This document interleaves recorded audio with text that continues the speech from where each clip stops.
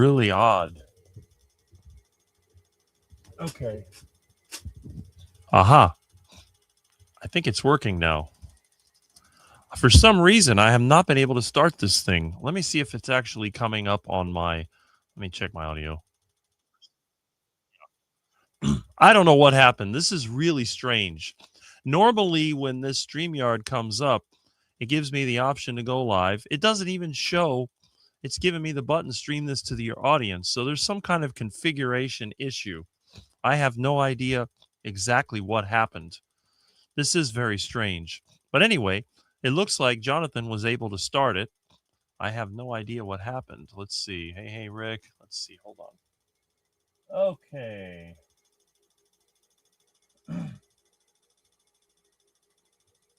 All right. There we go. I was about to the point where I was going to open OBS and start another stream because I just couldn't get this thing to work. And I have to admit, when you try to do something that's a little bit unusual, it can be a challenge. So let me go ahead and let's see if any of these controls work. Okay, that works. And that works. All right. There we go. And that works. Interesting. All right. Anyway, I hope everyone is still here. And since I have a little difficulty with this display, I'm going to go ahead and put my YouTube one on the other display. There we go. That'll give me a little familiarity. And there I am. And let me make sure the audio is still working. Okay, good. The audio is working, so that's great. And let's see on our comments. Again, it wouldn't be Rick's show without some kind of technical difficulty, but these things do happen. And let me see if I can go all the way back to the beginning. And let's see how far we go. And of course, it deleted the comments from yesterday, which is par for the course for YouTube. It always does that. So the first comment on my list is from Yellow Rose. And we have Sandy Blythe saying hello. And we have some more hellos here. We have a father of United Carnivore, Mike Seeley Sr. Good morning, Rick. And Kittens and Ducks from a beautiful morning in Melbourne, Florida. Let me skip down to the bottom and see if there's any pressing disasters. And let's see, sort of here. Okay, everything looks good. So we want to thank Jonathan for setting it up. I don't know why my computer is not cooperating. And there's retired Rick. Good morning, you crazy iguana eater. And I know that you did watch my iguana recipe. Was not impressed with it, but that is fine. And let's see who else we have that is here. We have Brian Dish is here. And again, and there's Barry Simon. Good morning, Rick and all. And what time do we have?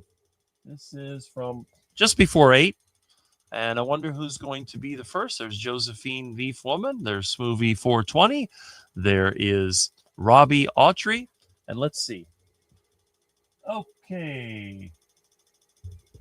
Robbie Autry is the first one at 8 o'clock. So that is, as usual, really good. So we'll go ahead and we'll keep hitting these comments. We have Bacon Runner saying hello to Rick and Jonathan. And let's see, we have another hi from Brian Dish and Manda Makina 83. The good morning, Rick and Milton. Happy Saturday. Yeah, happy Saturday, everyone. There we go. And we have more hellos that are coming in. And let's see who else we have. Amanda, we have Dan, Lions Danivore podcast. Now, you didn't have a live this morning, but you did have a video last night. You might want to check out his video. It seems like he's having bad reactions to coffee. So some of the coffee carnivores might want to check that out. Now, obviously, if you're like Mitch, you have no problem with coffee. And a lot of people do have no problems with coffee, but some people do. So if coffee is a problem, it might be a good idea to reduce it or eliminate it entirely. If coffee is not a problem, continue to enjoy your morning drink or afternoon or nighttime or whatever works for you. My mother always enjoyed her morning coffee.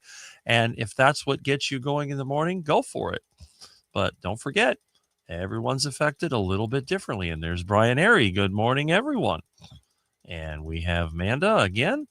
And let's see. Retired Rick. I love having all these regulars here, which is really a good thing. You're not just my viewers, you're my friends. And we have another good morning for Jonathan. Jonathan, I guess, is out on a road trip, so he may or may not be able to pop in. I was trying to speak with him earlier, but I guess with his phone, he couldn't hear the audio. Might be a Bluetooth thing, modern technology. It has its moments. And there's Carnivore Wayne. Morning, Rick, and everyone else. Well, good morning. Just started my bacon fast. How long can she go? That's for Bacon Runner. And there's retired Rick. And Rick better not be hungover again. Well, I'm not in iguana coma, and I did mention technical issues working on fixing. There's not a whole lot I could do. I was unable to start. Hey, guys, just came off stage. There we go. Okay, that's what it is. Yes, he has a competition, if I remember correctly. Well, Jonathan is a champion, so we know that he's always on the move, and that's a good thing. And good morning to Brian. Jonathan is my number one authority when it comes to carnivore diet and exercise and basically any type of nutrition related advice. He's my go-to. Tech issues, that's not good. Well, it's a StreamYard issue. It was not on my computer as far as I can tell. Just add diesel. You'll get Wi-Fi. Well, there we go. I don't use Wi-Fi, though. Everything here is wired. Maybe one day when I move, I'll have everything connected with fiber. And I'll have the little SMF, small form factor devices, and just have the whole house wired with fiber. And get rid of the twisted pair Ethernet. That would be fantastic. I placed 3 of 3 sadly, but I look pretty comparable to my last show. Great outcome considering the enormous mental grief I've had the last week or so. Well, when you come on later, you can discuss whatever you like with us. I'm sure that we would be very interested in your experiences, Jonathan. Strawberry poop gas, yes. And that is how I cook my breakfast, by the way. And guess what I had for breakfast today? I had another delicious iguana wrap because I was able to catch a roadkill iguana and I was able to make an iguana wrap.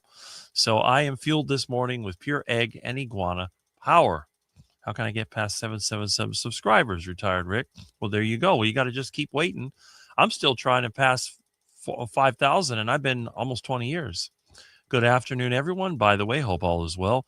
Struggling to hear on the stream, but I'll pop on later with our friend Rick, and we look forward to that. And by the way, since I'm using Jonathan's StreamYard, I will post a link a little bit later, and anyone can pop on with me.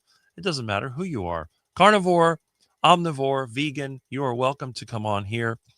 And I'm not going to be offended. Now, when Jonathan pops on, I will not tolerate any ill will towards Jonathan. You can make fun of me all you want, but if you start saying the wrong things, you will disappear. Okay, no slugs if you know that reference.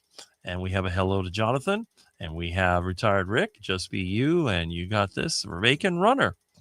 Good morning to Brian. And let's see, do you have another competition? So we're asking Jonathan a question, and let's see what Jonathan says. Next shows are late October. Well, that's good. That'll give you a little time off where you can relax and hopefully spend a little time with your friends and girlfriend. And, it's very nice when somebody does have that significant other. It makes a big difference if you get the right person. Oh, and Jonathan has returned. There we go. Oh, okay. That's weird. Oh, well. Let's see. Let me switch the view over here. All right. I'll get this figured out one way or the other. There we go. All right. So anyway, let's see what we have here. Okay. Good morning to Wayne. And we have, then you might give out. I hope that helps. Okay. You might give out. Okay. And there's Aaron. Hello, everyone. Well, hello, Aaron. Good to have you here, as always. Erin's been losing some weight, too. She's looking good. So it goes to show you can succeed. You just have to put the effort into it. And sometimes you have to make adjustments. If you're not making any progress and you're doing this over a period of time, an adjustment or a change is going to be necessary because you can't do the same thing over and over again and expect a different result. And I think sometimes people just don't, they may feel hurt or they may feel offended. And that's something that we do not want to have if we can avoid it. And there's me having my tech issues. And there is Pretzel Pete. Good morning, Quackers. Papa Carnivore has dropped in. Good morning. Glad to have you here. Jonathan, if you win them all, you have nothing to strive for. Okay, a little joke going on there. No one can win them all, but there's a season. And while the season is there, you act on it. Patricia, good morning. Let's see who else. We have a good morning to Aaron. We have a hello from Wendy, the Pharaoh grandma. We have Patricia Butler. Hi, retired Rick. We have another good morning to Erin. Erin is kind of a celebrity in our community. Always glad to have her here with her brood, her whole family. So, and get some rural living, lots of animals. Very interesting. Aha, there we go. Jonathan is showing. That looks pretty good, actually. Not as big as the other trophy, but it's pretty sizable. And there is Lions Donivore. Our Dan is saying hello to Peter. There's Venetian Cat. Morning Carnivore family. Julia here. Yes, as always. What a great group this morning. It's always a great group here. We tend to attract the best. Wait, Rick just asked me to start it. Okay, that's what the problem was. I don't know why I was not able to start it. I usually can, but StreamYard and its settings. But again, if I was unable to start, I was just going to start OBS and do it the old-fashioned way. And Aaron had T-bone steak yesterday around 8 a.m. Dr. Baugh's ratio, 338. Best reading yet with that cut. Okay, so nice of you to say retired Rick. And let's see, we have more good mornings. And we have lots of good mornings. We're going to skip through these. Absolutely, Brian adds fuel to my fire. I am built for impact. So that is correct. Good morning to Aaron. And we have another good morning. Lots of good mornings. Everybody's kind of friendly. Hope Rick did lose internet. No, it was a StreamYard issue. I was unable to start the stream. I have no idea why. We are so proud of you and your many accomplishments. Yes, we are proud of Jonathan. Jonathan is a big man in the carnivore community. And again, in the carnivore YouTube community, he is the original carnivore bodybuilder. There's no disputing that. And he was the very first person that I've ever gone live with on YouTube. So, I guess back in the days of Hangouts on air, I was on YouTube, but that's all been deleted. But on my current channel right now, he is the original. And there is his best friend, Joe. And lovely to see you, beautiful Josephine. And by the way, she had a very nice live stream yesterday with a giveaway. And Jonathan actually won one of the gifts on the giveaway. And he was gracious enough to share it with me. So again, more thumbs up to Jonathan. He's amazing. We are very lucky to have him in this carnivore community. And I am glad that he is my friend. I love having Jonathan as my friend. And okay, we have a morning there. And we have another from retired Rick. And hello from Patty. And again, I'm in a really good mood because I had a delicious iguana wrap. I've started it for Rick. Okay, let's hope he doesn't start another stream. It would be super annoying. Yes. I have no idea why it didn't work. That was just weird. Okay. But it doesn't give me the option to start or stop. It only gives me the option to leave. And in the upper corner, it says stream this to your audience. So it's almost like I'm not logged in. And yet, when I went to regular StreamYard, it shows all the controls. So I don't know what happened. Software can be very, very frustrating. And there's Bride's Biscuit. Good morning, Rick. Sup, fam? There we go. And you good, Rick? Yes, I think I am. I hope so. I see you. All right. So that's when it finally started. Okay, so minutes after minutes, it finally came up. And we have more hellos from Joe. And thanks, everyone, for the support. Win or lose, I can't be stopped. That is correct. Jonathan never gives up. And this is why a lot of times when I see people, maybe they're a bit overweight, maybe they're older, they make all these excuses. Well, I'm trying and it's not working and I'm just not making progress. Well, you need to do more investigation. You need to figure out how can you make adjustments. There's nothing. Okay, you're live now. All good. Yes. Okay, Ryan, there we go. Usually when I do it myself through OBS, I will start early. And since Dan didn't have a live stream today, I would have started about 15 minutes early, played all my images, some of the music that goes with it. But I was unable to start the live stream. And I kind of logged in and logged out and tried and tried and tried. Then Jonathan came on. It's impossible 100% of the time. It's a journey. Yeah, that's exactly what I was saying. That is very true. Okay, and Patricia Butler is saying hi to Leslie, and there we go. Michael Pregler has dropped in. Good to see you. Good to see you. Another inspirational carnivore person that we have here. Again, just because you're older doesn't mean you have to stop trying. I'd blame the darn cat for the tech problems. No, it wasn't Milton's fault. Milton is actually asleep. He's behaving very, very nicely. Blame it on Milton. Nope, it was not Milton. Yes, on the coffee. I feel the same way in my commission sales job. Some days I win, I sell a lot. Some days I don't, but it's a consistency, hard work, preparation, dedication. That is what makes me successful. And I agree with that 100%. And we have a good morning to Michael Pregler and to Patricia and Yellow Rose from Michael Pregler. And Joe says, lovely to see you all. And it's always good to see you. I was very nice. I was able to see. I think I have drain damage. All right. We're being a little funny from Jeff over here. Behind the scenes this morning meme in email. Oh, so we have an email coming in here. Nobody can. I'm going to check that out. I make certain of that thanks to my global carnivore muscle support system who always has my back. Yes, that is nobody can. Yeah, exactly. I agree with that. So we have a hire to retired Rick, not this Rick.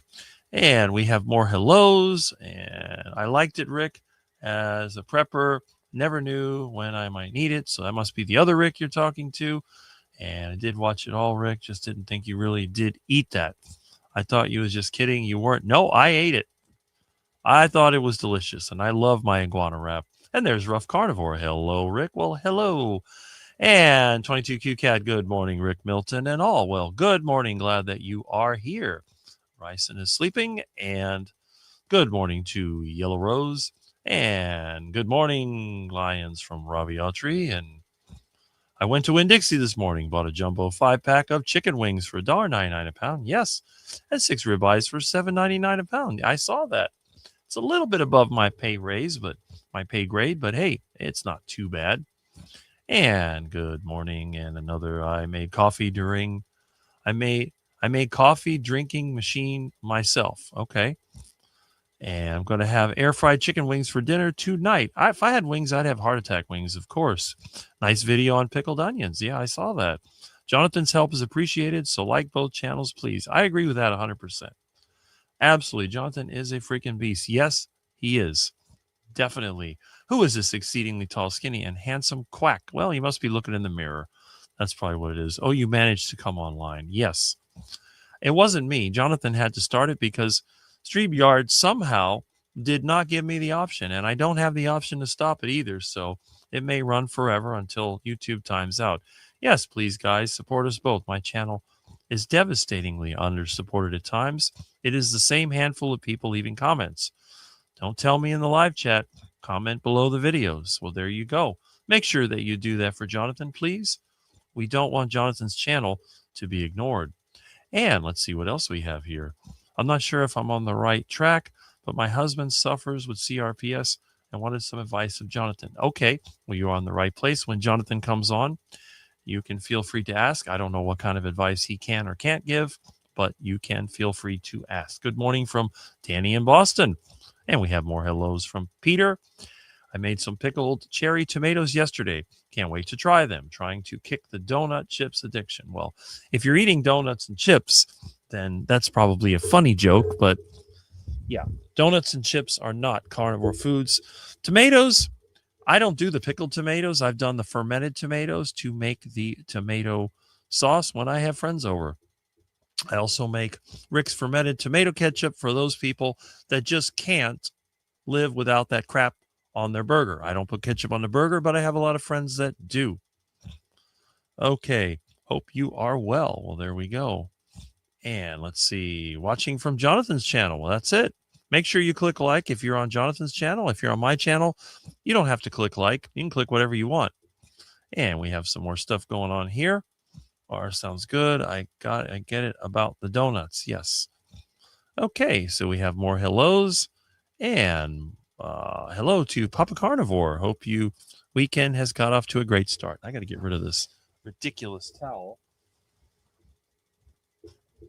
I got so frustrated this morning trying to start the stream that I haven't even prepared my living room. It's a complete mess. I have charger parts in a stupid phone. The battery went dead. Then I had like 5 people come over trying to distract me from getting my work done. And they got to tell me all their problems, which is fine. I just continue to work. It's been hot. It was 96 degrees. I'm sweating like crazy, but they still want to talk to me, so that's fine.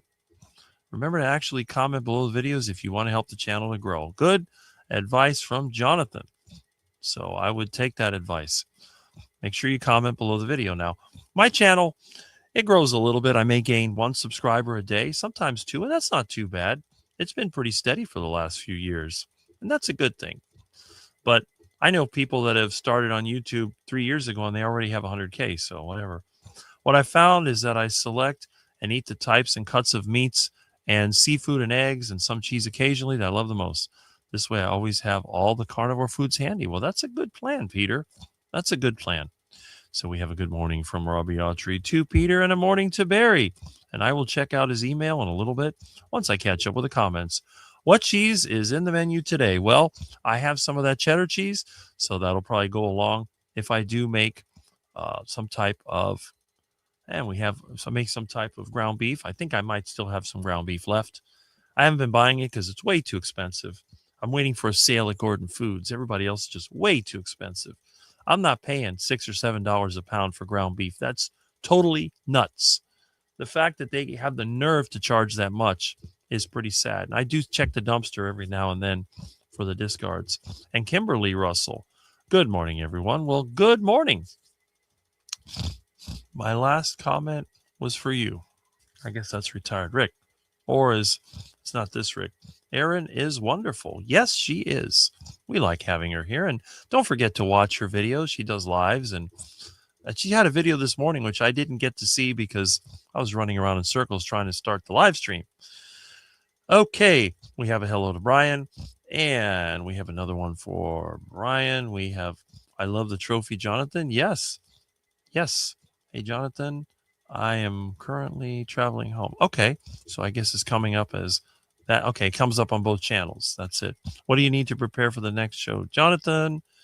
And we have a congratulations to Jonathan. So that must have been when he showed the trophy, which looks good.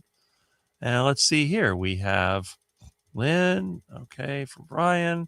More hellos. Let's see if there's a hello for me. And Jonathan saying, hey, guys. Yes. And let's see what else we got here. And we have a good morning, Rick, from Crank Fountain. Good morning from Rick. And we have Kimberly Russell saying, hey, coach. And we have Bacon Runner. And I'm set in the car, covered in tan, swearing everywhere, struggling to look at the screen. Yes, those phones can be very inconvenient. And good morning. I guess it's better than a can and two cans and a string. I just started watching Jonathan's channel. It's awesome. Well, retired Rick, I'm surprised you just started watching it, but check out his channel. There's a lot of good information there. One of the great things about Jonathan, he doesn't make those long, boring videos where he puts a subject and then he starts giving you his life history and then a little bit of world history and blah, blah, blah, and by my whatever. No. He just gets right into it. And I like that. Get straight to the point. Don't waste my time. And let's see, Kimberly Russell. And we have Wendy saying hello to Joe. Pay attention to Jonathan. He knows what he's talking about. Yes. And listen to Michael Pregler because he knows what he's talking about also. Did you change your profile pic? Looks like you're out there hunting, which is what most carnivores should be able to do. I know people get grossed out when I catch and cook iguanas, but I tell them if you are a carnivore and you do eat meat, you do really need to understand how to go hunting and how to do things. Okay. Swearing. Sweating. Yeah, that makes more sense. That sounds like me whenever I walk outside. I can sweat more than somebody working out just by walking out the front door and standing still for 15 minutes. But when you live in a sauna, that's what happens. Now, you probably hear that tickety-tick sound. That's my poor air conditioner telling me that it's got a problem. It's going tick, tick, tick, tick, tick, tick. I think the fan must be hitting something.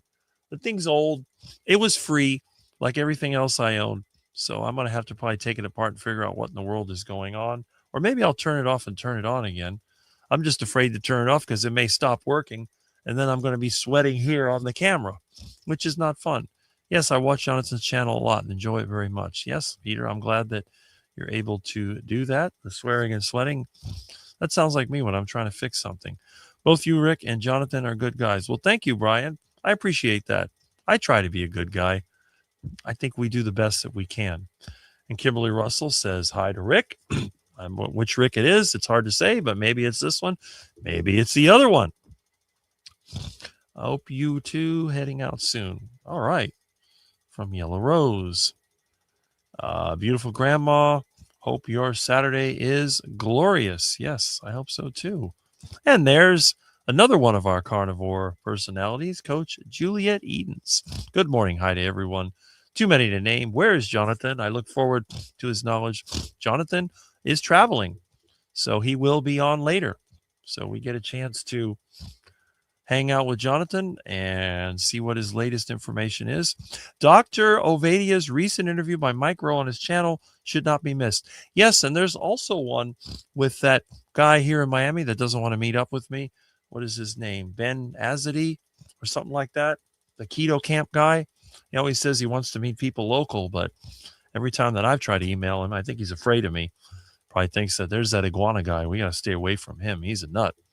But yeah, so they have definitely interviews. And when I saw Ovadia, now I saw him in person at Kiltz's meetup. I believe that was in March.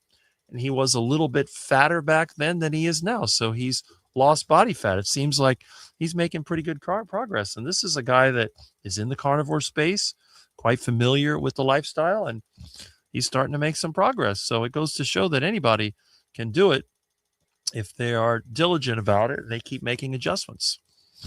Feel so much better when you stay on plan. Avoid the duck food. Yes, I know I do for sure. The duck food will make you waddle and quack, and you probably don't want to do that. And Milton, yes. And Juliet is the number one reason why Milton turned into the nicest and fluffiest, friendliest cat, because before Milton got fixed, Milton was an emotional disaster. And again, now that he's been fixed, he's really nice. And I have to admit, though, sometimes I wonder about people. Some of these people, I think, when they're going through their hormonal issues, they can be very difficult to deal with. For some reason, I'm not like that. I haven't been fixed, thankfully. I don't want to get fixed. I'm already prefixed from, I guess, birth. Safe travels. Hope you have a lovely day. From Joe. And a good morning to the Feral Grandma. We might be loading the smoker this morning. Nice. I wonder what you got cooking. Hey, good looking. What you got cooking? And we have one for Rose and smoothie from Juliet. And thanks, guys. Will always try my best for you. The stage was burning hot like tarmac out on the beach on rubber. That sounds like pretty bad, but what can you do? Makes you wonder why they set up these events. But where you're at, it's hard to believe that it's even hot. But I guess you've been having unseasonably hot weather. All right. Thank you, too. Thanks, Brian. I almost didn't post it. I agree. I watched Mike Rowe's interview with Dr. Philip Ovadia. It was excellent. I sent it to Mitch. Dr. Ovadia looks absolutely ripped. In amazing shape for his age. But he's not that old, is he? Isn't he younger than me? Dr. Ovadia makes it all very clear. I'll have to look for that. Mitch had mentioned it, but I haven't had time. I spent my day yesterday stripping junk cars. Milton is taking it easy this morning. Looking forward to seeing what mischief he gets up to soon. Well, as soon as Milton gets hungry, I threw Milton a piece of meat this morning. So it'll be a while before Milton wakes up from his meat-induced coma. Yes, it's damn hot. There we go. All right. Happy Quackers. Yes. Although Jonathan did suggest I'm a dumbbell. Just kidding. It was all fun. Well, there we go. You always put a smile on my face. Yes, Juliet does that. Are you going to be having lives again, Juliet? We'll see. Okay. We have a hello from Papa Carnivore. It's hot here as well. I think it's hot everywhere. If it wasn't for my air conditioner, I'd be in rough shape. And there is Louis Latito. Good morning. Good morning. I'm glad that you have dropped in here. And again, later on, after I catch up with the comments, I will go ahead and I will put a link in my chat so that everybody who wants to drop in can drop in. Now, every now and then I will hit the comments. So if you're one of those people that loves to talk and hog up the live stream, you will have to compete with the comments, but that's fine. Now, if you're somebody that wants to share their story, we can make it a share your story segment. And then I will simply ignore the comments and I will let you share your story. Because again, it's not so much the progress that each one of us makes that's important. It's the process, it's the story, and how can our experience help other people? That is the key. Dr. Soda referred to his recent weight loss, something about mold in his house. I don't know if he got sick or involved in hard work because of it. Well, my house is full of mold, mildew, and all kinds of bacteria and fungi and all kinds of good stuff because I have a lot of very old items. The place is old with a leaky roof. So, but that's normal. I think I've adapted to it. I have more problems when I go in a new building than I do in my old house, interestingly. So I guess I'm used to the mold and mildew, and it doesn't grow on me. My dad used to get foot fungus and dandruff. I don't get any of that. No problem. So we have a hello from Julia to Papa, and Jonathan agrees. So let's see what else we have here. Hi to Danny. Is it on Micro's channel or Dr. Ovadia's? That's a good question. Somebody can mention that. All right. I never knew about Rose's channel. I like his studio set. I wonder what the studio set looks like. Watching the Roe interview. Okay, well, hopefully you're not watching it. Recommends watching. Okay, don't watch it during my live stream. We can end the live stream, and then you can watch it after that. We have a hello to Barry and Michael Pregler. I haven't been checking to see how many people we have, but I think we're doing good. My goals now are muscles. I'm very happy to find Carnivore Muscle Pro. Well, Carnivore Wayne, Jonathan is the number one authority when it comes to carnivore bodybuilding. He's been doing it, if I remember correctly, 6 years, maybe a little longer. I've known him for at least 4 years. So I can vouch it's been a while. Jonathan is a long-term. I define anybody that's been carnivore for more than 5 years as a long-term carnivore. So, and all you have to do, if you want to know who's telling you the truth, you can simply look at their track record and look at their results. And I don't think anybody with as many setbacks as Jonathan has had to deal with has been able to get the results that he has. And he's honest about how he did it. So if muscles are your thing, Carnivore Muscle Channel is the place to go. Don't go to my channel because we don't have no muscles around here. We're skinny. I don't work out, although I do intend to. Once I am financially stable and I have moved, then I will definitely work on strength training because that's something I've had several friends that did. Now, the sad thing is that all the friends I had that were into strength training and bodybuilding, they are now fat and unhealthy. None of them. Well, I take that back. My one friend who moved away to Minnesota, he is still into strength training and he is still the best looking human being that I've ever seen. But other than that, everybody else, they got married, they had kids. Some of them have grandkids and they've just gone, and that's it. And I said, look, if you're still around when you're retired, your kids have moved away, why not go back to the gym? Is it a bad thing? Of course not. I mean, you can have a home gym or go to the gyms down the street. You can go over there. Of course, my one friend, I think his wife is afraid that if he got back in shape, that he might be attractive to some of the other women. So maybe there is an ulterior motive there. I don't know. Sometimes I guess people want to stay in bad shape. You can Google Micro Dr. Ovadia. The number one killer is not meat. That is correct. And we have the automated night bots that pop up from Jonathan's channel. And it's good advice. Yes, Danny, I work every Saturday and Sunday unless I'm on vacation. That is correct. It's a good time to sell stuff. So we have a good morning.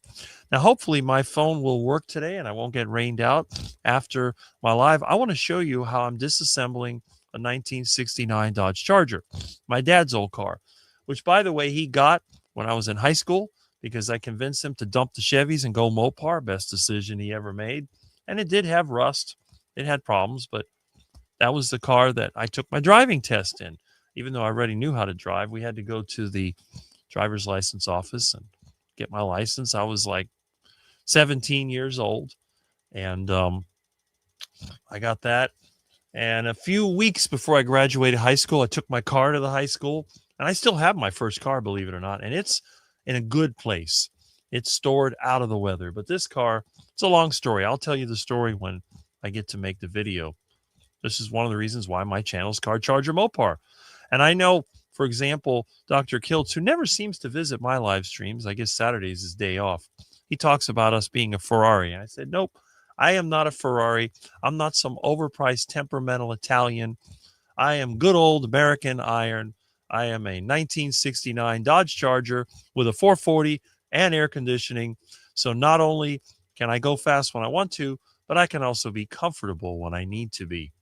I'm not cramped in some stupid two-seater Ferrari that breaks down all the time and costs more than my house and makes you look stupid. Because I tell everybody, if you're driving around a Ferrari, you're either a rich guy with a midlife crisis or you're some 20-something scammer dude who's living in a black, white, and gray condo in Miami trying to sell cryptocurrency.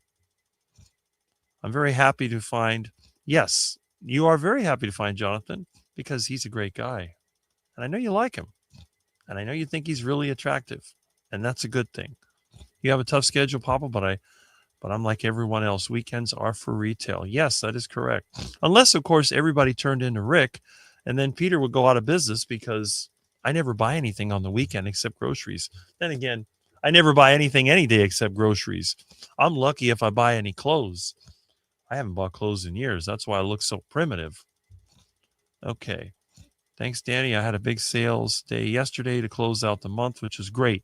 Hopefully it carries over to today and tomorrow. I hope so, too. I like it when people are successful. Yep, I agree.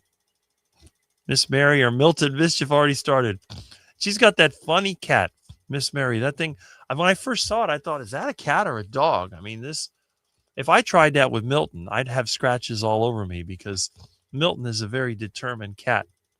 Got to have car parts. Yes, I agree with that. Two guys I worked with yesterday doing difficult work, scrapping a garage ceiling off a bad original texture. Had to leave for lunch eventually. They're carb eaters. That is correct. That is correct. It is the nature of the beast, so to speak. And you know, the younger you are, the more duck food you can tolerate. When you get older, not so much. And that was on the Ben Azadi channel.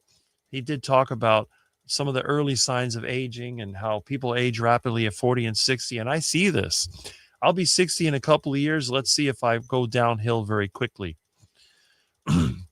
Having you guys behind me is the greatest blessing of all today. I'll take that over any trophy. That's great.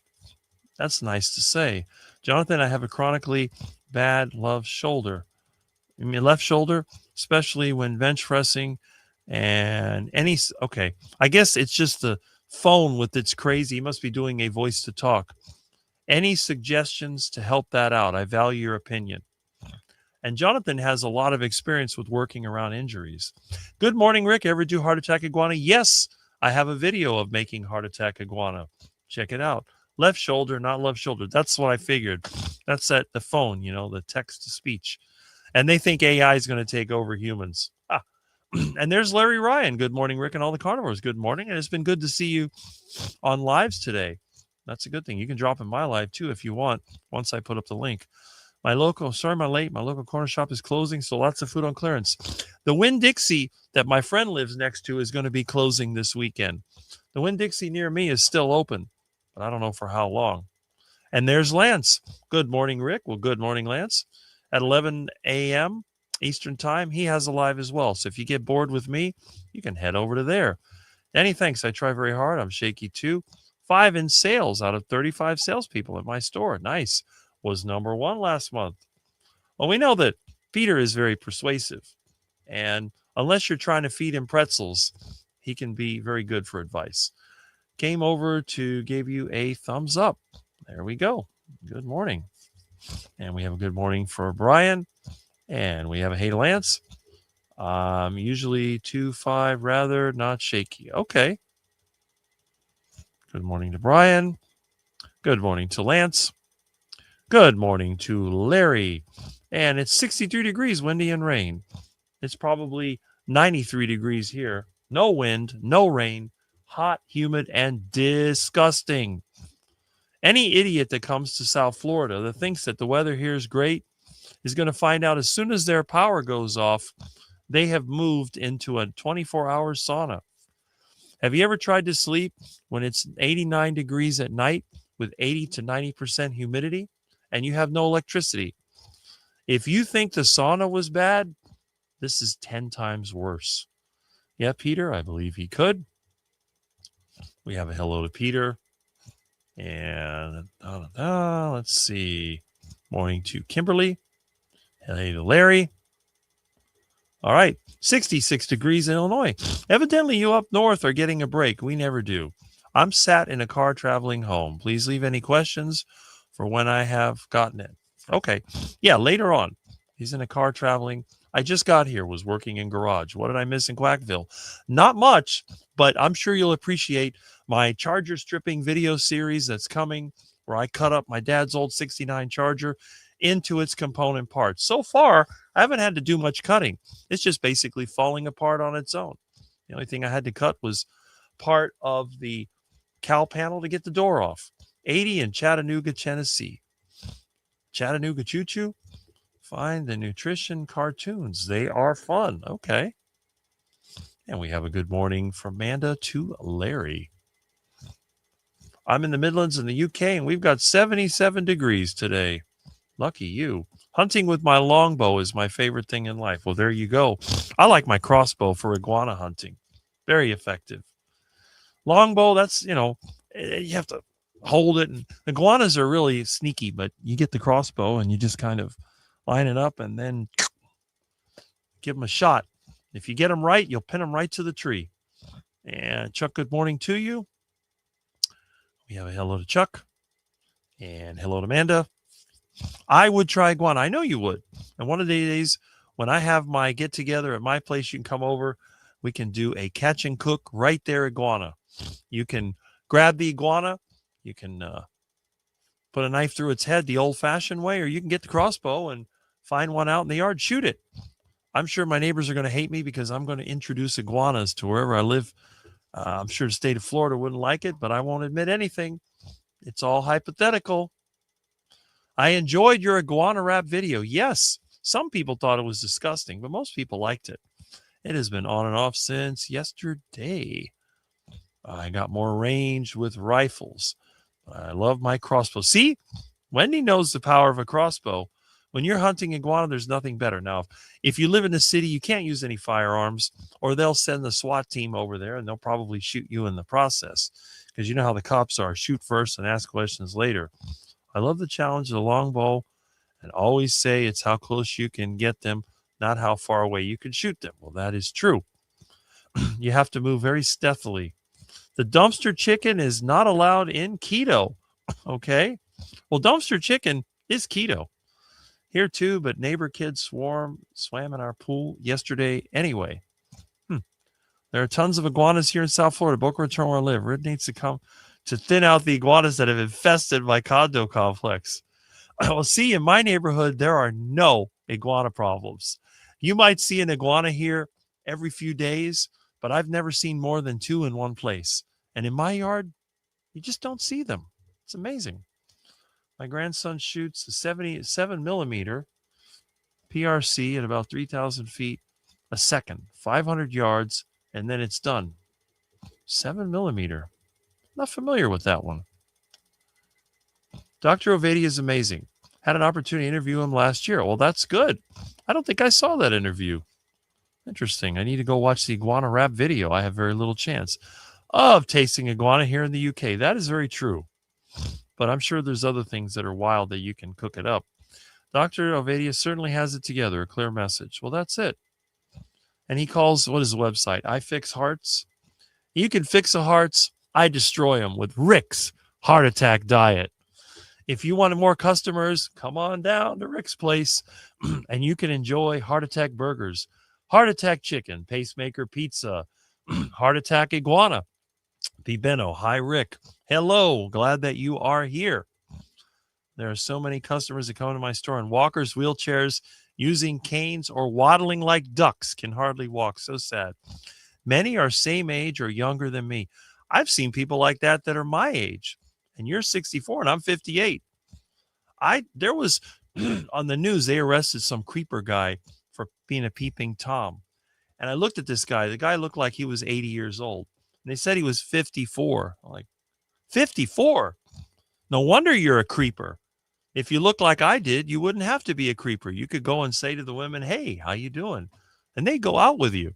But when you look like that, I can see where that came from. That's just terrible. I don't mind the distance. Better bragging afterwards. Well, hey, better shot, right? And lots of them had amputations, red and ulcerated legs. That's the other thing. Your legs should look like this. Well, if you're skinny, white skin, a bit of fur, not too much. But yeah, when you see older guys that don't have hair on the bottom of their legs, that's a very bad sign, especially if it's shiny. Very bad sign. So you got to keep an eye on yourself and don't let you go. Biggest sign of my age, 62, is that nowadays my voice tends to wear out easily. Well, guess what? Mine hasn't yet. I'll be blabbing till the day I kick the bucket. Stephen Cavoy, good morning, Rick. Good morning. Glad that you are here. And let's see, if you do the interviews, live interviews again, give me a shout if you want to talk about GLP-1 and carnivore. That sounds like a good subject right there. Joe's done so well with the carnivore diet. And now with Jonathan, it's kind of hard for her not to do well because you're with the number one authority when it comes to carnivore nutrition and bodybuilding. Diabetes, strokes, heart attacks are at epidemic levels because of the processed foods, veins, fruits, veg, and crap that people are eating, and the sugary drinks that they drink. Now, if you're like Rick, what do you drink? Right here. Water with ice in it.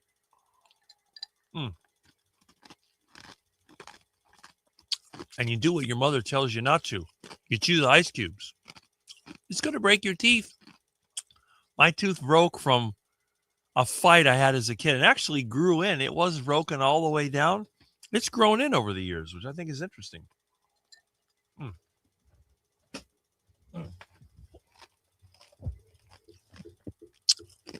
They always used to tell me in school, don't lean in your desk. Sit up straight. They get mad when I put my legs like this in a chair. Those stupid desks they had when I was a kid, they were like attached to the seat.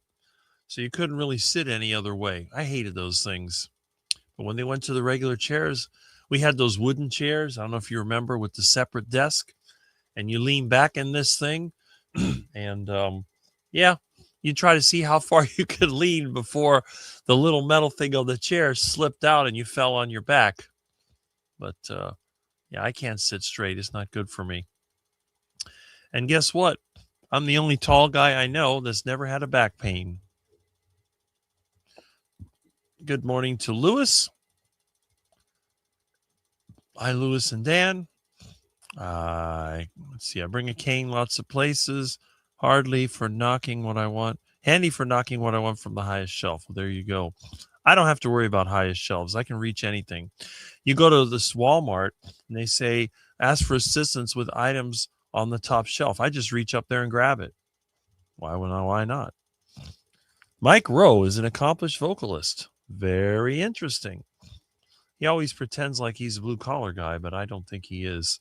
Hello from Barry Simon to Peter. And I still need to look at Barry's email. That's great. They use your cane as a tool to help you. Well, there you go. It's fine. Just my voice wears out. That's normal. I love your friendship, Rick and Jonathan. Well, JJJ, thank you. I am glad that you appreciate that. 67 people, only 29 likes. Well, according to this movie, we need to fix that. So if you haven't clicked like, please do. It is very much appreciated. And do it on both channels because I'm on both channels. Joe and I have red and blue canes. I like red. Well, there you go. All right. Look for an affordable email or online video consultation. Yep. So the night bots have popped in. You might want to take that advice. It's good advice, even though it comes from automation. Happy hunting. I believe strength training is an absolute must, especially as we age. Sarcopenia. Yes, that's the thing. And this is something that has been brought up many, many times. People tend to weaken as they age, but there's a debate as to whether it's an actual physiological thing or it's just a result of telling yourself, well, I'm getting older. I'm not going to work as hard. I've known a lot of people, they didn't work out, but they actually worked on a farm, or they had a business, and they continued to be active until the day they kicked the bucket. And it was just from continuing to work. I have a friend right now in Nebraska who is 85 years old, and he's still working on his own equipment. He does carpentry, and he never complains. So I think a lot of times it's a mindset. You convince yourself that you're old and weak, and then you become that way. I love my blue cane. His name is Sir Michael Cane. Oh, there you go. As honest as they come, I appreciate your support and truth, Rick. Well, Jonathan, I tell it like I see it.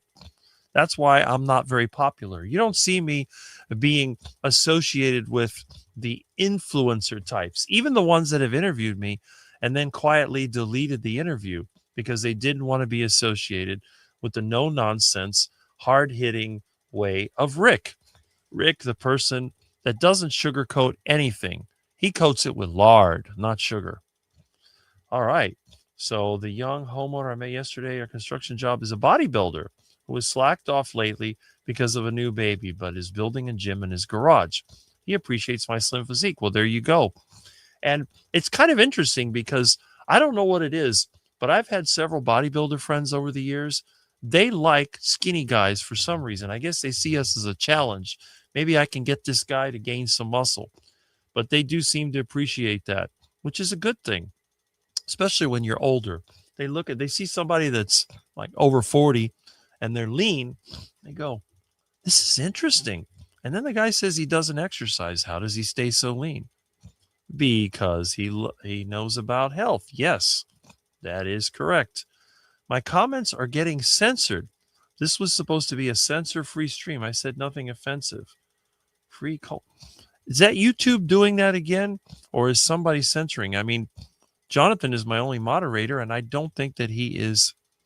I don't know. I don't know what's going on. I didn't see the comments. This is supposed to be a censor-free stream. It is. I haven't censored anybody, but I'll keep my eyes open.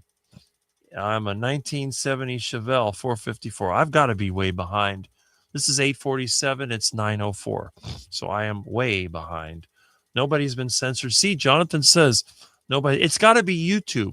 YouTube deletes comments that I make on other channels about things like central banks. Give me a 68 Mustang Fastback with a boss for 20 to be a happy man. Well, you would be like in that movie Bullet, and then I'm the 68 Charger. 429. Yes. Now, I do have Ford truck and van, but they don't have Ford engines. The only Ford engine I have is the old 6-cylinder in my dad's old van that I'm going to be stripping. Milton is a carnivore cat, which means he is dangerous. Well, he's dangerous to some, but he's harmless to me. He's a sweetheart.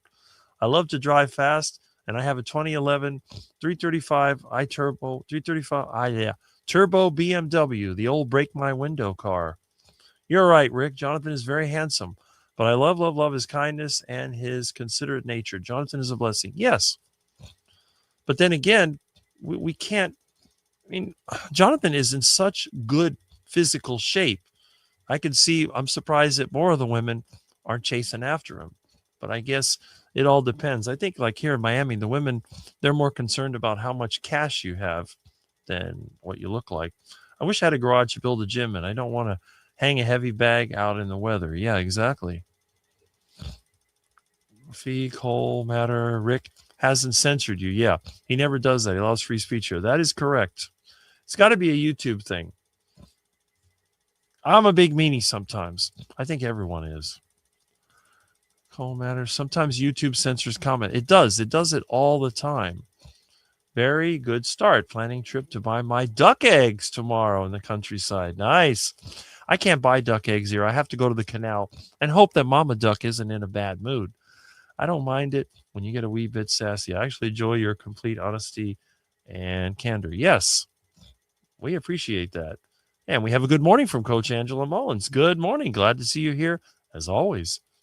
Only sometimes. Yes. So we're talking about relationships there. Have a great weekend, too. It's authentic, I guess, Peter. I don't dish out what I can't take myself. Yes, agree with that 100%. Understand, appreciate you, Jonathan. Just never spell his name wrong or you will receive the wrath. Hey, Angela. You too, Peter. You are always kind and friendly to people in our space. It is noticed by me for sure. Yes. And not only that, you're nice enough to drive a quack all the way to Mitch's Live and all the way back home with the goodies that I got from my friends like you and our friend in Clearwater, Chuck. Okay. And Mike Seeley Sr. And got some good people out there that are very generous. And speaking of generous, we have several people. Man, we haven't eaten duck eggs in decades. They are delicious. Yes. Well, quack them up. Currently 80 degrees. It'll just get hotter. I bet if it's probably 90 degrees already over here. It was 96 here yesterday. And we have been 46 days with temperatures over 93. The weather here is horrible. Just ask Peter. The weather here is absolutely horrible. And it hasn't even been raining. That's our only little thing. And word up from Tuber Chat. There we go. Good morning. Just got back from 2-mile hot and humid walk. Oh, you're not in Florida, are you? Maybe you are. Word up. There we are. Duck eggs are so creamy. Yes. And you'll get creamed by Mama Duck if she sees you grabbing her eggs. Thanks to 3 Triple J. When I'm misunderstood, I know there is something wrong with the other person. There's your usual humor. Shared on Reddit. Appreciate that. Yeah, big yolks. Just don't tell somebody they have big yolks. I ate a lot of meat, but I don't know if I would try iguana. Well, iguana is somewhere between fish and chicken. I like frogs, crabs, and snails. I imagine I like iguana. Yes, you would. It's been a while since I made escargot, but the ducks ate all the snails in my garden. And Paris Peacock. Hi, Rick and Chad. I hope you all are happy and well. Yes, I think we're doing pretty good over here. And we have a morning to Bella Girl. And we certainly are both a bit quackers. Yes, our friend Anthony trusts you enough to make you a moderator. Yes, so that's enough for me. That is correct. And Anthony Chafee is my number one carnivore doctor. He was the first one that dared to interview me. The second carnivore doctor who interviewed me is Dr. Sean Baker, who is now a Floridian, although he's stuck in some condo. I don't know. He must love that wife of his, because if I had a wife and she wanted me to live in a condo, I'd be like, well, I guess we are breaking up, because I am not living in the condo. You can live in the condo. I will live in my junk house. And I would rather have a boyfriend than have to deal with a girlfriend living in a condo. Let's put it that way. Mr. Bald Eagle just showed up in my yard again. He'll sit there for hours looking for something to eat, I would assume. I'm cheating after 3 years carnivore. I developed anemia of inflammation last month. So cheat day, then grass-fed, finished beef, and water next 2 months. I'm surprised anybody could develop anemia of inflammation on the carnivore diet. I don't know. Everybody I know that's been anemic has been vegan. And let's see. Lovely to see you at Tuber Chat. I don't know if that was on my channel or Jonathan's channel. Bald Eagle, yes. I wouldn't be a good eagle because I'm not bald. And good morning from Lance to Bride's Biscuit. And I don't think I'll ever catch up. I've lost my appetite for eggs and chicken anymore. Well, you eat enough of it, you won't want it anymore. I don't have a choice. I'm having heart attack chicken for lunch.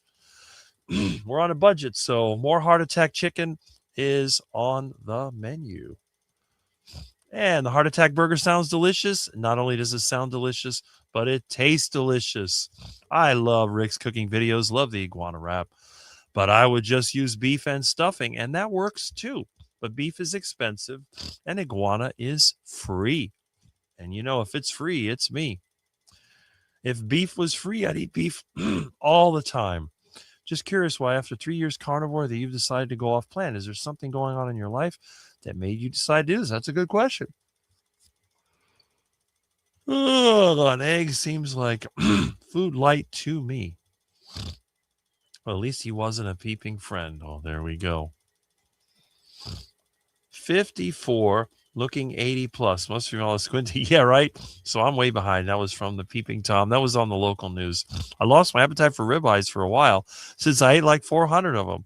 I don't think I've had 400 ribeyes in my entire life. I'd be lucky if I had 100. Stuff's always been expensive. I enjoy lots of variety of meat, seafood, eggs, etc. As a carnivore, I love using things up. Hey, if it's available, Edward Renner says good morning all, and Rick says good morning in return. I slow cook brisket lately because I can eat it cold during the week. I'm lazy about food preparation. I shop at a butcher's shop. Fantastic meat. There you go. I love to cook, so I always prepare meals. When we used to have a butcher shop here, I used to hit the dumpster all the time to get stuff. Seems like there's two streams going on. And when I look at the chat, I only see some comments. I don't know what's going on. This is weird. It is. What is this? Somebody calling me? Oh. Okay. Well, the phone line is not active, but don't worry. I will enable video here. Okay. So let's see. I'm catching up. I thought I was catching up. I don't like StreamYard because it doesn't give me a real-time progression. It just keeps changing the amount of comments. Rick is running it from his channel, and Jonathan has two streams from his channel. Okay. You only see the chat for the stream you're in. Well, there you go. Micro always seems to be sipping whiskey. I think it is to maintain his lower range for singing. I am guessing. I don't know. Well, you won't see Rick sipping whiskey. I can't stand alcohol. I think it's disgusting. Every time that somebody's giving me an alcoholic drink, I'll take a couple of sips and then pour it on the nearest plant and pretend like I enjoy it. I can't understand why anyone would delete your interview, Rick. Well, you can ask that guy, Max. What is his name? Max something. Max German. I had an interview with him and he deleted it. I don't know why. And of course, Joey Schwartz. I had his most popular interview ever, but he deleted all of his interviews. So that was something. And I think all the other ones I've done are still there, but some channels have disappeared. I've been interviewed by many channels. Some of them came and went. But of the ones that are there, I think only Max is the one that got rid of my interview, which I think is interesting. An amazing muscle car. I'm jealous. Okay. Glad I caught Jonathan before all these other women. Yeah, I love the other lovely women try. That is true. I'm surprised. I would think that women would be lined up. They see Jonathan out there with his physique, but I don't know. Do women really like the muscle guys that much? It's hard to say. My wife and I will be carnivore for about 5 years this month. So Michael Pregler is another long-term carnivore. A lot of people started carnivore in August. I think even Mitch started carnivore in August. I started carnivore in August of 83. No, actually, when did I? Yeah, August of 83. Because I broke my arm.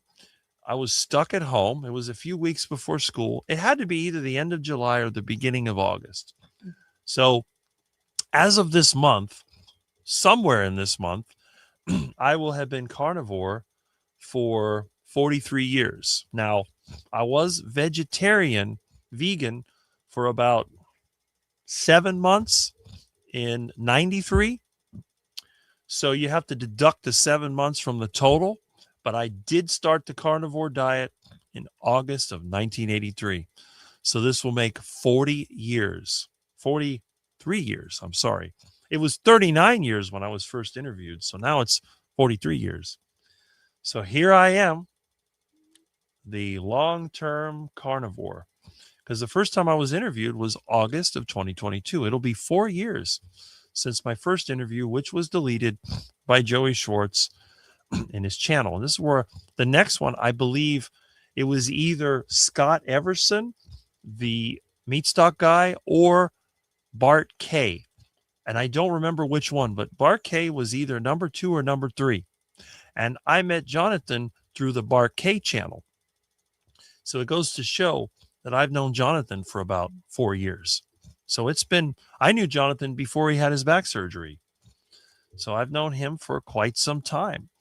And again, as the time goes by, it doesn't seem like the carnivore diet has done anything bad to me. You have people out there complaining about heart attacks and strokes and all these things, and yet I'm still here. How am I still here? And then Dr. Baker, I think he's been 10 years now carnivore. Dr. Kiltz, 15 years carnivore. And I didn't even know about Dr. Kiltz until a couple of years ago. And it turns out that Dr. Kiltz is the one that spent the most time with me and has been the most interactive. So Dr. Chafee was the first carnivore doctor that I got to know.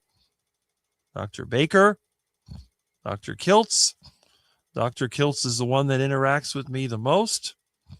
And then Baker, and I haven't met Chafee yet. So it's kind of like goes one way and then the other.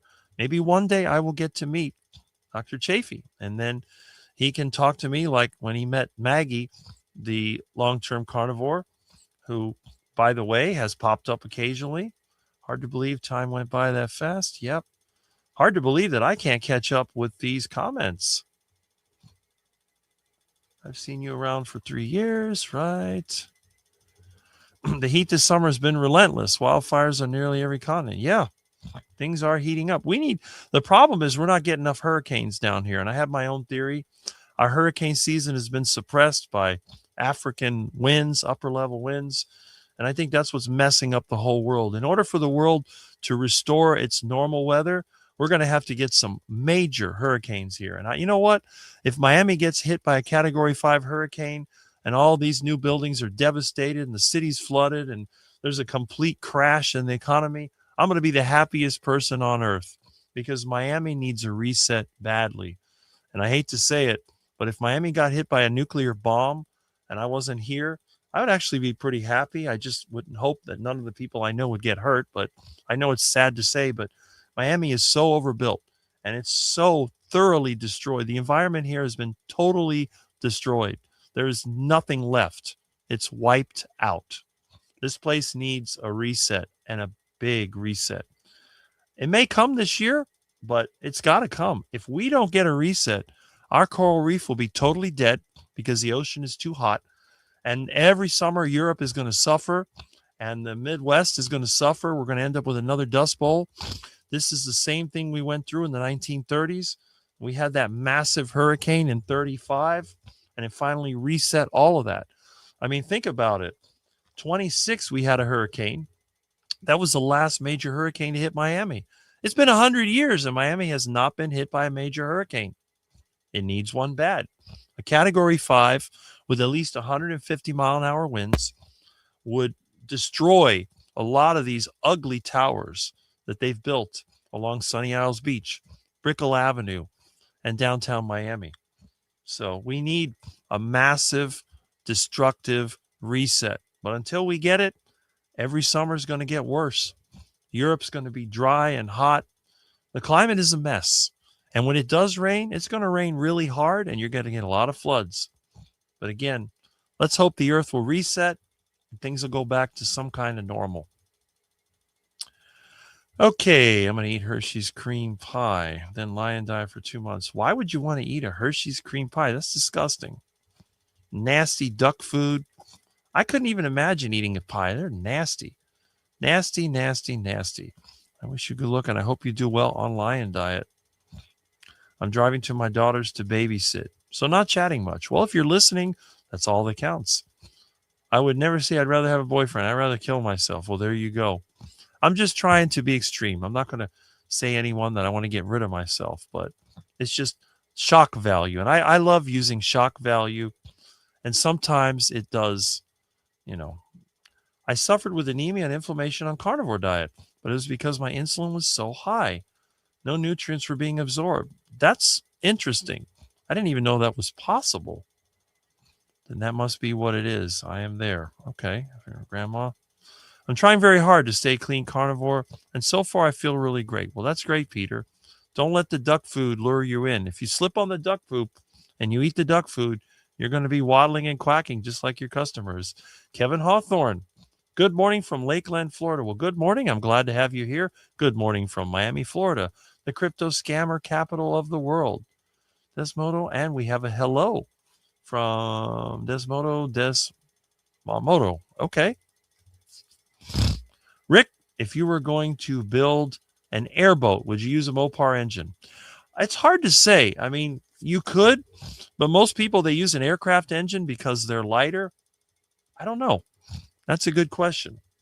I do kind of like the idea of having a Mopar airboat, but then again, everybody uses an aircraft Lycoming engine. So I'd have to think about that. I don't think I'll ever build an airboat. I thought about building a swamp buggy, but all my friends, they got buggies and airboats. So I figured, why would I build one when I could just ride on theirs? Right now, I have the bald eagle in my tree with about 50 wild turkeys below it. So you must be out there hunting right now, or at least scoping it out. Congratulations on 6 delicious carnivore years, Kim. Well, there we go. Appreciate that. Yeah, let's see. I'm a skinny guy now, but I still have a bit of a belly. I'm trying to get rid of it. I gained about 26 pounds from my failed yogurt and berries experiment. Berries are never a good thing if you're trying to lose fat. I have Ehlers-Danlos syndrome. I never heard of that. And I've been working with Jonathan for the past year. I have also lost 125 pounds in the past 8 years. If you ever want to chat, let me know. Interesting. That's good. Yes. Lost 8 pounds of what I gained over the past month. Well, Peter's making progress. That's important. Do you have your sights on those wild turkeys? Yes, that's a good question. I started Carnivore in August 2024. That's Lance. And, if you haven't checked out his channel, look at his before and after pictures. I think Lance is a year older than me. He looks really lean. I have to admit, I know he's got those insanity tapes. I'm trying to remember who it was that used to sell that. I remember seeing that. I always laugh when I used to see the weight loss and fitness infomercials. I'm trying to, it's a black guy. I forget who it was that did the insanity thing, but yeah. And he's even posted some workouts. So Lance is very inspirational to me because I know people that were in the situation that are in now the situation he was. I said, look, why don't you check out this guy's channel? He looks good for what he's been through. And I appreciate that. He's got a good attitude as well. 43 years carnivore. Started eating plantains fried in lard. Well, there you go. I haven't had a plantain in a long time. It's probably been more than a year last time we had a get together. And I got a refrigerator full of bananas. I just had a bunch of those little manzanilla bananas. I gave them to one of my friends. She came over yesterday. I got some. I keep them in the refrigerator so they don't ripen too quickly. Once the bananas ripen, if you put them in the refrigerator, they will turn brown. So you can't do that. But when they're green, you can make them last longer. I cut the whole bunch off so the rats wouldn't eat it. Although there were no rats out there. I think the cats have killed off the rats. But I started Carnivore February 1st, 2023. Well, there you go. I started August 2024 and was discouraged. Didn't know it was salt is my problem. There you go. Dr. Kiltz is a good guy. I would do anything for him. Well, Brian, I appreciate that information. I didn't realize I was carnivore. I was eating Dr. Atkins phases 1 and 2 since 2003. Wow.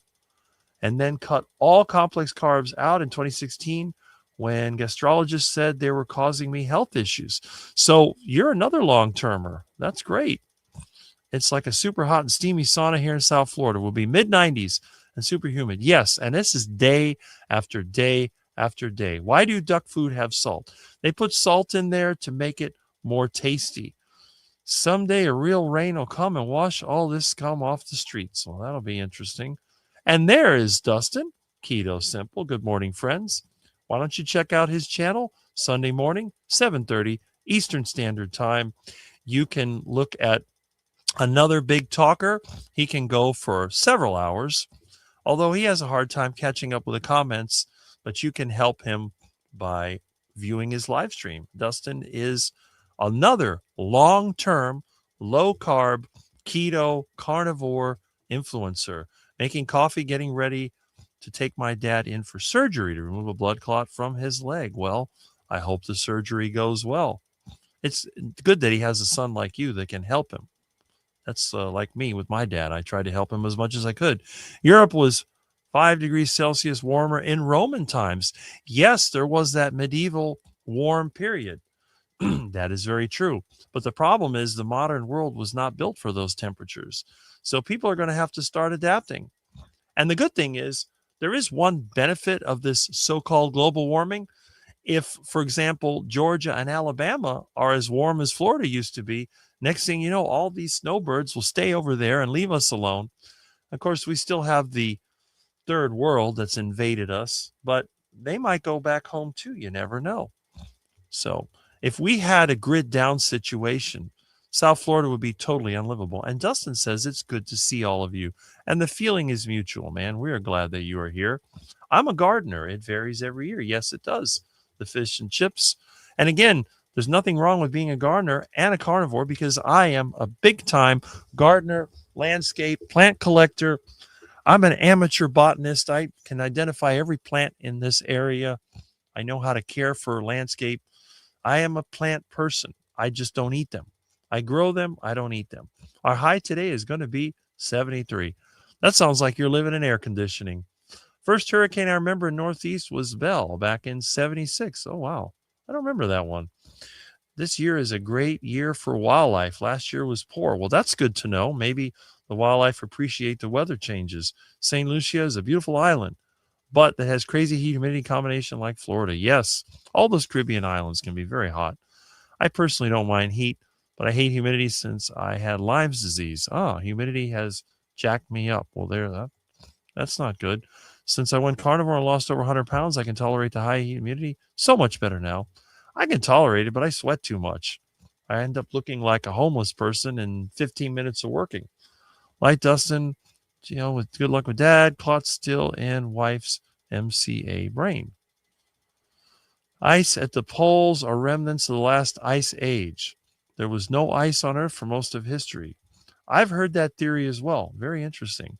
What kind of music do you like best? Or do you listen to 90s?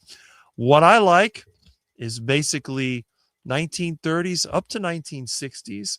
I like big band music. I like 1950s jazz music. I like what's called exotica, which is the music that they had, the Martin Denny and the Les Baxter. If you don't know what that is, you can look it up. There's actually AI versions of it. There's YouTube channels that put that out there. Early rock and roll, not the later stuff. I stopped liking music about the time that the Beatles came onto the scene. And while the Beatles were relatively talented, some of their music is just depressing. And Rolling Stones, that's another one. Once it got to that period of time, I lost interest. 1970s, there's a few things I liked. 80s, pretty much nothing. 90s, maybe two things. 2000s, nothing. I don't like anything after that. The problem is that I tend to like music that has a lot of different tones and different sounds. I prefer instrumentals over vocals, and the only vocals that I like are the ones that I can sing myself. So, some of the Elvis I liked, some of it I didn't. Some of the Frank Sinatra I liked, some of it I didn't. It's just sort of, I don't know. My mom always called me the old soul. That I was actually designed to be born in a different time. My liking of things pretty much ends around the 1960s. Why is my phone?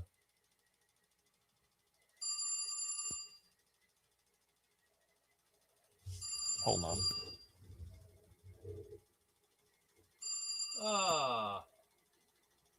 Okay. That's my friend in Nebraska calling me. I will call him back later. He's been trying to work on the Bobcat, but I will return his call at a later time. Okay, and let's see. Anyway, brother. Okay, let's get these. And there's Liz. Rickolas, what's up? I thought you had a co-pilot. I do, but Jonathan is in transport right now, but he will be here later on. And as soon as I catch up with the comments, I'm going to share a link. So anybody that wants to drop in can do that. Okay, Susan Powder, that's the one. Stop the Insanity. That might be it. But there was a guy that he said Insanity, but the Susan Powder was Stop the Insanity. I think she eventually burned out. That was a crazy lady with spiky white hair and, just really strange. I actually have one of those cassettes somewhere that I found in a clean out, or maybe my mom had it. I don't know. Mom would get some of those exercise programs, and mom had all kinds of exercise gadgets, although my mom was not obese. I live in San Antonio, Texas for 15 years, was 100 plus and humid. Down at night here in Florida, mostly 80s to mid 90s in summer and cools off at night. Well, it doesn't cool off here unless I turn on that air conditioner. It makes a lot of sense, and well done on your 100-pound weight loss. And we have a hello to Liz. And Rick has such a kind demeanor. Some chats I have joined are not so welcoming. Thanks for the fellowship. Well, I have no reason not to be kind. Can anyone has a list of nice carnivore channels? I am lost as there's so many. I'm going to have to make a video of my favorite carnivore channels, but just check out the people who pop in my live stream and you can find them. It's not hard to find. Look for any live stream that allows me to be on their channel. That's a good rule. So if you see an interview and you see me in it, or I tell you what, you want to start off with something good, look for the Dr. Kilt's channel. Look for, I'll see if I can do it. I forget how to do this in StreamYard, change the scene, but there is the Kilt's Mighty Tribe. You can check that out. There's a list of different channels. There's also someone on our channel I don't see today called John Together Strong, who made a list of carnivore live streams, and do that. But again, start on my channel. Look for anyone on this channel who comments, who has a YouTube channel, and check them out, and you'll find your way through. And once you get in these channels, YouTube will start recommending them, and you will find it. I have 300 species in my garden. That's great. My garden has a mix as well. I don't know how many species I have. I can't keep track of them. I started at 351 pounds last April when I was truly very unwell. I'm down 120 pounds too. I put 6 pounds on this week, but I'm inflamed this week. Okay.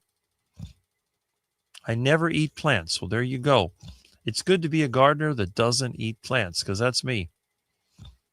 Be sure to keep your nightshirt tucked in to grandma. Okay. Feel grandma love it. There we go. And let's see. It's not a theory. That's right. It's a fact. Yes.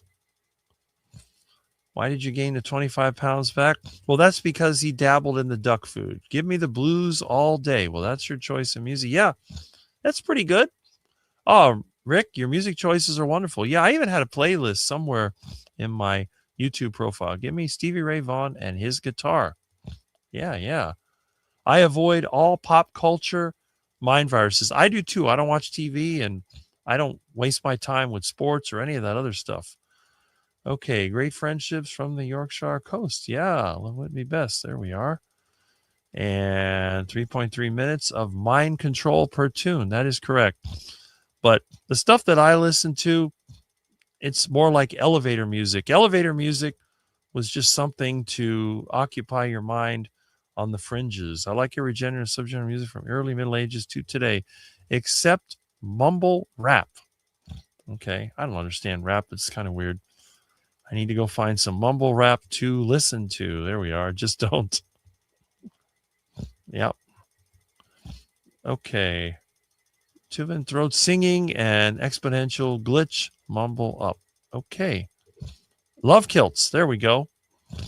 I was watching Welcome to Mongolia the other day and heard some throat singing. It's definitely fascinating to watch. Okay. And it looks like, as always, it took me an hour and a half. Well, not so much because I was not able to log on immediately. Yuvin throat, overtone singing, 2 frequencies expressed in real time. Okay. So I have caught up with the comments, and that is really, really good. So let me see. Now, how do I do this? Hold on. Oh, my goodness. Where is that? Okay. All right. Okay. That's good. What I'm going to do, I am going to attach an invite link for anybody that wishes to drop in. You know, this is weird. I am not able. This whole thing is just strange on StreamYard. I can't chat in it. Something is very odd. Okay. That's the comments on stage. I don't want that. All right. For some reason, It's some kind of configuration issue. I can't post any comments. Let's see. All right. So we'll do it the old-fashioned way. I will put it into my channel.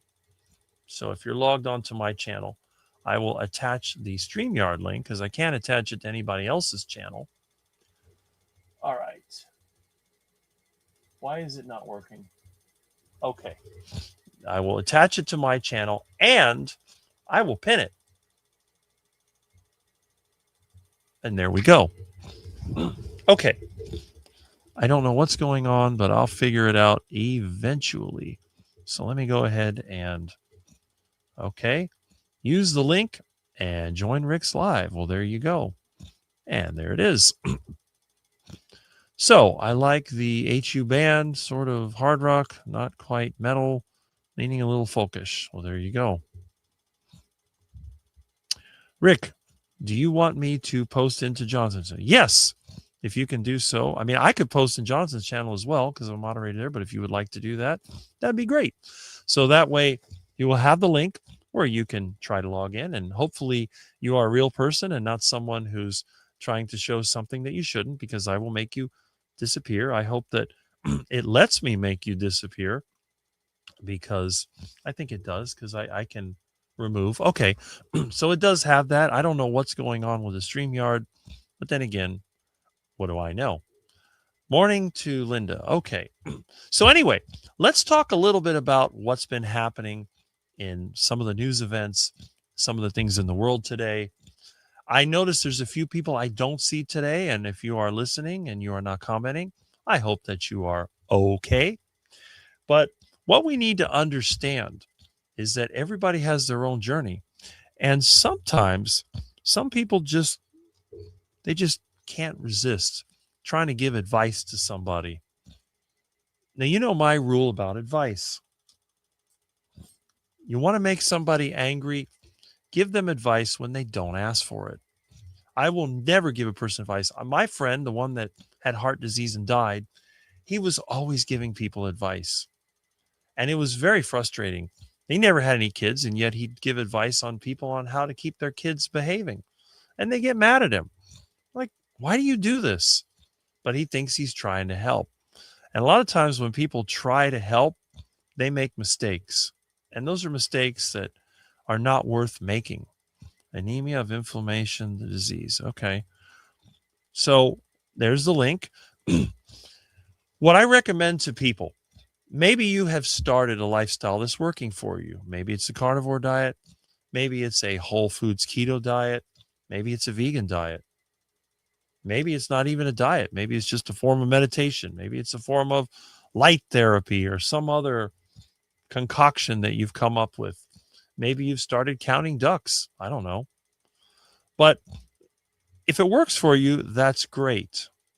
But yeah, dogmatic kills everything. Exactly. Don't be dogmatic, be catmatic.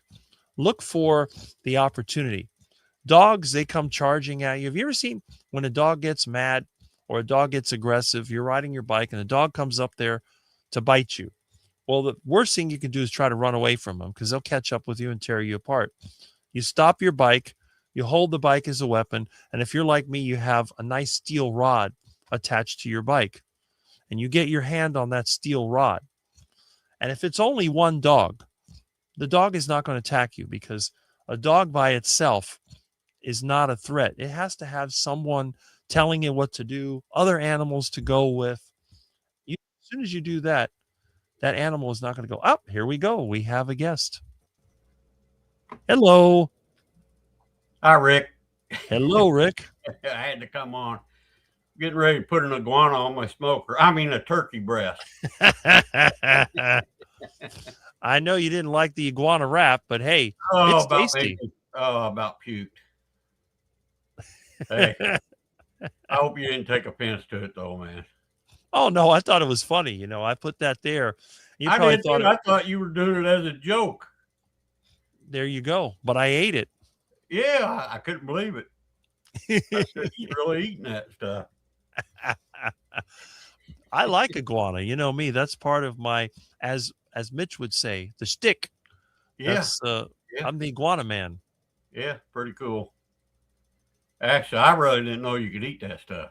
I thought Oh you was yeah. always bull crapping us. In general, if it's moving, it's edible. I guess, yeah. I guess people ate it back in the Stone Ages, probably, huh? Well, Carnivore. imagine those big old dinosaurs. If you had like a brontosaurus or something like that, that must have been like having like a cow, because they were plant eaters. So who knows? Yeah. Hi, Sandy. Yeah, I That's watched good. Jonathan's show the other day. Oh, about a week ago, I guess he was talking on there. I thought it was pretty cool. First time I really watched him. Really. Yeah. Well, I'm I can't glad you believe finally had the yeah, I courage didn't to know I do didn't so. have him before, but I got him subbed and been watching him. Awesome show. Awesome channel anyway. Well, I guess what it is, since we've been hanging out more lately, maybe some of my subscribers are checking out Jonathan now. Yeah. Yeah, that was pretty cool. So But he tells it Jonathan like has it is, and that's what I like about it. He tells it Jonathan straight. Jonathan has no problem telling his experience without trying to make up stuff. He doesn't do the clickbait where they tell you all this and that. One thing Right, change this, don't do that. right, right. Cool. Anyway, I want to come on here and say hi to everybody.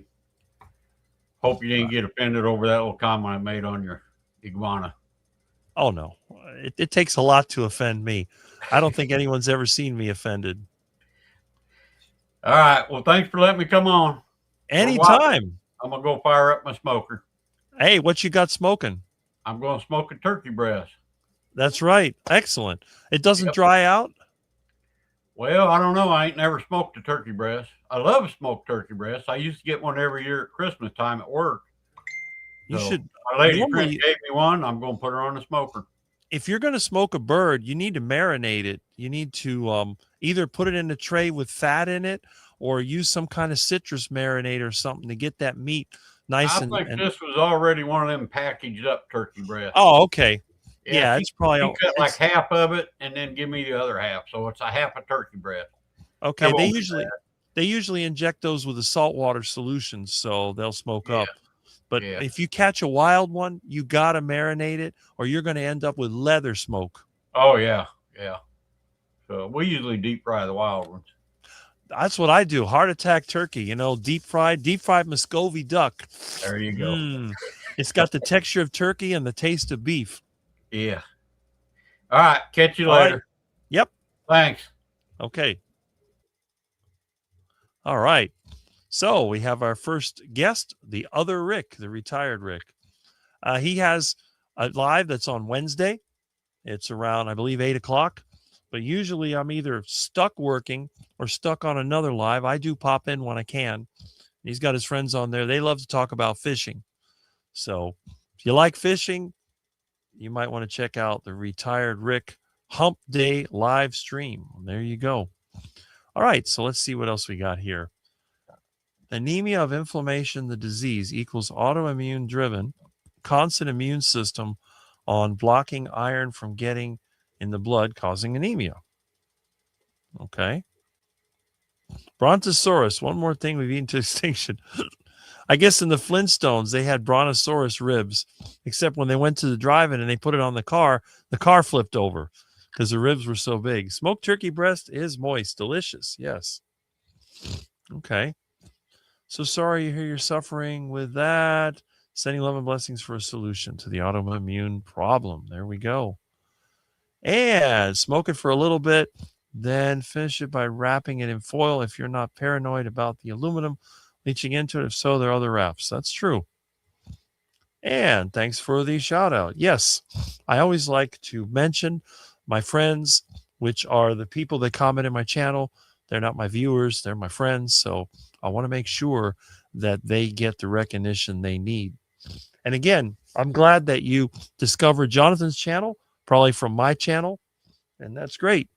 And again, Jonathan, I think, has double the subscribers that I do because when you're in the fitness space and the carnivore space, you're going to get a lot more influence than someone who is a dumpster picker who talks about his carnivore lifestyle. All right. So what else we got here? Brontosaurus burgers and Stegosaurus steaks. Fred ate good. Yeah. I think he had a saber-tooth tiger as a cat too. which locked him out of the house, although there was no glass in the window. So I don't understand why he was banging on the door when he could just jump through the window. And by the way, does anybody know who the original sponsor of the Flintstones was? And I'm sure some of you know this. The Flintstones was not originally a kids show. So it wasn't Tony the Tiger's Frosted Flakes. It wasn't General Mills. So it wasn't Kellogg's, wasn't General Mills. What was the company? Oh, the ticking went away in my air conditioner. I guess the roach got ground up. What was the company that originally sponsored the Flintstones? Who can tell me? I know you know it. I know you know it. It wasn't Pall Mall, but you're close, Kurt. You are close. It was Winston, the one cigarette that gives you flavor 20 times a pack. Winston's got that filter blend. Winston tastes bad like a cigarette had or whatever. It was Winston cigarettes. Can you imagine? Winston sponsored. Oh, we got the ticking back. Don't do that. The Flintstones. So the Flintstones were trying to sell you cigarettes. Can you imagine that? No, it wasn't Camel. Camel cigarettes, they had a saying, your T-zone, your throat, and your taste. So Camel cigarettes are good for your throat. Yes. Nasty things. I can't believe anybody smoked them. Disgusting. Cigarettes are disgusting.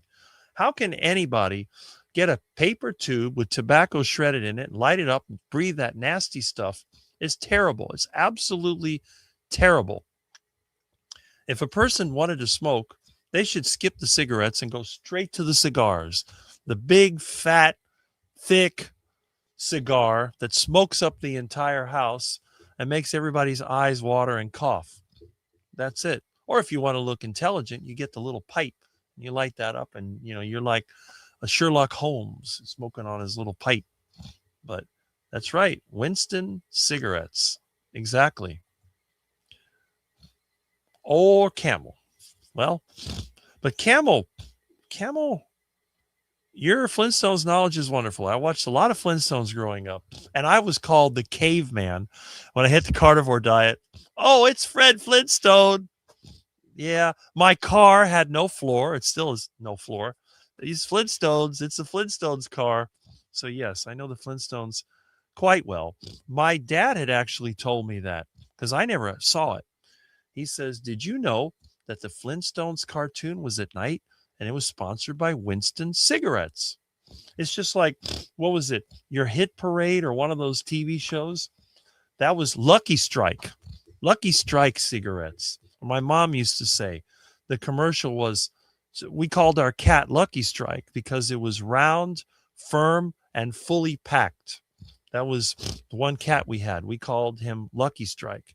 So round, so firm, so fully packed, so easy on the draw. My mom did not smoke because she was allergic to cigarettes, as I am. But back then, the advertisements were everywhere. So everybody knew those cigarette commercials. It's like old gold, a treat instead of a treatment. And then what was the other cigarette that was popular? Well, we all know Marlboro. Come to where the flavor is. Come to Marlboro country. Or the Rick version of it. Come to where the flavor is. Come to Carnivore country. I'm surprised that Gary, which I don't see here today, he hasn't been in my live streams. He's probably busy. Doesn't come up with a shirt that says, come to Carnivore country. Come to where the flavor is. Okay. Michael Pregler, CB, there we go. And we have a hello to Kurt, who has made himself known. And a good morning to Brian from our Celebrity Carnivore, Kurt. And if you haven't seen you haven't seen it, you can listen to it. He had a really interesting interview, which he mentioned last week, between him and his cardiologist. And I was impressed at the way Kurt just hard hitting with his challenges to the cardiologist. It's like, well, you tell me this, but this is what I've experienced. And it's like back and forth. And the guy I don't think he know what to say. Here you have a doctor that doesn't know how to respond to someone that keeps hitting you with all the truth that he's experienced. And Kurt has been carnivore and he's been off carnivore, and he knows exactly what the carnivore diet can and can't do. Second day after surgery. Well, I hope that it went well. I know that you had gone in for the procedure. My daddy smoked camels. I hope that he didn't get lung cancer. I read that they find frozen mammoths that look like they died minutes ago. If they cut steaks off, decided to sell at fancy restaurants, I wonder what the price per pound for steak would be. That's a good question. I think that was in the North Pole, which goes to show that at one time the North Pole was not frozen. Camel was crazy in the 70s with their merchant advertising. Well, Joe Camel actually was in the 80s. Joe Camel was evil. But yes, then when I was a kid, you know what their saying was? I'd walk a mile for a camel.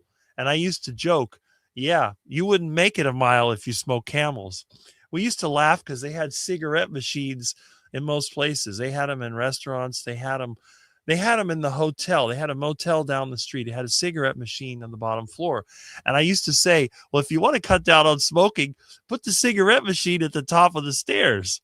That way they wouldn't be able. And I know as a kid, they had a cigarette machine at another office building. They had an office building downtown, and I think it was on the 5th floor or whatever, and the elevator was often broken. So people that worked there on the floor, they would pay kids to climb the stairs. They'd give them the money, and they'd say, can you get me a pack of cigarettes? And at the time, I think they were 75 cents. I don't remember. 50 cents, 75 cents. So they'd give you some quarters, and they'd say, here, kid, can you get me some cigarettes? And sometimes they'd give you an extra quarter. Now, we used to collect bottles to get the return. Okay, we got it here. Oh. All right. So you have to go 50, 75 cents. They always give you an extra quarter, and then you go up the stairs. Can you get me a pack of cigarettes? Now, there were a lot of kids that smoked when I was a kid. And in the 80s, it was really common. If you went to the shopping mall, you would see teenagers smoking at Dadeland Mall. You could smoke inside the mall. They had ashtrays all over the place. When I was in high school, I mean, you couldn't smoke in school, but they had a teacher's lounge the teachers used to smoke in. It wasn't uncommon at lunchtime because back then school was not prison. You could leave whenever you wanted. At lunchtime, kids would go right outside the school and light up cigarettes. They'd be in the parking lot. They'd be at the entrance of the school smoking a cigarette. It was considered common. And that was in the 80s. The school board headquarters at Lindsay Hopkins, they used to smoke in there. You go in there. I went there one time with my mom, try to get something figured out. I was sneezing and coughing because I couldn't take all that smoke. But it was considered normal. Tobacco companies had a lot of influence because of the advertisements. Some of the people I knew who smoked Camels had the deepest smoky voice. Yes, they spoke like Marge Simpson or our sisters. That's the way that they were, and I agree with that. Hi, Kurt. How are you feeling? Sore. Well, yeah, you had surgery. The Flintstones built the pyramids. Every time I tried to smoke cigarettes in my life, I would puke. Yeah, they are disgusting. Right, Michael? It's a good thing you didn't, because you wouldn't be the awesome guy you are now if you were trying to cough your way through cigarettes. I also have magazines from 1935, and Camel cigarettes ads say, for better digestion, smoke Camels. I saw that after each meal to high digestion. The idea was smoking made you have more saliva, which increased digestion. It's crazy, they used to say. And you know the other saying that Camel said? MD, more doctors smoke Camels than any other cigarette. Isn't that crazy? More doctors smoke Camels. Dad quit after a triple bypass in his 60s, lived to 92. Well, there you go. I wonder if your dad ate steak. That's a good thing. Hi, Sandy. Michael Pregler. Yeah. Chesterfield was a popular cig back in the day. Chesterfield. Oh, look who we got. We got somebody. Hey, look who's here. Let me turn off. There you go. How you doing, buddy? I am good. What's Damn new, it. Mr. Comedy Man? Shoot, I just been working, and that's about it. I wanted to come on here real quick while you're in the subject of the old cigarettes. I guess you've been hitting the thrift stores again. Well, actually, I've had these for a very long time. I've shown them back in the day on Mitch's private once before, Mm-hmm. but of course, these magazines are from like 1930s. Mm-hmm. But if you is it backwards or is it No, I see it the regular way. okay? All right. But if you look right there in big, this is Uh-huh. For digestion's sake, smoke camels. yeah, and then they continue on with, and this is from 1936. This magazine is, but like, let me find it because I can't really see it on there. Yeah, oh yeah, look at this. Smoking camels before and after has a welcome effect on digestion. I mean, and it's like it's small print, you know. And of course they use celebrities from then, back in the day. Of course, this is another camel. I'll show the front of it just so you'll see the what type of magazine it is. Mm-hmm. Screenland. Yeah, and it's Hollywood magazine. Yeah, 15 cents. I'm going to save the best one for last. But again, this one, it's, of course, this is a photo play Uh-huh. from like in the 1930s. It's like 35 or 36.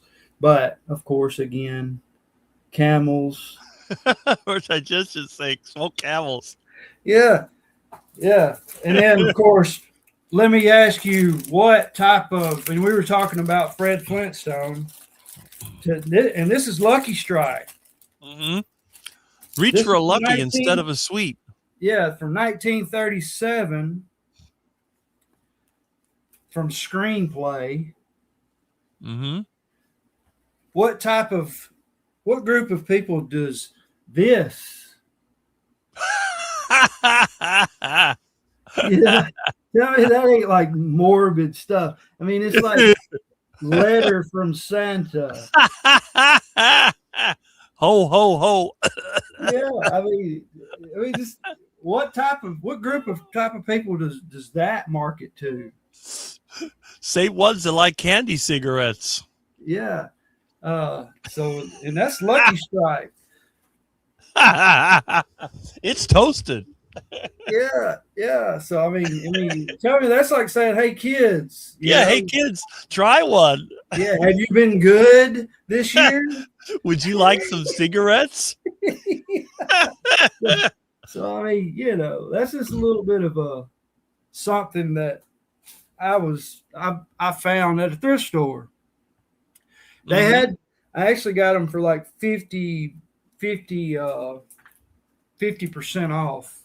So, but they had like $10 on them. Of course, they briefly do a eBay scan, like most places, but they had $10 on them. But then all of a sudden one day they had 50% off of I guess media and whatnot. So I ended up getting them for like $5 a piece, which I guarantee I could turn around and sell these for way more if I wanted. But I collect morbid stuff that sort of relates to carnivore and health, and of course, propaganda and stuff. So, but yeah, you see, Michael, he says LSMFT, Lucky Strike means fine tobacco.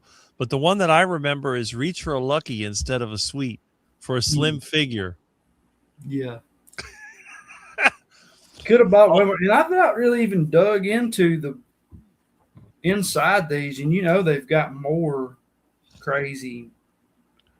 Well, they always put the cigarette ads in a prominent place. When I was a kid, all the car magazines, they had a cigarette ad on the back, usually Marlboro. And of course, I'd have to look for it. It's in a drawer somewhere, stacked on top of a bunch of other my collectibles. But the Time magazine with Ansel Keys on the front of it, the one that Mitch, has, it's got a big giant Marlboro ad on the back of it.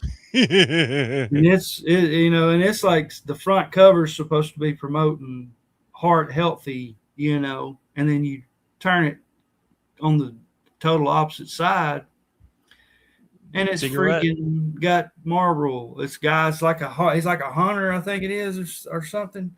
And he's sitting in a chair waiting with a shotgun. I think he has a shotgun in his hand, actually. But yeah, I figured I'd come on there and show those because I've held those for a long time. Show and tell has been a tradition on any Rick live stream. You can ask John Laspina, which I don't see right now, but every time they would invite me on live stream, it was show and tell. I always bring something up to show everybody. Yeah. Yeah, I've got a bunch of stuff that's I've even got a bunch of those. I collect antique bottles and stuff, so I have some of those vials of they call it Mrs. Winslow's soothing syrup. And probably Miss Brian's comment saying, "Hey, but I haven't been on StreamYard in so dang long. I haven't got all my chatting set up." But anyway, Mrs. Winslow's soothing syrup, I have them from like the 1850s. It's got like the old pontil scar at the bottom where they like actually connected the bride in a glob of glass and then finished the top with it. But nice choice. And this is famously known as the baby killer because it had like 65 milligrams of morphine per spoon, and they were giving it to babies back in the day for like teething, or they had trouble sleeping. And so yeah, it's they used to have cocaine drops for toothaches. Yeah. And I don't have any of that. I've looked for some of those. Those are very hard to find. That like still has a I guess the paper label on them or whatnot. Now the roaches eat the label off. Oh yeah, I have one of those bottles, but the roaches ate the label. Yeah, I'm wondering if it's probably like similar to the old Budweiser labels on beer bottles. Some of them didn't last because they were like made of rice flour, rice paper or something or whatnot. Or I wonder if that's possibly. Well, around here it says cockroaches. They eat paper. They strip everything. Oh yeah. No, it's Bad Santa. Yeah. Cigarette. Heck of a movie. Santa still Steve's like a hype guy to me. Yeah. Yeah. Oh, that cig at 7-year-old inhaling and steady smoker at 9. Wow. First cig at 7, steady smoker at 9. It's because of the propaganda, brainwashing, and the morbid, which mean we're going through the similar. I try to educate people how the dark, of course, shout out Liz, I see her there, black box warning,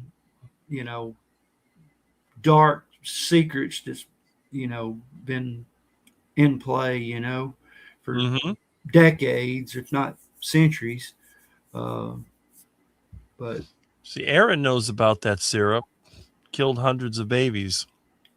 Yeah, if not thousands and maybe more because of it. Actually, if you think about how long that it was from like the 1850s. It began in like the 1850s, and then it like still, even though they knew that it was killing babies in their sleep, they kept it on the market. Now I'll have to go back and really refresh my memory on like how long they kept the morphine and whatnot in it, but it ran all the way to the 1930s. Wow. So yeah, because you can go back in the history of, I can go to eBay and show you some bottles that are twist on tops, but the ones that I have are from like the 1950s all the way up to like the 1850, 1850s all the way to the 1890s. The change in the evolution of the bottle and whatnot, how they made them and stuff. But yeah, it's crazy. And of course, they're the most famous. I've got some of the cards too. That's got the calendar on the back. It's got the mother holding the baby with the bottle up or the spoon up, and stuff. Wow. Yeah. Bourbon. Yeah, my dad used rum as a cough remedy when I had a cold. Have some rum. That was our cold remedy. Here, moonshine and honey and lemon and rum and honey. That was his thing. Rum and honey. Hell, I went to my grandma's the other day and she had a jar of moonshine in it, and she got my cousin to find her some because she was going to make cough syrup out of it. Of course, it didn't last long. She just ended up giving it away to somebody who went home and drank it. I remember a long time ago, they used to have those. I have a few of them still. Those glass bottles, those brown glass bottles that they give you in the pharmacy, and they had a cough medicine. When the medicine ran out, my mom washed it out. My dad got honey and rum and put it in there, and that was the cough medicine. Crazy. Tablespoon of Jägermeister for a cold. See? That wasn't the only one. Yeah. I got a lot of that as a kid. Honey and rum. Write down the most popular drugs. They know a lot. Yeah. Lawsuits. Exactly. But it's funny when you see that old stuff. And when you're like me and you're kind of immersed in the old culture, I just kind of got used to it. And again, as Liz was saying, it's amazing how you can remember some of those old slogans. Even when I was a kid, I remember some of that stuff. Yeah. What was the other one? Pepto-Bismol, and then Alka-Seltzer, plop, plop, fizz, fizz. Oh, what a relief it is. I never understood the need for Alka-Seltzer. I've never had heartburn. I don't know if I've ever took Alka-Seltzer for heartburn. Back when I ate the duck food diet, I was on like 40 milligrams of omeprazole, and I had to take it every day. If I went problem with that was I would become content and let my prescription run out without checking and keeping on top of it. And then it would take my doctor a week or so to get it refilled. But after 2 days, I would not be able to sleep because I would be coughing up acid, which I would use baking soda. And I guess that's an ingredient problem. I imagine Alka-Seltzer has baking soda in it, or yeah. I mean, the only thing I ever used to get when I get the flu, I get nausea, and I used to get diarrhea a lot. So I was quite familiar with Pepto-Bismol, the pink stuff, but it never really worked. I couldn't take it. It's funny, when I went on the carnivore diet, the diarrhea just didn't come back unless I got the flu. Mom used to try to give me that when I'd get like a stomach virus or something. She'd try to give that to me, but as soon as I got it and tried to swallow it, I would be like either outside, run out the front door and throw up out over the porch, or I just couldn't never keep it down. It's horrible stuff. Yeah. It sucks, man. Yeah, it's I see the ouzo. That's that Greek alcohol my dad would have sometimes. It has like juniper or some other kind of mint in it. What the heck is calling me now? Oh, there's people calling me. Idiot customer. I tell them, don't call me Saturday morning. This is not I'm off. But they always have a problem. They got to call me. Mm-hmm. Yeah, you Look can at tell. my phone ringing. Look at this. Yeah, hell yeah. I need to bring out the old celebrity. Oh, you got one of those? Oh yeah, yeah, it's just right in there. Does it work? Be honest with you, if I had a, I need to take it to my. I'm gonna go. I'll get it. Mm-hmm.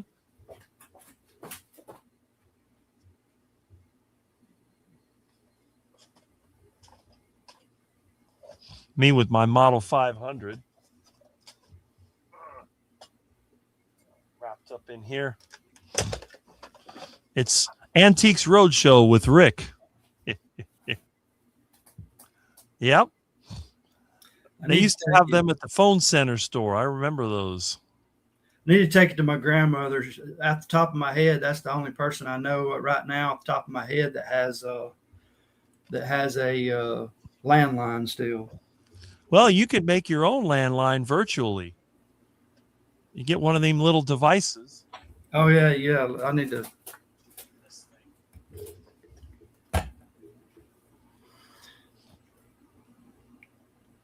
Sell to Jack, huh? That's hey, cool. Sell to Jack, you can get a sponsorship on my channel. Send me some of these, and I'll recommend your product for all these people. That would be the perfect. That would be the perfect product right there. There's a lot of products I could sell, but these companies, they don't know I exist. Well, it's actually my ex-wife, but I do still refer to her as my wife because she's been living with me since 2021 again. We got divorced in 2020. We were actually, married in 2019, divorced 2020, but she's from the Philippines, but she looked at that and thought it was cool. She was like, oh, I like that. That's cool. Like, and she's usually not like stuff like that. She's just like, oh, whatever. If it's not a cell phone, because she's constantly got her face in her cell phone. Mm-hmm. But yeah, she saw it and was like, oh, that's cool and everything. But of course, I think I only gave $7 for that. Mm-hmm. And I saw they go for about $50 on eBay. So I had to snatch it up. The thrift stores over here have nothing but clothes and a bunch of crap. There's no good stuff left here. It's been decades since we had good stuff in a thrift store. I have to get it from a clean out or from the occasional yard sale. But we have mostly new stuff here, so you don't find that old stuff. Yeah, I've developed a pretty decent eye for things. Because I mean, it seems like I actually buy things just about every time I go. Sometimes I'll leave out of there because I've gotten picky. I've gotten to where I'm starting to pile stuff up, and it's getting to where, because I do resell from time to time, but certain things I don't really, I can't bring myself to sell it. But I got stuff piled everywhere because I need spare parts. My truck is all taken apart all over my house, and I'm cutting up my dad's old '69 Chargers. So that's more parts of stuff in the house. Yeah. I wish I knew how to. I wish I would have paid attention to my grandpa, my uncles, and all them, and learn more on working on vehicles. Because if I was able to do that currently, I would not be driving which my vehicle's 2014. It's the newest vehicle I ever owned, but it got to the point to where I was dependent on other people. So I ended up going on and buying the vehicle, which I'm glad I did because I actually got a really, really good deal on it. But it only had like 54,000 miles when I got it. And then, of course, it was one of those certified pre-owns. But I ended up it got it for like 28,000 at the time. That was back in, I think, 2017. The reason why I bought it because it had the full package. It had the navigation, and had the big giant backup screen, and it had the heated leather seats, and the carpeted in the sunroof and just. But they never have an 8-track. I want my car with a cassette or 8-track. Yeah, that would be. Yeah, I find I don't find 8-track players, but I find cassette players and stuff for vehicles out at the thrift stores and stuff sometimes. Of course, sometimes those can be a good buy to resell if you're not going to use them. I've got some sealed 8-tracks in there that's from my like recorded in my local area. And of course, to Muscle Shows is the hit recording capital of the world, #1 hit recording capital of the world. Sell to Jack. Yeah, it works everywhere you got a cell phone. It's just a Bluetooth adapter. Instead of being like earphones, it has a little thing you can plug your phone into. That's all. It's cool. Right here. Yeah. The regular phone. And they work with rotary phones too. Yeah, that's cool. I need to do that. That's cool. Yeah, this thing's pretty cool. It's pretty cool looking sitting up on the stand. I think the original commercial for that is on YouTube. You can look it up. Yeah, you sent me. I think I sent you it when I found it. The first person I thought of was you. Yeah, I think I sent you a link to that. Yeah, and I sent it, and I sent you a picture and said, "Look what I found at the thrift store." I think it was like $7. But you just like sent me that commercial, or whatever, that video that was showing all the different types of phones. That's the one. And I didn't even know that what it was actually called. But then you sent me that, and I was like, oh, it's got Western Electric under here. It's cool. Hell, I'll show the bottom of it. You see some of the stickers that's on it. That's It's not even rusty. Yeah, pretty been kept. Everything here rusts out. Yeah, that's one thing they say. Like, people paid big money for like cars from here. Like from in Florida, they'll pay big money for like older cars from here because everything rusts out in Florida because of the salty. When you see the video when I'm stripping my dad's old car, the rust is incredible.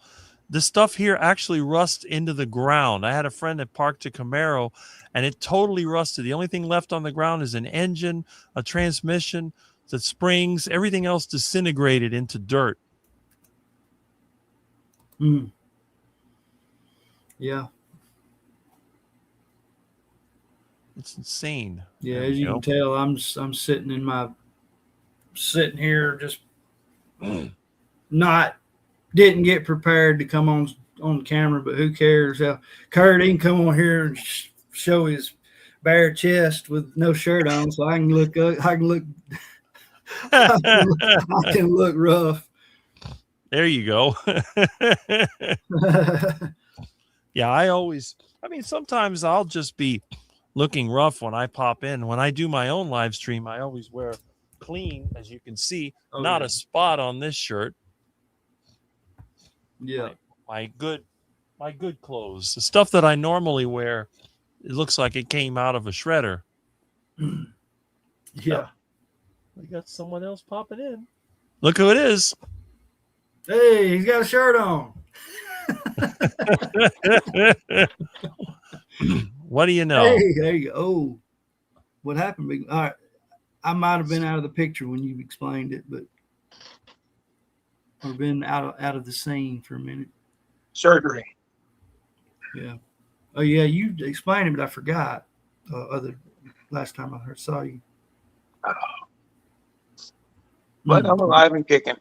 Yeah. You mentioned my name, so I had to pop in like a bad.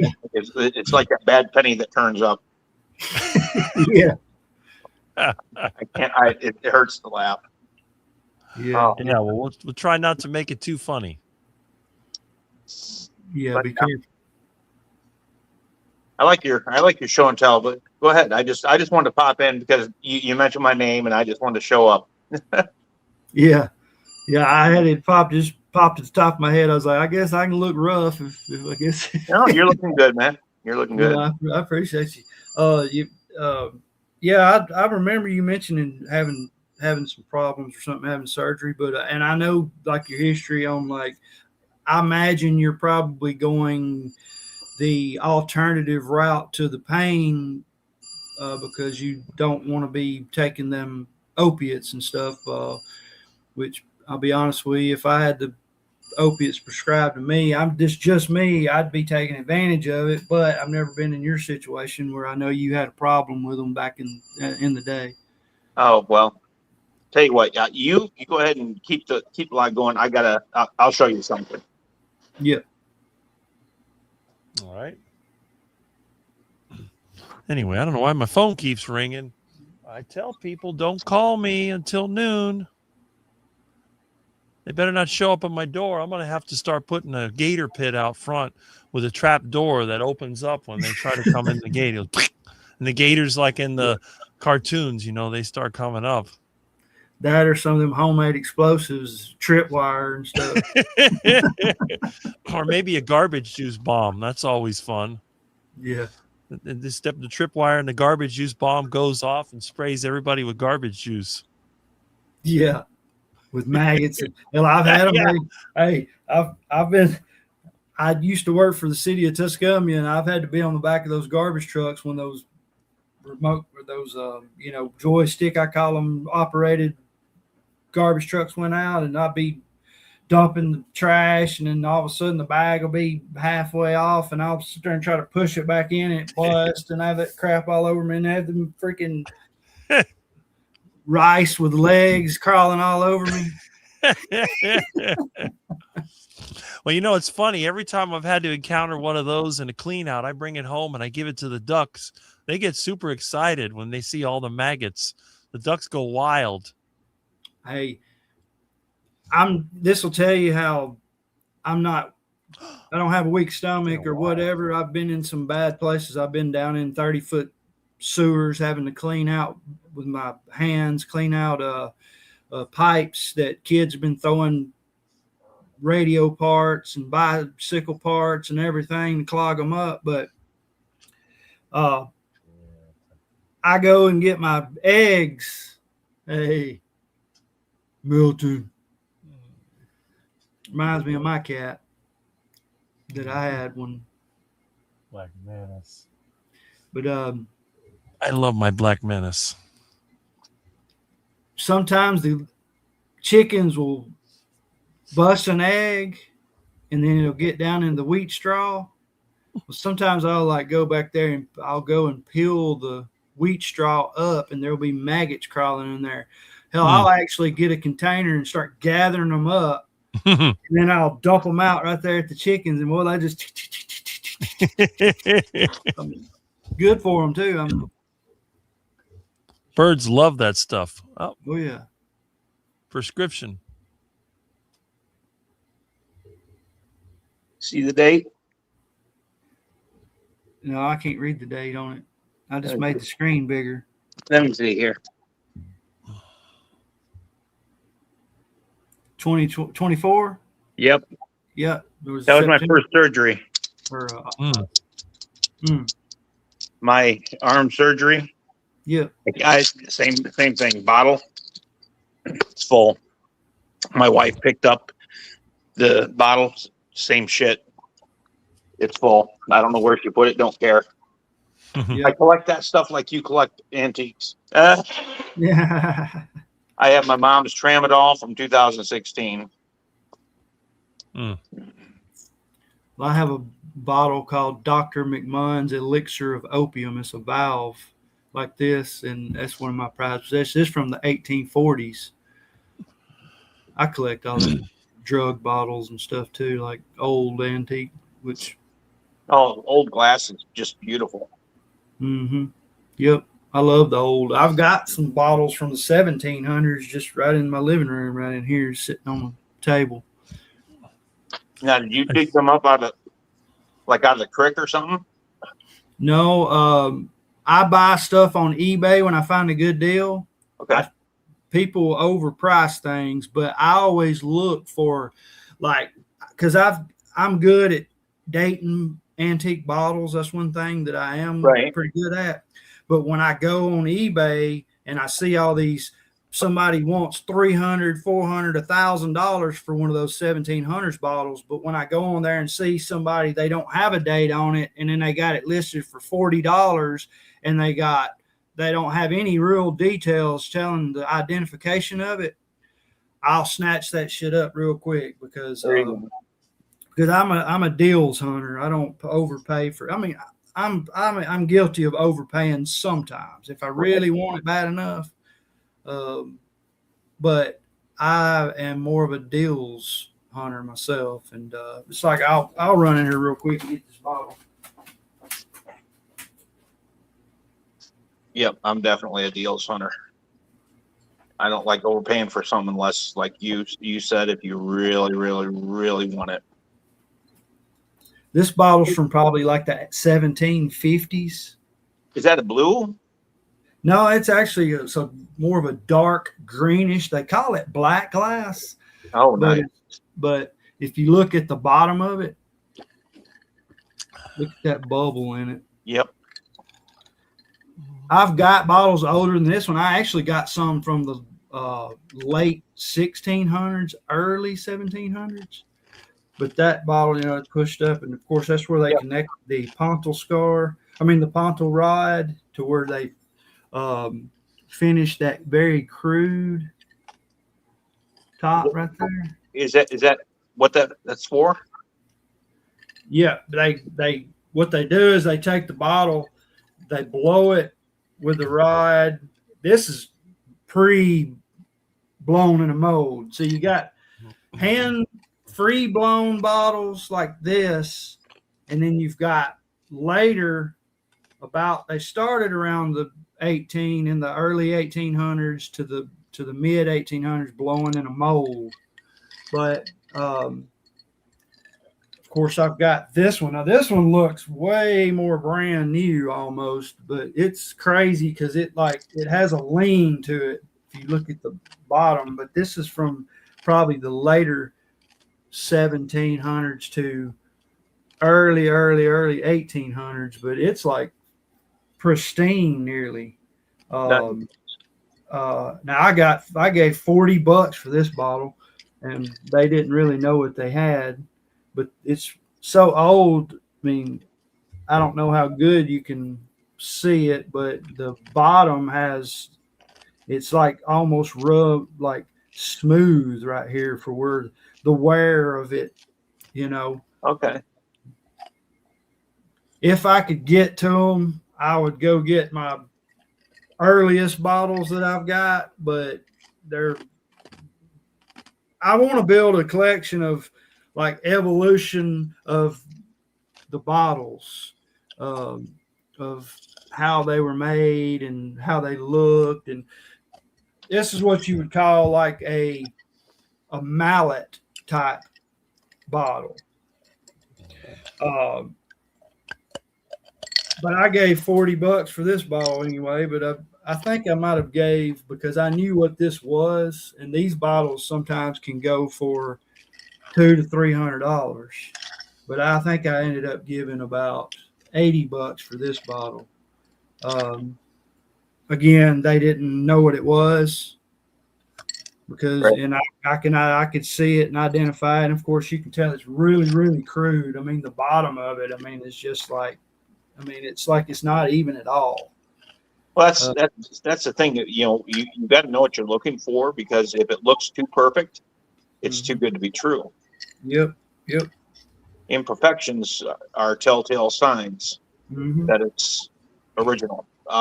So I know what to look for, but for people out there that maybe want to dabble in something like this, what is the first telltale sign of a newer bottle versus an older bottle?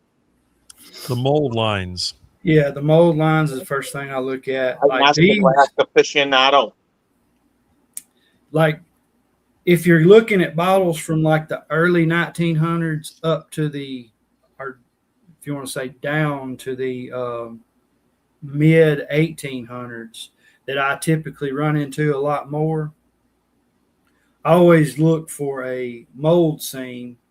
And usually when the mold, the further up the mold seam, you'll have different mold seams and you'll have different types of molds that where they were blown in the mold, pre-machine made bottles, which I like more than anything.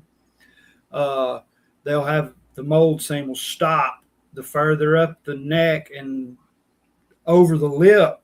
Now, I still pick up bottles, machine made bottles, where the line of mold seam goes all the way up to the lip. That's the first thing I look for. And then, of course, I'll look at the base, because sometimes I've got a website I've saved where you can actually identify the glass makers, and some of them will have glass maker marks on them. And there you can pretty much approximately date the bottle by the glass maker, because certain glass companies will actually will operate at a certain date and then go out of business at a certain date or merge with another one.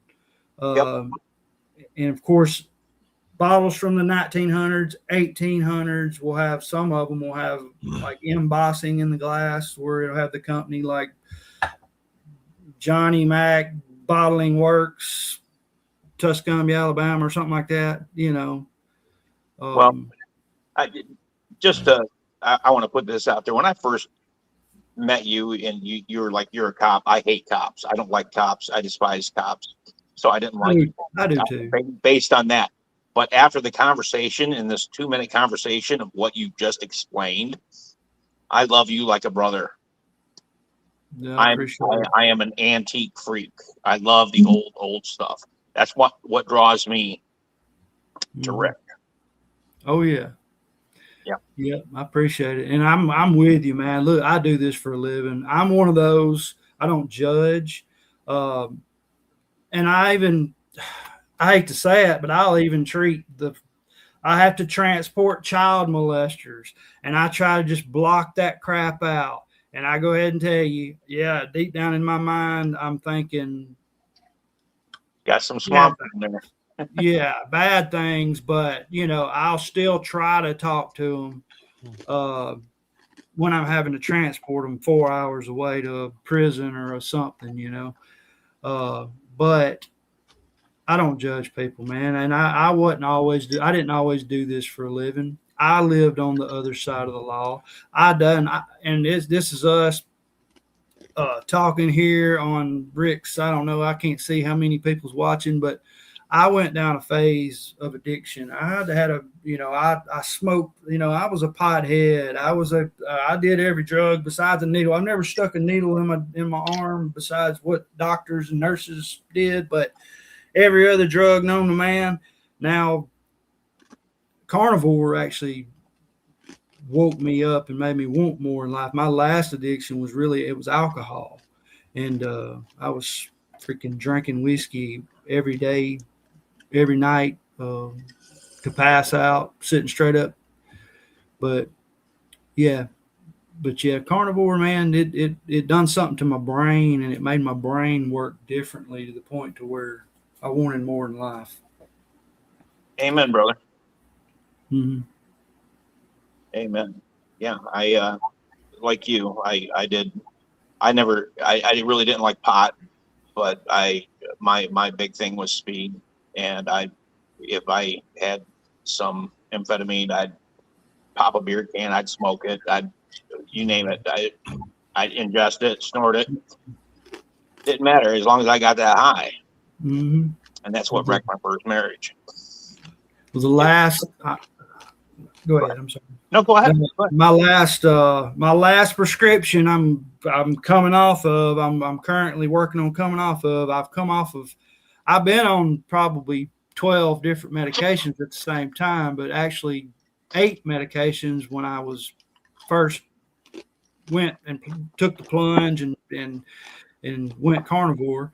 But Adderall is, of course, right now I'm half. I've cut my I would, shit. I would kill to have Adderall. I mean, that's my addiction. Okay, so you know what Yeah. I'm talking about. Yeah, I'm on that. I've cut my shit in half because I guess I'm imagining since I'm feeding myself the nutrients, I guess the ketones and all that broke the blood brain barrier and got my brain kicking in high gear, and but I've cut it in half, and I'm actually my last doctor's visit where I practically had to. I'm practically made my mind. I've realized he's nothing but a damn pill pushing quack. Yep. So I am currently working on getting off that because that's the last thing that's keeping me bound up and in prison in the medical system, because you got to have every 3 months you've got to make an appointment. So I'm working on getting out of that, working on getting that out of my life. Oh My yeah. feed. Yep. I mean, I was only given like 10 pills, but that tells you I've got. Let me see here. I keep it in my toolbox. It's just I got 2 pills left, so I took 8 of them. I weaned myself off of this shit, and this is just I keep this bottle as a reminder. That's it. Yep. Nothing more. So yeah, it's a bitch to get off of when you're addicted. That says a lot when you can actually keep those, and it's the what you're capable of doing, and how you can, when your mindset just switches, you can actually keep that crap around and it doesn't even tempt you. Oh shit, I cut myself. Damn. Yep. Metal shaving or something? I don't know. I got blood on me somewhere. Metal shavings or something. They're still on the. Oh, my pinky. I feel it. Okay. Yep. Oh well. I'm not dead. I'm not gonna bleed to death. I just don't want to get blood over everything. So yeah, I keep that shit as a reminder that that's what I came from, and I know the dark paths the dark path I was on when I dug it. I mean, trust me, I was enjoying life. I was invincible. I thought I was. Not anymore. Not anymore. I'm blood and flesh, and I can go at any time. So I take every day for what I can get out of it. I enjoy it and try to maximize my friendship. Yep. And then of course, when I go back to talking about like my doctor, firing my doctor, all this just starts coming together, and the pieces of the puzzle starts coming together with what he said. I mean, he's one of those that you've got type 2 diabetes, you'll never get rid of it. You just got to manage it, and it gets worse with age. You just got to stay on top of it. Well, I go in there. Yeah, after not going in there, I went carnivore April the 9th, 2023. And I didn't go back to the doctor. I want to say it was sometime in 2024. But of course, my A1C was 10.1 when I stopped going to the doctor. When I went back to the doctor, it was 5.3. And so, but he's still on you can't get rid of diabetes. You're stuck with type 2 diabetes, that is. And of course, my life's mission is to prove everybody wrong. Of course, my last doctor's appointment, the reason why I said I'm firing my doctor is because everything was great, except he flipped out about my 270 total cholesterol and my, I think it was 190 LDL. And then I tried to explain to him why I'm different than your 70-year-old trash duck food eating patient in the other room in there versus that's on sugar burning metabolism versus a fat burning metabolism. The difference in fat soluble versus, water soluble, which is your blood. Of course, the purpose of lipoproteins and everything else, it's not even cholesterol that they refer to as cholesterol. But anyway, I don't want to get into a glycocalyx type kilts post translation modification. But anyway, and trip, kind of lose your crowd here. So you're emancipated. Yeah. Well, I practically I tried to explain to him over of course, MAGA came up, or not MAGA, MAHA came up. Of course, my journey predates MAHA. But he threw up. I'm not going to get into the politics when you try to tell him all these so-called trusted organizations are funded by the damn, big food and big pharma. The thing of it is, it's a similar route that I did with my doctors, but I went down that road, and I don't want to say I was always anti-medicine. I was more holistic my whole life, but I fell into that rut where I just, okay, you give me the medicine for my high blood pressure, my high cholesterol. I took it for a time. I took medication for being bipolar. The only medication I stopped taking, and when I say this was back in the 90s, prior to getting diagnosed with being bipolar, I was put on, there was a medication that just came out. It was for depression, but then it would give you psychotic episodes. And I can't remember the name of it, but it was sort of like with what Ozempic is. This is a new medication that just came out in the early 90s. It was just, I took it for probably 2 weeks, and I started having these delusions, and I stopped taking it because I was working with heavy machinery, I was working with metal, and I was working with people, and the thoughts I was having, the delusions I was having, was not good. And I guess ever since that episode, that I didn't like taking the medications. But with my cardiologist, the only reason I saw him and kept with him is because I needed to find work. Social Security disability for 24 years. And I'm offered an opportunity. And then it was the surgery I was supposed to have that I showed you the prescription for. And he was supposed to release me. So that's where I posted the chats, where the audio from that last visit, and then the chats. I'm done. I'm done. I blew up. I got tired of it. I got tired of the nonsense. You're not gonna belittle me or judge me and look down upon me because you have a piece of paper. I don't give a rat's butt. When you go to the school of hard knocks, you've experienced it yourself, and you're a layman, versus you're an engineer. I'll take a layman's word over an engineer anytime, because they're feet on the ground.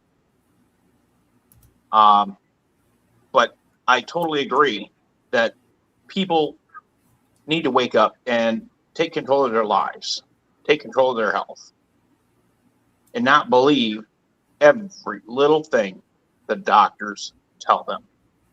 They don't have their best interest. They can. It's like when my mother told me she loved me. Those were just words. Okay. Mm-hmm. They were empty. I told her time. Don't tell me you love me, because they fall on deaf ears because you don't show it. So stop it. Same thing with doctors. Oh, we have your best interest at heart. No, you don't. The only best interest you have is clawing at the dollars that you can take. My surgery. This is no shit. Before I had my surgery, I've got insurance. The surgery was an estimate $20,000. The surgery was 15 minutes. Imagine him he does surgery 2 days, and he does probably from 6 o'clock in the morning until noon. So 6 hours a day. And if he's doing 4 of those an hour, that's 24 a day. So 24 times, that's $480,000. Yeah, they charge you $150 for an aspirin in a hospital too. Yeah, right. Exactly. So I take CBs and my word for it. Don't trust the medical community for everything. Do your own research. I try to explain that to him. I got into a bad situation with my lieutenant at work where I was trying to explain where he was talking about, because he mentioned he has to find this type of water, which is a flavored water, and he can't find it. And only place he can find it is certain stores. But we were on a transport out of town somewhere, and of course he said he kept, bringing up sodium. It don't have sodium in it.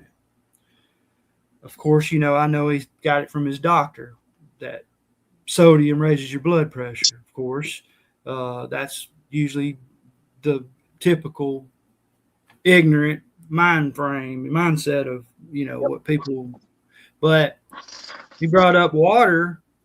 And of course he's talking about having a drink. And I was talking to this guy about, be careful about, drinking too much water. It's not one size fits all. You can dilute your electrolytes, this and that. And of course he practically just chastised, ridiculed me and whatnot. And then talked and I was like, hold on, let me explain. Wouldn't let me explain.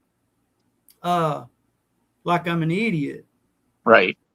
And of course I tried to explain to him what I went through, and and I'm not tooting my own horn or nothing, and I'm the first one. I'm humble. I don't claim to know everything, but of course I've went through Dr. Kiltz's coaching course. I went through Dr. Barry's coaching course and all that shit. And of course that's just, some of that stuff is just common sense that I was trying to explain to this guy. Mm-hmm. And of course, but still, I'm interrupted. I'm made out to be this idiot talking nonsense. And of course, people like that, you have to just walk away, because I'm going to go ahead and tell you, I'm a nice guy. Everybody knows me as a real nice guy here. But 20 years ago, I probably would have put him in the hospital. You know what I'm saying? 20 years ago, I would have been a different person. I would have probably, but now that my brain's working right, and I've got what they call the carnivore calm, if to put it simple, I'm a totally different person. And but that's the thing, is it's just people just, and it's the doctor worship, because he brought up that's why I listen to my doctor. I listen to somebody who's went through that 8 years of school, has got them credentials, them certificates hanging on their damn wall. Of course, who am I to explain of, it's kind of a little overrated if you're thinking what they've been actually taught. And the key is not just being slaves to the pharmaceutical, because the pharmaceutical industry runs the whole show. It's also the liability and covering their own ass on top of that. And then, of course, paying their Mercedes-Benz. Don't forget about the vacations.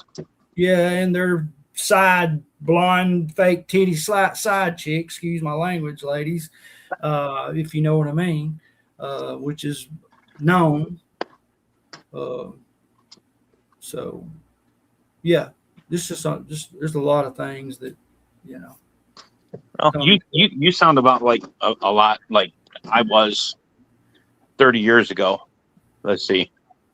Yeah, 30 years ago, because I was in my mid 30s. But yeah, I didn't listen to anybody, but I didn't take any crap off anybody. And the last thing you want to do is run your mouth to me, because I didn't bother talking. So I feel you.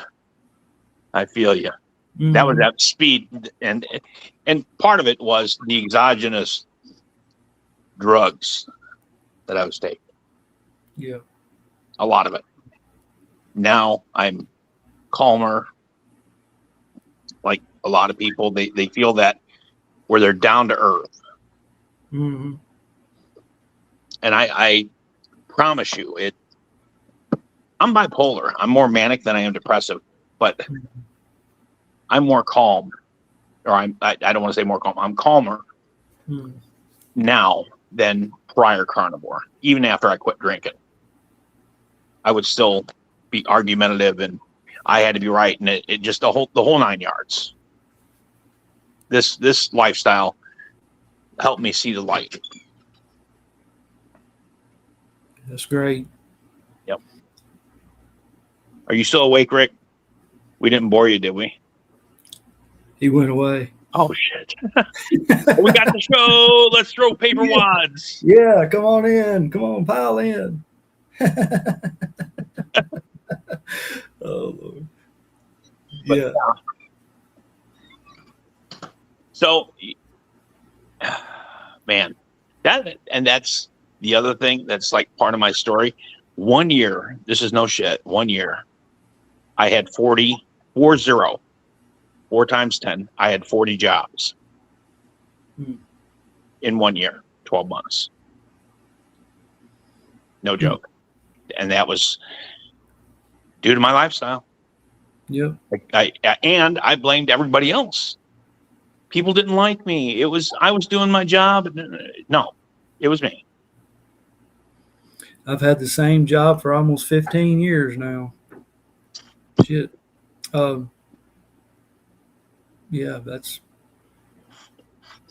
And the biggest thing about my new, he's growing another beast. Uh-oh. Oh, wow. You brought her in? Trying to get Milton used to the kittens. Uh-oh. Yeah. He's a little wild. He's a wild little thing. Look at Milton. Couldn't bring any other cats around my cat when he was freaking ready to attack. He was the sweetest cat, but he's afraid of Milton. Okay. Yeah. Okay. We'll put you back out. Milton is just so curious. Look at Milton. Oh shit. All right, gentlemen, my battery's going dead, so it was good talking to you, CB. You too. Yeah, it won't be the last, hopefully. Oh, definitely won't. Yeah. Definitely won't. So anyways, y'all take care. Take it easy. Enjoy your weekend. Be careful. All right, Mr. Milton. There's old Mr. Milton. All right. We got to get the kitty cat out there. And good that Kurt was here. We got some great guests today, as always. And what I had a question earlier about how I kill weeds. I'll talk about that. But there was some meowing outside. So I figured, hey, let me bring in little Miss Kitty to meet Milton.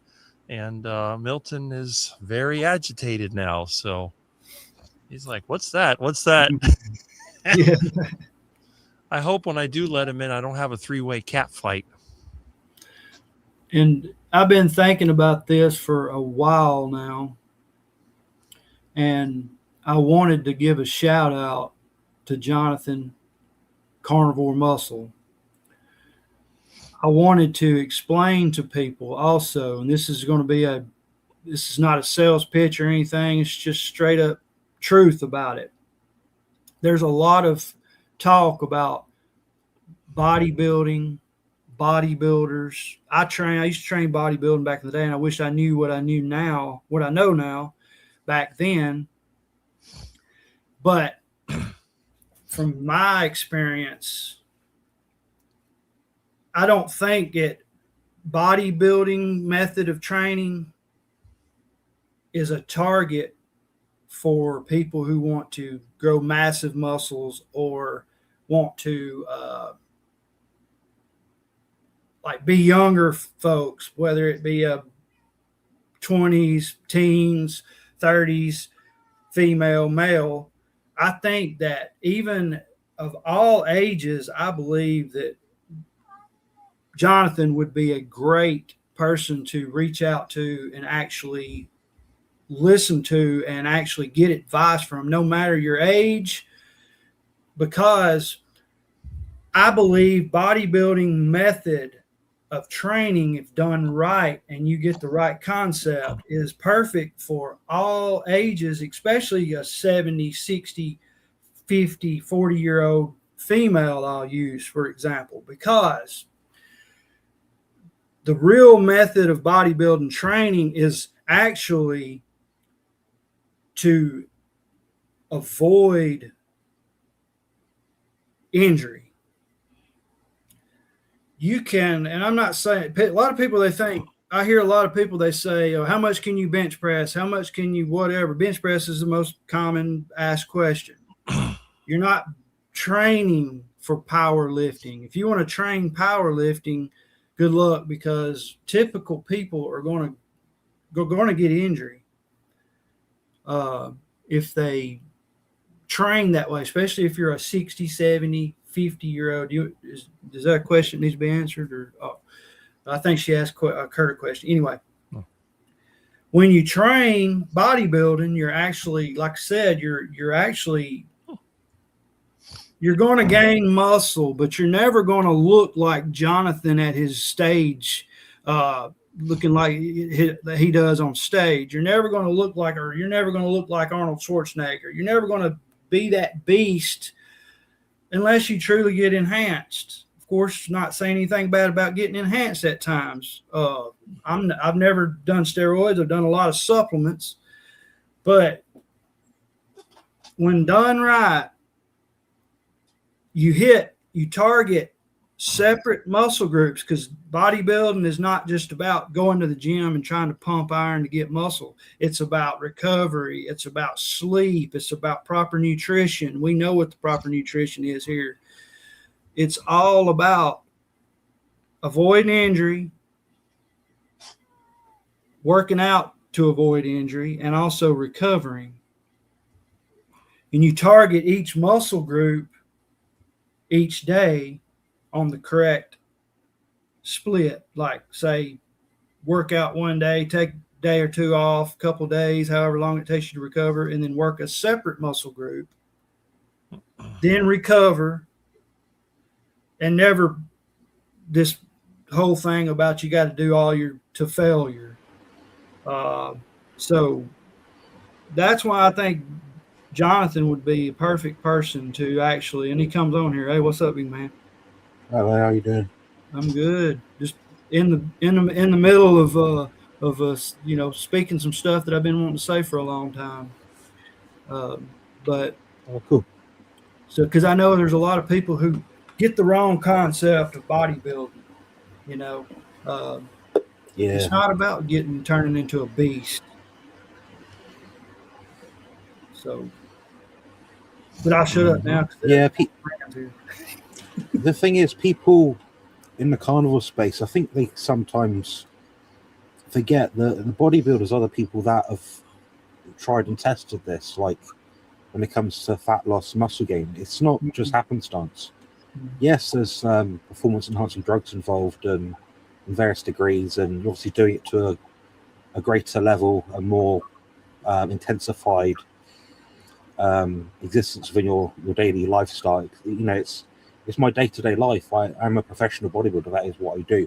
So, same thing of you, CB, of your background. You're a professional at what you do, so your life is going to evolve around carrying guns and telling people off and stuff and whatever. That's just by default what we do. I think people forget that the bodybuilding methods don't just apply to bodybuilders, like you've alluded to. So, whether you're a 90-year-old grandma or an 18-year-old lad just come out of school, the same thing applies. The biology is still the same. You got to put resistance through your muscles safely. You got to find a way to develop over time, build up your bone density, use the right diet, recover, and it's all the same thing. It's just I do it to a more intensified degree than 60-year-old, I don't know, in targeting in our community. The different muscle groups gets the synovial fluid to each joint on top of that, which is the only source of nutrients to your ligaments. So when you're targeting all those different muscle groups and you're doing it to the correct, form and everything, avoiding injury, avoiding to complete failure, which is going to cause problems, you're getting the synovial fluid to each joint evenly, and you're recovering, and you're doing bodybuilding method correctly. I've been trying to tell people that I've briefly said this before, but I wasn't able to really thoroughly dig into targeting the muscle groups each time you train to the point to where you're anti injury. Excuse me. Yeah. It's I mean, the worst thing you could possibly do, in my opinion, in some cases, is if you've got, say, sore elbows or bad knees or bad hips, is to stop using them. Like you said, the blood flow, keep an active motion for the joint. That's just going to keep that joint there, so you're not having joint replacements 10 years down the line. How you doing, Brian? You all right? Pretty good. Thought I'd drop in and say hi. Hi, CB. Yeah. Rick. Hey, how's it going, Brian? Doing good? Doing good today. I was saluting Brian. I wasn't running or nothing. So go ahead. Brian deserves a salute. Yeah. Very nice. Yeah, that's it. Good shout for sure. So I was a bit delayed. I ended up having to sit down for a little bit, obviously, you can imagine. I've literally just gone out of shower, had a bowl of ground beef sort of thing. Sat down now, rehydrating, because it's basically the show today was competing on a beach, quite literally, on a stage. That stage had a rubber matting. It's a very hot day, as Joe mentioned earlier, so the rubber matting was baking, so my feet are like tar now. So posing was actually like me, it was like tiptoeing sort of thing. It was good fun overall. I want to say this is my little open, honest confession. When I got in the shower just now, I started crying. I felt deeply overwhelmed. It's always hard to explain your emotions with an autistic person. So it feels weird, But, I felt deeply overwhelmed. But what was amazing was when I finished my show, went straight on here. It's about 5 to 1, live at 8, live with Rick at 8. Starts at that time for me till 1 o'clock. Tried to get on, but it wouldn't work. And I think I had my headphones connected to my phone still, so I couldn't hear him. Didn't have my headphones on. Blah blah blah. Then I was overwhelmed by hi Jonathan, congratulations. Well done, keep getting all this sort of stuff. And I was like, God, that's much more to me than a bloody trophy. That was very meaningful, guys. So I appreciate that, and hopefully, the more I can continue to sort of compete, still make content to the best of my ability, the more I can educate people. And I know you had a conversation earlier about educators versus layman. I think I probably hold exception to that in some cases, but I'm just like everyone else. I'm still tackling problems just like everyone else here. We all have different problems. Joe, for example, my girlfriend, just below, she's dealing with heart issues of circulation, her lungs. She's getting better though. I mean, I'm hopefully a good example on her. Rick, he's dealing with Soddle because he's a selfish bastard. UCB, he's trying to lose a bit of weight and get back in shape, and I think Brian's also on a bit of a weight loss journey. So we're all battling our demons and trying to move forward and impress.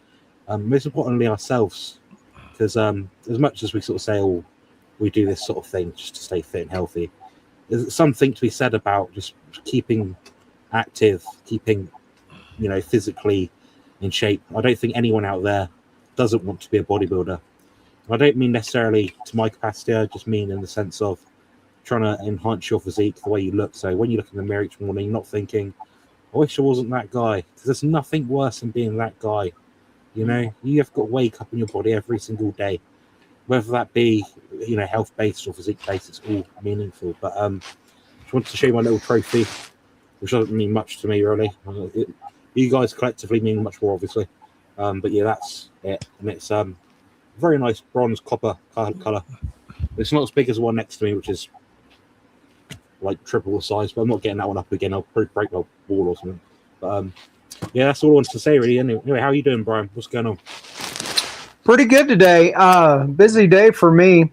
What you were talking about is that I didn't think that sharing was that important for me anyway. But the more I go on, sharing is one of the most important things, because there's people out there that are like me, and if nobody reaches their hand out, they're going to be, time's going to compile on them, and then they're going to get behind the 8 ball. So that's why I appreciate you guys so much, is that you're the first, you know, sticking your hand out, letting people know what's going on, especially Rick, for how long he's been doing this. And the more people know, the better. Just like the doctors. I posted a little while ago that my doctor took me off of 3 meds the other day and cut one in half. And the sad thing about that is that that's not every doctor, but it's going to happen, because people are starting to see that big pharma, big food are, well, crap, and they're destroying our country. And since, 1977, they've erased 1 million years of progress in just, 50 years, 49 years. So the more people that know what's going on and your guys' story and that you share, the better. 100%. It's kind of like a snowball rolling downhill, and it'll just continue to get bigger. So yeah, it's a I would argue it's a big psyop, isn't it, Rick? I mean, we all think they're just trying to damage our health, our bodies, our biology. But how do you get into someone's biology? Through their mind. If you can control someone's mind, you can then evolve and adapt what is being presented to them through social media marketing, what's on the shelves you get to the shop. So your best bet is betting with your dollar. So, for example, Joe, I know Rick mentioned this earlier. So Joe, kindly, my girlfriend, Joe's Sleeping Sunday Journey. Subscribe to her channel, by the way, guys, if you haven't already. If not, why not? Anyway, so yeah, she basically has been running this giveaway. So everyone that comments on a video gets a ticket, basically a tally into a giveaway to get basically 50 British pounds, which works out about $65, something like that. Which is doing that for the last 3 or 4 weeks now. And I was actually fortunate enough to win that £50. So I thought, well, Rick doesn't deserve it that much. God no. So I thought I'd give Rick half of it so he can spend it as he chooses on meat, you know, feeding his cat, his companion, any sort of hardware tech he might need. So that will be my small contribution at this current time for him. Then in return, you know, this isn't expected, but Rick does it anyway. And Rick's never asked for a single penny from anyone. And in return, he can host these live streams, frees up his time a little bit. He's not got to worry quite as much the next day about his food. So it means he continues to provide that snowball effect that you guys mentioned. So we've currently got 65 people in Rick's live stream alone. So just think that's 65 people that he's potentially impacting. So that's 65 people there thinking about the carnivore diet, thinking about the world global food model, the big pharma, the big food. All the things he talks about, how to manage your finances more carefully, how to not get in debt, and all these things are things he talks about. So everything Rick talks about is truly useful, educational content. And I'd argue he's one of the best educators in the carnivore space, irrespective of how much he talks about carnivore. So just want to say thank you to Rick for providing that, and this also the service to everyone, which I think is absolutely incredible. Yeah, anyone got any thoughts on that at all? Yeah, he does get me going down a rabbit hole a lot when he starts talking about, like the other day, about the wood engines And then, of course, the poop gas is very, very interesting too. But even the monetary system and everything, when he starts talking about that, it's like, he said a couple of things that I'm like, I never really thought about that.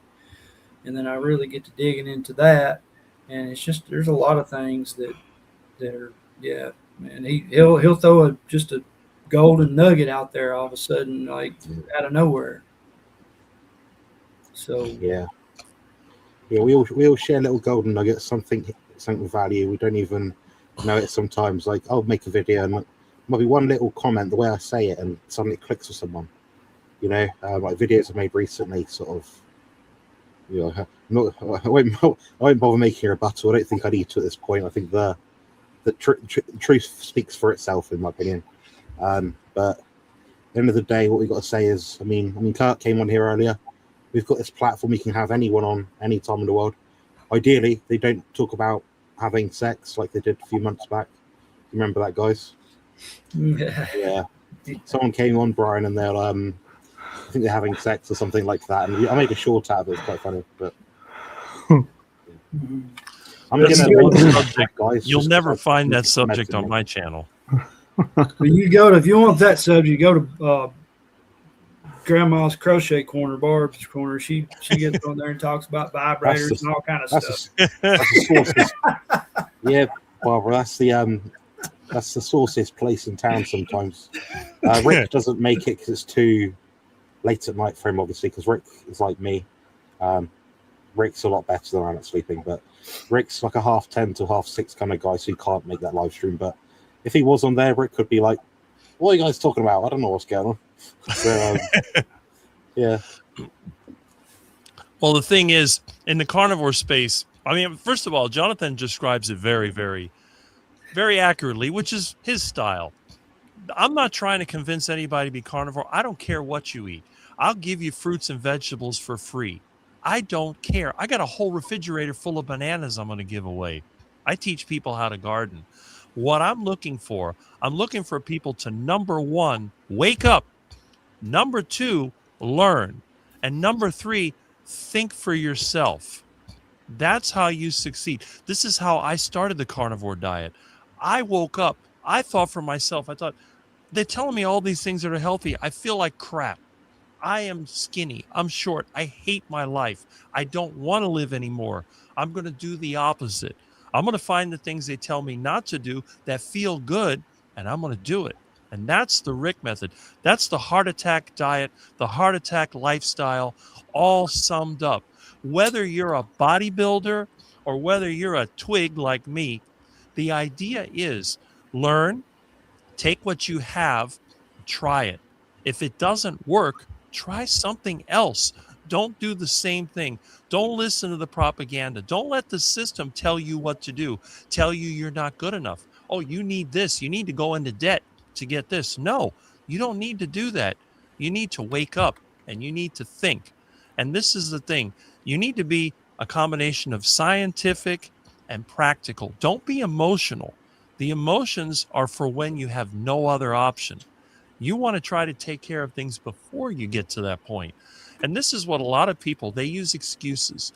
Oh, I have all these problems. Woe is me. This happened to me and that happened to me. But they never tell you what caused them to get to that point. It was a lifestyle. It was a way of thinking. Sometimes people will ignore problems. They just keep going and going. And then when they hit the wall, then it's time for the pity party.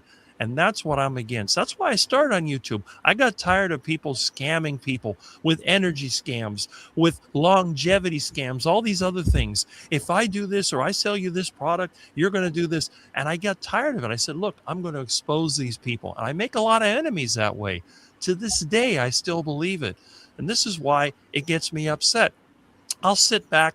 The way I do it, believe it or not, even though I don't push religion, I know that if you were to open the Bible and read it, you see the way, look at the stories about Jesus.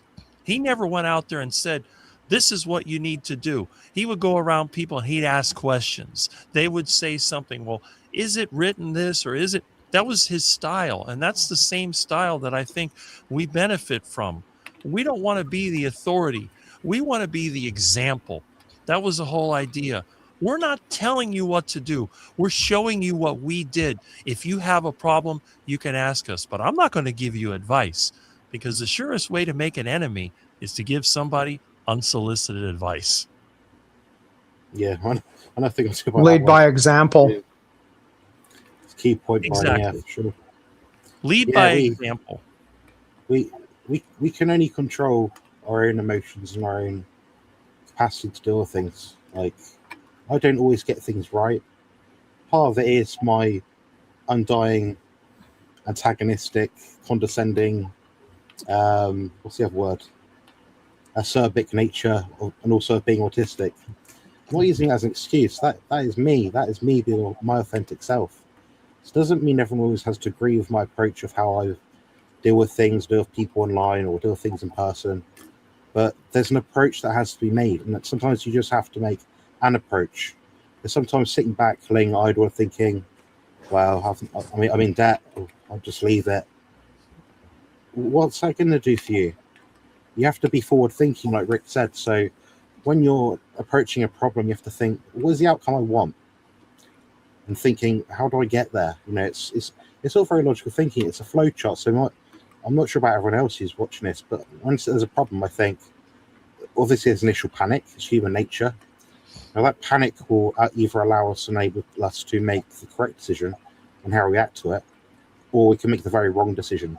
So it's important to sit with problems, but not sit idle with problems. You have to act on it eventually. So I encourage people out there, if they have their own truth, their own moral responsibility, and they believe in something, then, you know, by all means, approach it, attack it. If you watch my content, if you think something I say is wrong, if you think that doesn't make sense, that's damaging information, tell me, prove me wrong, show me. I want to be shown. We should always, I mean, I'm of a scientific mind, so my approach in science is always to try and disprove my own hypothesis. If there's a better way to get there, then that means I can help other people with that better way. So that's my 2 penneth or 2 cents. So, Rick's getting bothered again. You know, it's amazing. One of the things that I've learned is that when people see you as a source of information, your phone doesn't stop ringing. This is one of the things I've had to deal with. I am considered better than AI. I have a friend that was into Chat GPT, and it was wrong so many times. So he says, instead of AI, I'm going to go to RI. I'm like, what's RI? Rick's intelligence. Because it's more reliable than AI. That's the funny thing. We should adapt and overcome and fix it if it's broke. There you go. Yeah, we should build you an AI based off of all your videos, and like you know how Dr. Barry's got his, they call it Dr. Barry AI. We could build you an AI, and they could ask Rick on how do you build, how you make poop gas, or you know, you know, and it's just based off of all your. Well, the thing is, my theory came from observing nature. Now, I live in Miami, which is the most environmentally destroyed place on earth. It's artificial. Everything here has been wiped out and replaced with man-made nonsense. And it's always a problem. The water's not good. There's problems with just everything is constantly having to be rebuilt and redone. And I noticed that since I'm a poor man and I get a lot of stuff from the trash, it always baffled me that people would buy something or build something and then throw it away when it wasn't even broken. It's just, well, I don't want it anymore, so I'm going to get rid of it. But when you go to the natural environment, nothing is wasted. If something dies, it decomposes and it becomes part of something else. If something doesn't work, it doesn't keep on living. And it's kind of that way in the natural world. So I thought, how can I adapt my life so that I produce no waste? And I don't. I produce zero waste in my normal life. If I'm throwing something out, it's because I was cleaning up somebody else's stuff and I have to get rid of it. So I recycle things into energy. I reuse them for my garden. I get things instead of buying it. I find something somebody threw away. I fix it or put it to use, or I trade with somebody else. That's my whole theory. And then I became very much against the parasitic monetary class. That's another thing I talk a lot about. That's why I get censored a lot on YouTube, because I criticize central bankers. I criticize the concept of having to go into debt to get knowledge. I believe that all knowledge should be public domain and available for free. If you want to go to college and you want to get some kind of certification, it should be free if you can prove that you're qualified to do it. That's what we call a scholarship. The idea of sending people to college just to go to college always worked against me. I taught in college, and I know that some people are just not made for that. Some people are better when it comes to a trade or some type of skill. They can build real things out of real products. They can handle problems on a different level. But our school system is designed for one type of person, the person that can be effectively indoctrinated, basically, and can regurgitate information. But now with computers and so-called artificial intelligence, that ability is no longer what it was. The ability to recite facts, to go on Jeopardy and win that, I could get a smartphone and I could do the same thing faster than any person ever could. It knows every celebrity. It knows every fact, everything from history. But if you give it a real world problem, try to make an AI video, it makes mistakes. You try to ask it questions. You set up a chat system, or you're trying to listen to a tech support line. Have you ever seen what happens when they give that to artificial intelligence? It can tell you things that are completely outrageous. And it's the same thing in anything. In the health space, there's that sort of human, what I call the natural intelligence, because all man-made items are subject to a principle called entropy.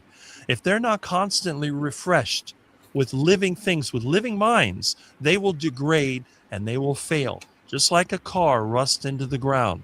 There is no way around that. And I think a lot of times the system lies to, well, they lie to us all the time, but they're telling us right now, we have no value. We humans are worthless. We're just a bunch of biological material that's destroying the world. And what they don't tell us is that the systems they want to replace us with will not only destroy the world faster, but once they've destroyed the world, they destroy themselves. And that's the thing. In the natural world, life always finds a way. And this is what we need to do. Again, if our system is not working, we need to make changes.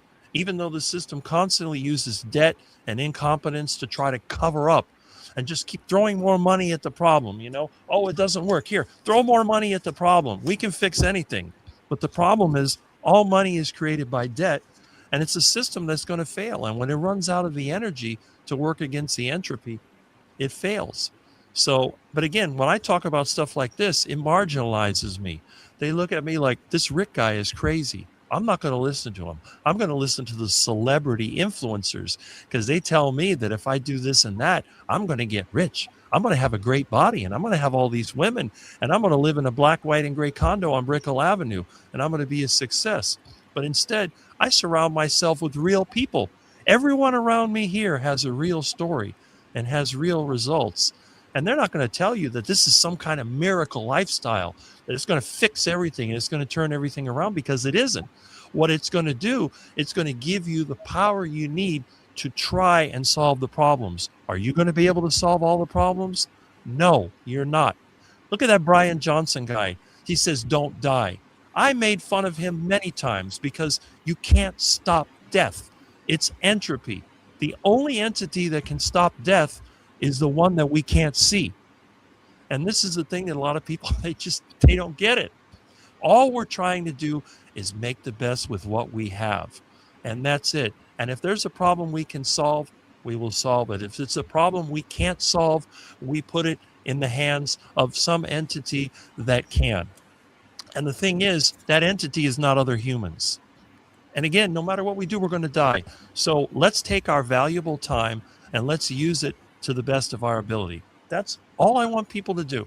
Don't waste your time with nonsense. Don't waste your time starting fights that you're not going to win. What's the point? Yeah. 100%, Rick. And why I think that the machine doesn't like you is because you're a threat to it. Exactly. The problem is, I tell people over and over again, the parasite class, the financiers, the banksters, the celebrities, they need us. They cannot exist without us because they are not a complete entity. They are just parasites. They have to have us, but we can exist without them. And if everybody realized that, that would be the biggest threat to the system, because people would say, I don't want to go into debt. No debt for me. I'm not going to watch your TV. I'm not going to waste time on your sports and all the other things you tell us. I'm going to do what works for me, and I'm going to associate with the people that I know, the people I can interact with. I'm not going to dedicate my life to celebrities. And again, with artificial intelligence, it proves we can use computers to create virtual celebrities. And there's no difference between an actual person who's a movie star and a celebrity based on a computer, because you'll never meet them. You'll never interact with them. So what's the difference? And that's why I got into this whole YouTube thing, because unlike television and movies, and I haven't been to a movie since the 1980s, I can interact with these people. The only movie I really want to see is Carrie's movie, because I've met some of those people. But these other movies and all these franchises and all this, I just don't see it. It's like a franchise restaurant. Why would I go to a franchise restaurant? If I'm going to go to a restaurant, which I almost never do, I would want to go to somebody that I know, and I know how the food is made. I know the person that has the business. I believe in a personal relationship with businesses whenever possible. But again, that destroys their system, because now they can't overcharge you because you know who you're dealing with. And like you said, I'm a threat to the system. You're a big problem. Exactly. I see Tim has been here. And, and it's like the comment I had earlier. I forget who asked me the comment, how do I get weeds out of my garden? Well, I just pull them out, or I put mulch over them, or I use vinegar to kill them off. I'm not going to go out there and use Roundup. They used to have these commercials, no weed, no problem. They spray it with Roundup. And I'd look at that and say, well, what's the catch? Every time they give you an easy solution, oh, there's a fix for that. What's the catch? There's always a catch. Nothing in the world is ever simple. And this is a lot of times I think people get entrapped. They watch an advertisement and, it's like they tell them, what was it? Camel cigarettes. Oh, my doctor smokes Camel. So they're going to go out there and start smoking. And they don't realize that it's a destructive habit. But they saw it on a commercial. Everybody else is doing it. Why don't I do that? Oh, high-fat food is bad. What's that? Just reminded me. Oh, there you go. Well, you see, Jonathan uses that as a medication, which is a totally different thing. Yeah, look at that. There's Camel. Camel cigarettes. For digestion. It's like, that's another thing. The system at one time encouraged things like hemp, which was used for rope. But when synthetic materials came out, they told them, well, we need to get rid of the hemp. So then they came up with this scam, marijuana. They call it marijuana. It's a bad thing. And then people that played jazz were smoking marijuana, so it's bad. And they use it. Oh, those evil Mexicans. They always use the racism. That's another thing they love. The sexism, the racism. They always, whatever they can do to get people to fight with each other. And then they made it illegal. They made a plant illegal. And again, I don't like marijuana. I've never smoked marijuana. I don't even like smoking. I don't like alcohol. I'm probably the straightest square you'll ever meet in your life. I've never been drunk. I've never been high. And yet I support the right of people to use whatever chemistry they want to use. The only thing is the way they behave with it is what we should regulate. If a person is drunk and they're stumbling around on the street, well, the police have a right to pick them up and put them in jail for a while until they're not a threat to themselves. They get behind the wheel and they're intoxicated. They need to be arrested and they need to be taken off the road. I agree with that. If a person is drinking all the time and they're abusing their family, they have a problem. They need to pay for that. But if a person likes to smoke some pot now and then, or they like to have a drink by themselves, where is the harm in that? Even in the Bible, drinking wine was common, but it did condemn drunkenness. But it's like anything else. If you have a medical condition, there are plants out there that can help you. If you are dying of an infection, there are plant compounds, there are fungal compounds like penicillin that can save your life. You have a serious infection, streptococcus or whatever, you get penicillin, you're not allergic to it, it saves your life. And then you move on. You don't take it over, you don't take an antibiotic every day in case you're going to get a bacterial infection. You save it for the time when you need it. If you have a chronic profit, well, that's it. Alcohol deaths and illnesses hospitalizations, mortality rates, correlation is more closely associated with that than marijuana. I mean, yeah, I probably sound a bit biased, but that is the truth. That's what the numbers are. And it's not like 1 to 1.2. It's like hundreds and hundreds, probably maybe thousands of fold over 1. So more people being damaged from alcohol than marijuana. But anyone can grow marijuana. But brewing alcohol is a different entity itself. It can be packaged.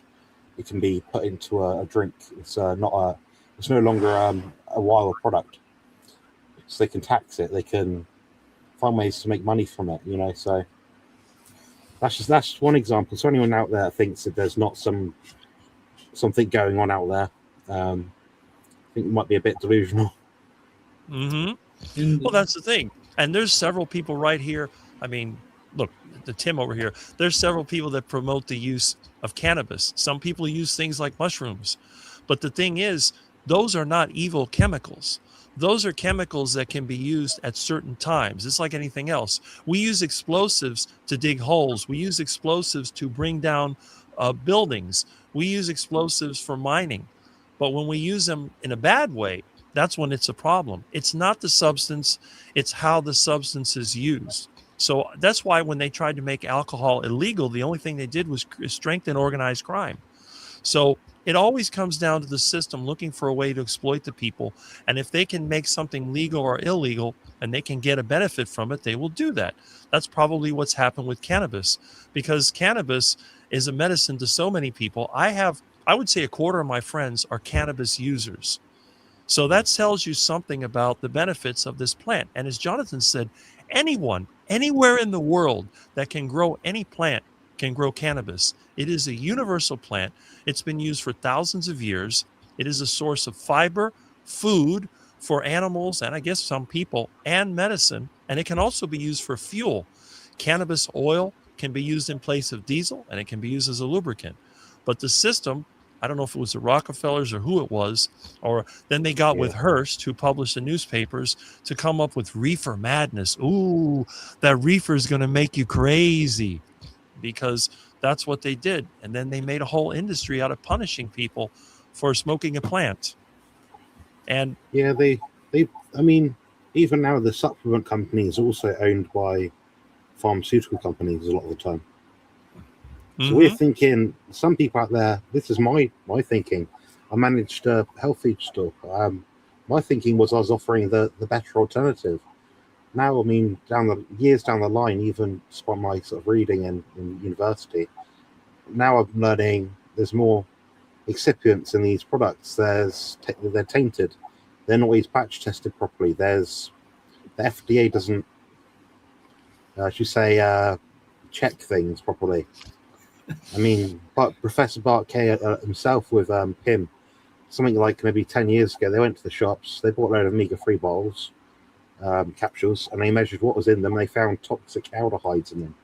And any level of aldehyde in the body is toxic. And that's a hardcore scientific cause and effect study. So these things aren't being tested how we think they might be. There are good quality supplements products out there. And most carnivores out there do use supplements. I know very few that don't. That's the truth. Some obviously do work and are helpful. But we've got to be more. We've got to apply a bit of scrutiny, haven't we, Rick? So like we sort of say, do our own research. If we go to a company and they show a picture of something online, it's certificate of analysis and it's batch tested. Well, where do they get that from? Is it third party that batch tested? Who actually tested that? Was it them? Is it just an AI screenshot that's been copied and pasted? We don't know. It's always good to go to the source, find the original information. That's the important thing. Who is behind the information? That tells a lot. And also, I want to touch on something real quick. Going back, since you have a law enforcement officer here on the camera, going back to the stumbling around drunk, taking them to jail. I've done that. I hate taking people to jail. I don't do it mainly because, for one, yes, to protect them from themselves. But there's another thought that nobody ever thinks about. but that's liability on me or liability on the law enforcement. If I let somebody, and I've arrested people on the side of the highway out here drunk, because if people see me, see you do it, and then I let it go, and then of course it's already logged down through 911 dispatch that I went out on scene or people saw me and they already called it in. And then they go and leave and get in a vehicle and go and wreck into somebody's family and kill them. Well, then family members are not just going to be like, oh, well, why didn't I prevent that? Why didn't I say? Because I've had situations where it's beaten me up before where I've actually charged people with a misdemeanor for running from me on a motorcycle without a helmet on and a switch tag on their motorcycle, catch them, but they ran from me because they were eluding prosecution, which is a form of eluding police officers, which is a misdemeanor, versus eluding prosecution, which is a felony. I avoided. I didn't charge him with a felony. I charged him with a misdemeanor eluding. Thought I did him a favor. A week later, he got on a motorcycle and got killed in an accident. And I was in the hospital with an inmate when they brought him in. I didn't even realize it. So there's that thought that people don't realize that I don't care what you do. I don't care if you go home and you go in your house and you're smoking meth in your house. I don't care if you're drinking freaking rubbing alcohol to get drunk. Of course, there's other repercussions later health-wise. It's the fact that sometimes I have to do what I have to do to keep from going to jail myself, because not only will that family try to sue me for everything I own, but I could be prosecuted myself criminally for not intervening and not what I was, pledged to do. And which Some is moral compass, yeah. I mean, morality is a construct, obviously. Maybe someone watching this right now thinks cannabis is the devil. I don't know. Maybe they think smoking's great and the lung cancer statistics are falsified. I don't know. At the end of the day, we've got to live with ourselves, haven't we? If you live with yourself, get in trouble, you lose money, at the end of the day, that falls back on you. So you got to take responsibility for yourself, ultimately. So I can get behind someone doing that. And, I take risks. I took a risk recently. I knew what the repercussions were going to be. I knew it wouldn't be favourable for a lot of people. But the thing is, you don't do that, and I feel worse for it. I didn't stand up for what I knew was right. So, yeah, it's a challenge we'll battle. What about you, Brian? Is there anything you sort of do or have responsibility or dependency over where you have to align a certain way or do a certain thing? Well, like you're sitting there talking, I think that everybody should be responsible for themselves. If you're not hurting anybody else other than yourself, and I mean, your friends and family should reach out to you there. But if you're going out causing mayhem and trouble, there should be some responsibilities there. But if you're like us, Carnivore, I don't think anybody has the right to tell me what to do, when to do it, and how to do it. Leave me alone. But if you want to watch and see what I'm doing and gather some knowledge from it or help yourself, that's great. But I don't have the right to tell you what to do. When people put their nose in other people's business, it's not good. Lead by example. Because you know what? The truth will always come out. It's like the doctors and stuff follow the money. Once you start following that money, you can see what's going on, and you can see where they lie. I think that humans are herd animals, and that's why it's so easy to control them. If you get people fighting, it's easier to control them, 100%. And learning that and seeing that you have to ask, why does somebody want you to do something certain ways? Because they're pushing you the way that they can make money. And I think the number one worst thing on the planet is greed, because greed destroys everything. It makes you dogmatic, and like I said in the chat earlier, dogmatic kills everything, joy and everything. If you're doing something and you're not hurting me, I don't care. 100% I don't care. The only time I care is when it starts affecting me. So, and I am 100% responsible for myself. If right now I got on and started eating a cake, it would be my fault, and I would have to deal with the consequences.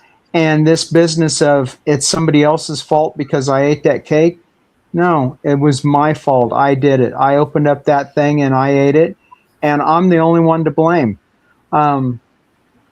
If Yeah, if I agree.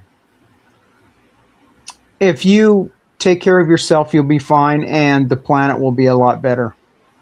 I'm going to speak for Rick on this one. Cake, that's disgusting. Duck food. Duck food. Every time I smell it, I want to be sick. I could never eat cake. I didn't even eat my own cake as a kid and birthday party. You know that saying, let them eat cake. They don't say let them eat steak. If I can, or snake. If I can interject and pick up where Brian left off, I'm the same way when it comes to people and interfering. I get a lot of stuff at work where, oh, you see them? They didn't do stuff, and they've been sitting over there half the night not doing anything, and while you're busting your ass. And I'm like, they don't pay my bills, they don't pay my paycheck, they don't pay my rent. I don't care. You can't fix stupid. Plain and simple. Same thing goes. Yeah. It's just part of life. People are people. You're not gonna. One person isn't gonna change the world, but we can, put ourselves out there. Same thing with this lifestyle. Yeah, we had a perfect example of this. When you say it's not being dogmatic, I'm dogmatic where I really don't give a rat's ass unless you are committing a safety violation. You commit a safety violation, I'll throw your ass under the bus quicker than my mother. That's it. I get behind safety, that. I have and will. That's it. But when it comes to you want to go sit off in the corner and sit on your phone, I don't care. You're not affecting me. As long as you don't stay out of my way, I don't care. Yeah, we've got a perfect example of this happening in the chat right now. So Tim and my girlfriend Jo are both talking about the use of GLP-1 medication to achieve their goals in terms of weight loss and reduce inflammation, improve health, things like that. For Jo, that medication has been transformational. It's been an absolute benefit and a help to her health. Now, there's two viewpoints to this, obviously. There's, well, what if you just control your diet better? Well, she is a long-term carnivore prior to that anyway. She's doing all the things. There's something wrong with the food system, because if she wanted to go and was willing to stick to something for so long, but it wasn't working for her, there's a problem somewhere along the line, whether that be mental, physical, biological, whatever. So having that aid, the GLP-1, has been very useful. And with that being said, the flip side to the argument, the contentious point, is that we're in a society nowadays which actively promotes fast food. Oh, I've got a tub of Ben & Jerry's in the freezer. Oh, I've got this alcohol in the fridge. I've got these things, these items that trigger our dopamine levels and our sensors in our body to absolutely be addicted to them. It's hard to sort of say to someone, don't use GLP-1, use your mindset, because, well, if Doritos, you guys know those tortilla chips, if they're being sold and everyone's buying them and everyone likes them, well, it's because they're spending $25 million per year to make them as addictive as possible.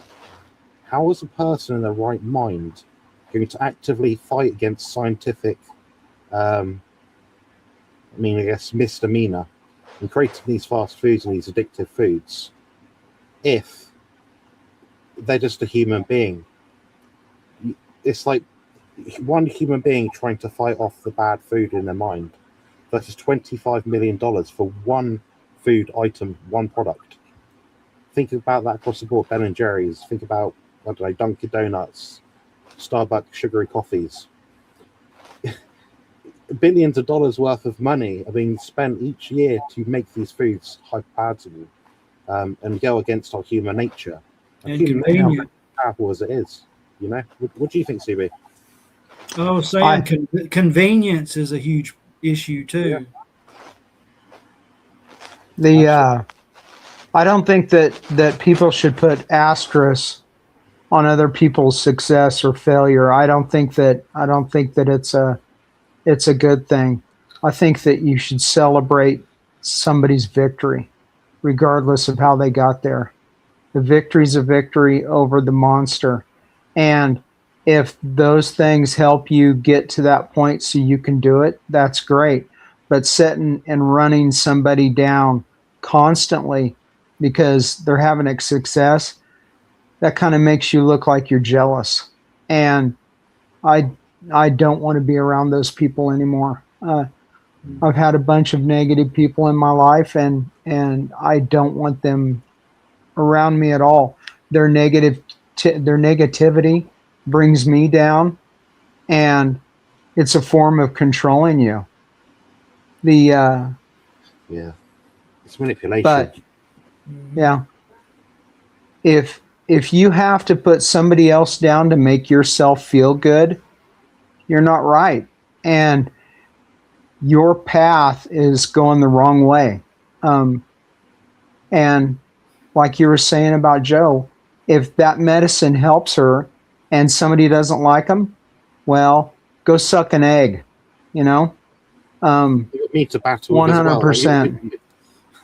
You know, like they got me to sort of argue with. If it, you know, Joe's a hyper intelligent person. She's extremely smart. I don't think people realize.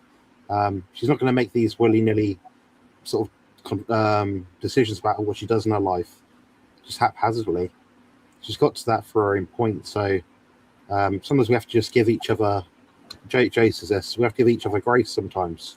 Sometimes we might think we know everything or know what the best outcome is or what the best way to get there is, but there's always just a little bit more, you know, a little bit more behind the scenes that we just don't know. And there's things have unfolded recently. There's always just a bit more.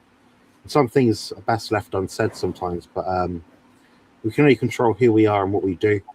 We can put our money, our dollar, or our British pound where we choose to, and that will eventually trickle down where it has to go. So, yeah, if you're in this space, support Rick, support me, support Brian.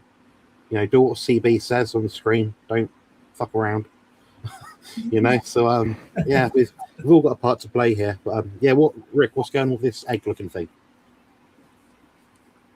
Anybody know what this is? Mango. Kind of fruit. A mango. A mango. Mango. Got a whole tree full of them. Man, yeah. I'll tell you, that would be. I was going to ask you. My wife said I got a couple bags of avocados give to me at the jail that people bring produce in all the time. So I'm like, I'll take a couple, you know, for my wife or whatever. They sat in there and practically rotted. She said, save the seeds. But I'm like, no, because these were like that big around. I'm talking tiny. And of course, look at the seed. It's pathetic. They never grow true to seed though. Yeah, I said I can get. I tell you, I can show you some real mangoes and those freaking gourd like mangoes like you had. That's what I need is to get. I mean, excuse me, small one. Avocados. Excuse me, but yeah, those avocados, gourd avocados like you had, those gigantic. Yeah, those things, but they don't grow true to seed. When you plant the seed, you know what you're getting. So you plant the seed and then you graft on the branch from the tree that you want. I've taught a lot of my friends how to grow and graft fruit trees. And I tell everybody, if you like sweet stuff, nature makes it for you. But the thing is, you can't get addicted to this because unless you buy it from the store, and this is my rule, you want to eat this stuff, you can be on the carnivore diet. If you're not addicted to it, go ahead and eat this stuff, but only local. and only in season, because In sooner or season. later, it runs out. Yeah, And I then what are tend you to- going to do? Yeah. I tend to partake in a little bit of berries when they come in, but this year I avoided them. My neighbor across the street, she said the elderberries came in, or beauty berries, I think it was beauty berries. Either elderberries or beauty berries, I can't remember. She texted me and said they're in. Get them before the birds get them. And I said I might get some for my wife, and I never did go over there. But sometimes I will partake in the blueberries, blackberries, and stuff for just a week out of the year.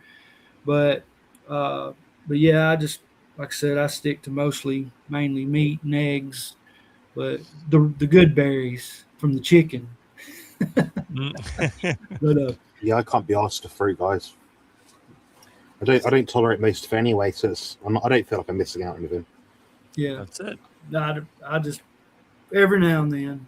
My Yeah. wife wants to do, she wants to send these. She wants to take these seeds when she goes to her family in the Philippines, and she wants to grow the avocados in the Philippines.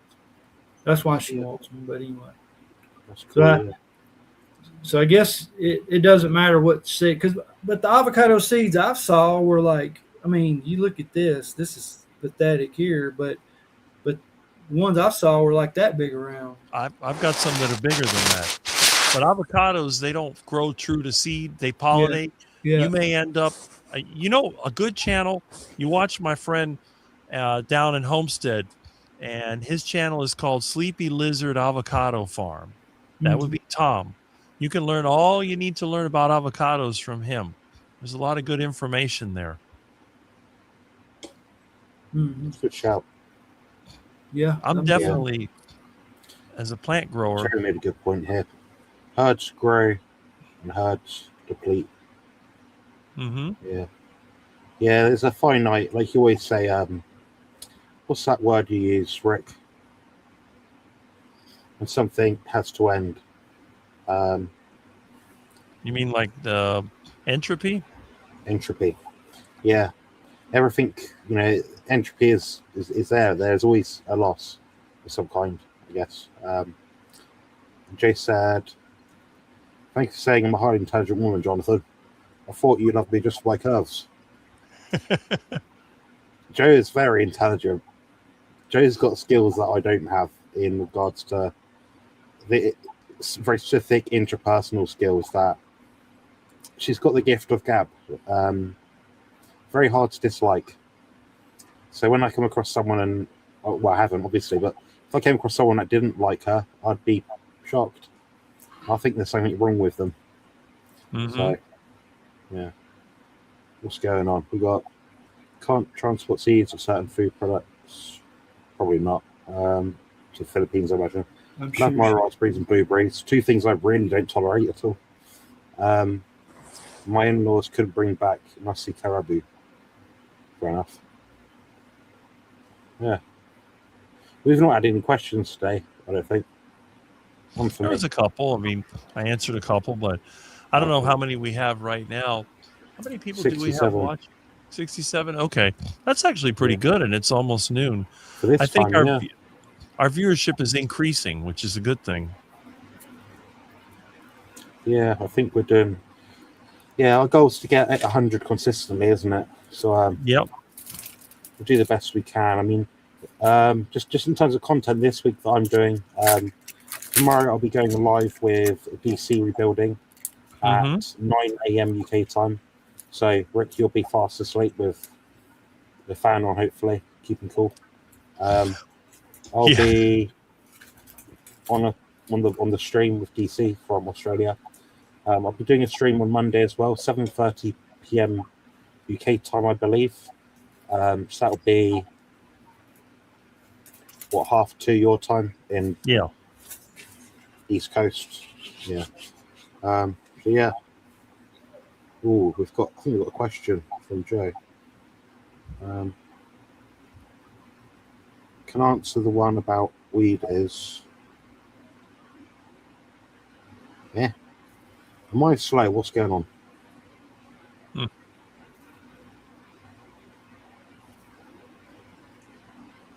What's the question, Joe? I didn't see another one. Yeah, Yeah, I'm good at pronouncing stuff.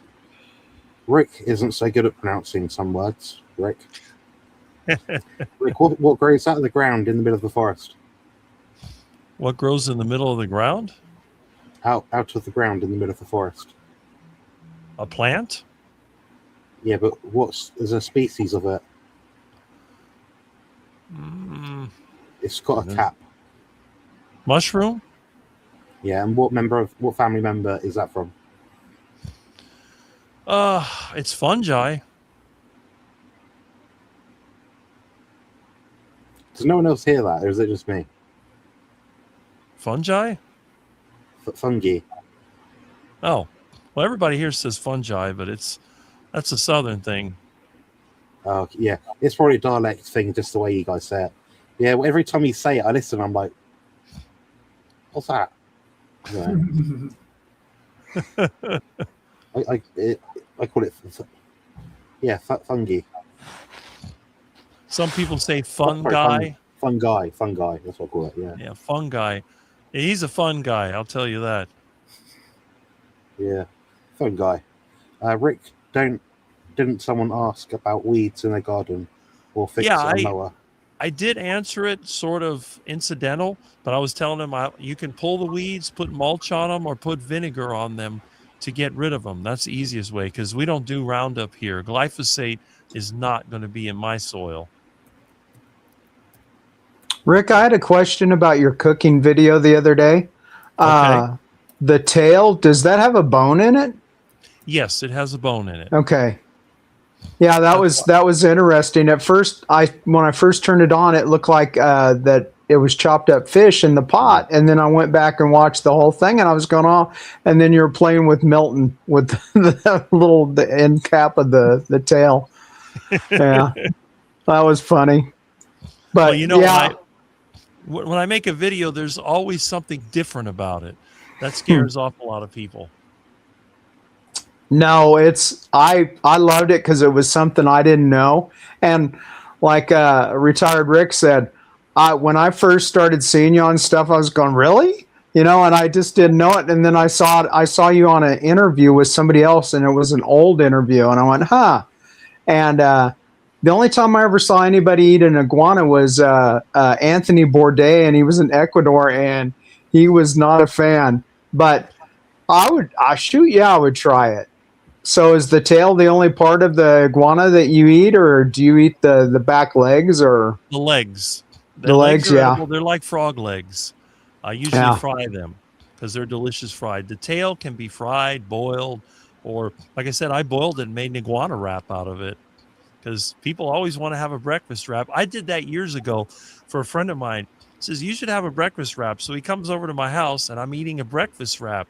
He's like, wow, you're eating a breakfast wrap. I said, yeah, I made it myself. What's inside of it? I said, iguana meat. He's like, what? I said, yeah, iguana meat. Oh, that's not possible. Yeah, it's iguana meat. I love iguana. Yeah, I would try it. I ate frog legs the other day. There you go. And I've had frog leg once. They were pretty good. Mm-hmm. I bet the tail is like a miniature alligator tail. Am I correct? Yeah. Except it tastes better. Alligators are predators, so they may have a slightly metallic taste. They're probably loaded with lead and mercury, but iguana's meat is safer. They basically eat plants and bugs. That's all they eat. They're like a chicken. I think it's what part of the world you're from that the things that you're most likely to try. Because I have old cookbooks from around here from the turn of the century, and there's recipes for possum, squirrel, and several other things, and they still have a snake. So I was wondering if maybe a rattlesnake kind of tastes like iguana. But yeah, I think it just depends on where you're at. Yeah, just want to respond to Grandma Crochet Corner quickly. When a notification comes up on your screen, what you do is click on it and you click notify me. And that will tell you about half an hour before when a live stream is about to air. You can also go on it prior to the fact when it's set up, the actual stream, and click notifications on. You can also turn on your bell icon on my channel to make sure that any channels that come up or anything that comes up on my end will come up on your phone when you turn it on. So you'll get a notification or through your YouTube channel itself. So I don't need to remind you. There's two ways there. And if that doesn't work, you can go onto your phone itself, go into Google Calendar or whatever a calendar app you use, and set it to 7:30 p.m. UK time. I think that might be 2:30 your time, depending on where you live. That'd be about 5 hours before. And that means that you can watch the video itself without me having to send 20 messages out to 20 different people to alert them when my own videos are coming out on my own channel. So, yeah, there's 3 methods you can do. So it's hard to miss my content. I do the same with Rick, so I schedule out my middle afternoon so I can watch Rick stuff. I also turn the notifications on. And also on this occasion, I set up the stream so I know when it's on anyway. So, yeah, I can't miss it.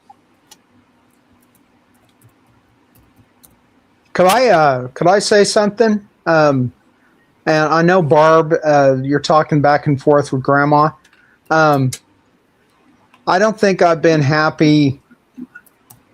this happy for such a long time, but the other day she got to go to Carrie's movie and got to meet him before. I have never been, I don't know what the word, that happy for someone. All the work that Barb does, and she gives us all a place to go. You know, it's kind of like the Misfits get to go somewhere, and that's Barb. So, yeah, just some gratitude. Thank you, Barb. Yeah. She has a great platform for people to listen in and join if they're real people to come on and chat, and it's just a nice place to be. It's like going to your grandma's house. Yeah.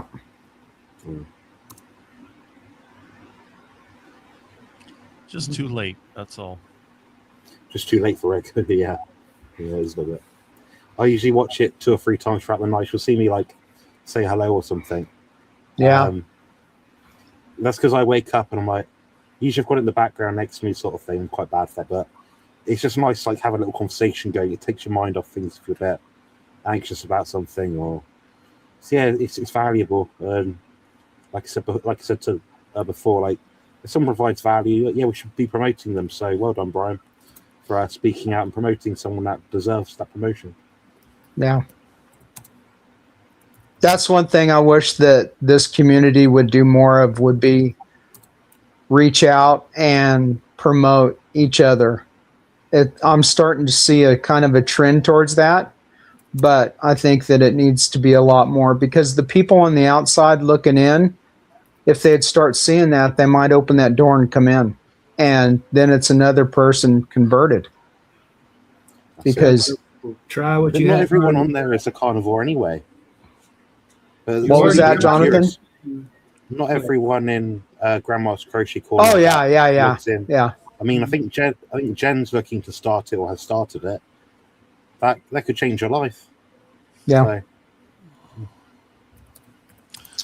Well, the other thing is you have these pay-to-play carnivore groups that have sort of had their own little island, and I think that who knows? It's not a long stream without you mentioning this, Rick.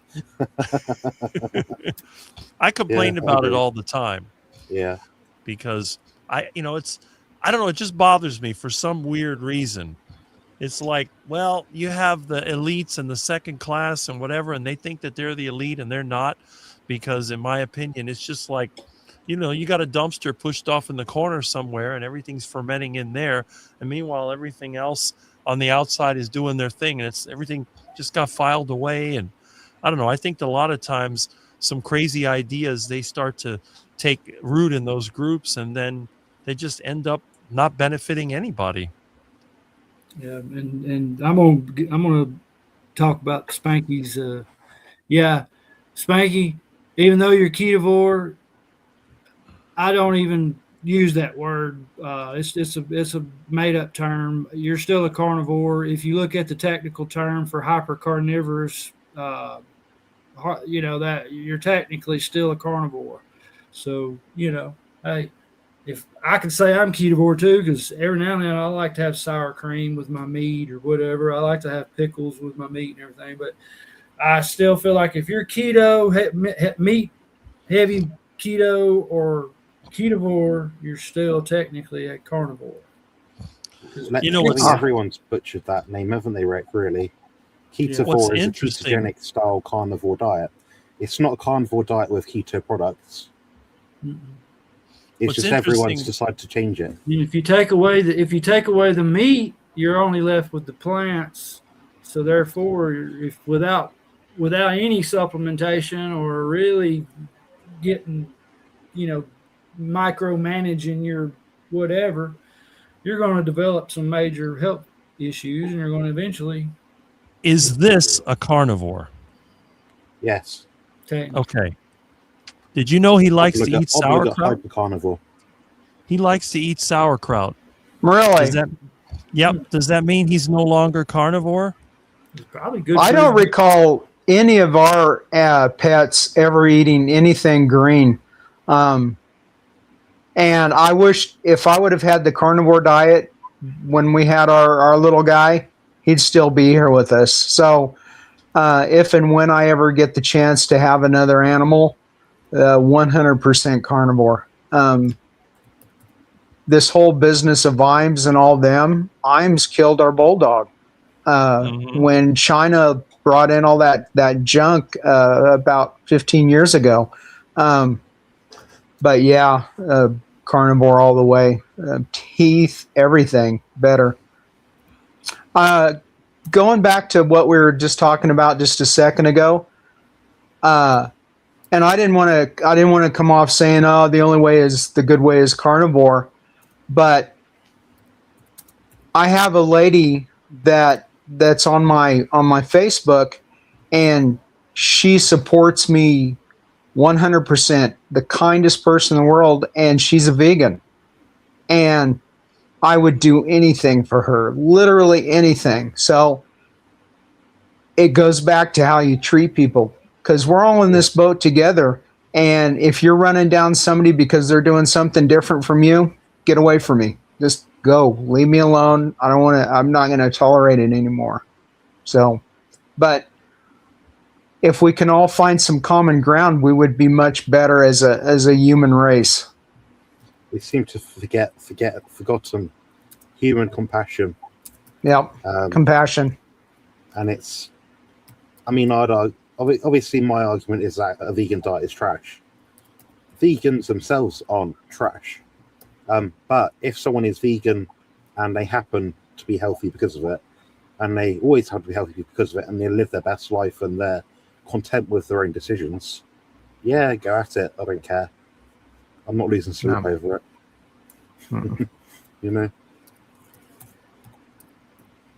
More vegans, more meat for me. Yeah. Spanky's made it possible for me to have more sardines. There you go. I tried the vegan diet. It did not work for me. And that's it. They tell me, well, you should try vegan. I did. I tried vegan. You should do it again. No. Once is enough. Well, I got an ex-girlfriend. We still talk from time to time. She's a Border Patrol agent. She lives in Arizona. She's a vegan. Of course, sometimes it's hard to bite my tongue because throughout the years she posts she's went to the doctor. She's been having massive migraine headaches for like a couple weeks straight, and these medications the doctor tried to get her on, the insurance company don't pay for them. They're like $800 a prescription and all this shit. And I still got it saved where I pretty much practically wrote an entire book because she's telling people to any kind of information you can give me, just comment. And I'm like, I almost want to send it to her. I never do, but I have still got it saved, explaining in details of all the things that could possibly be, not like diagnosing or anything, because I'm not a damn doctor, but just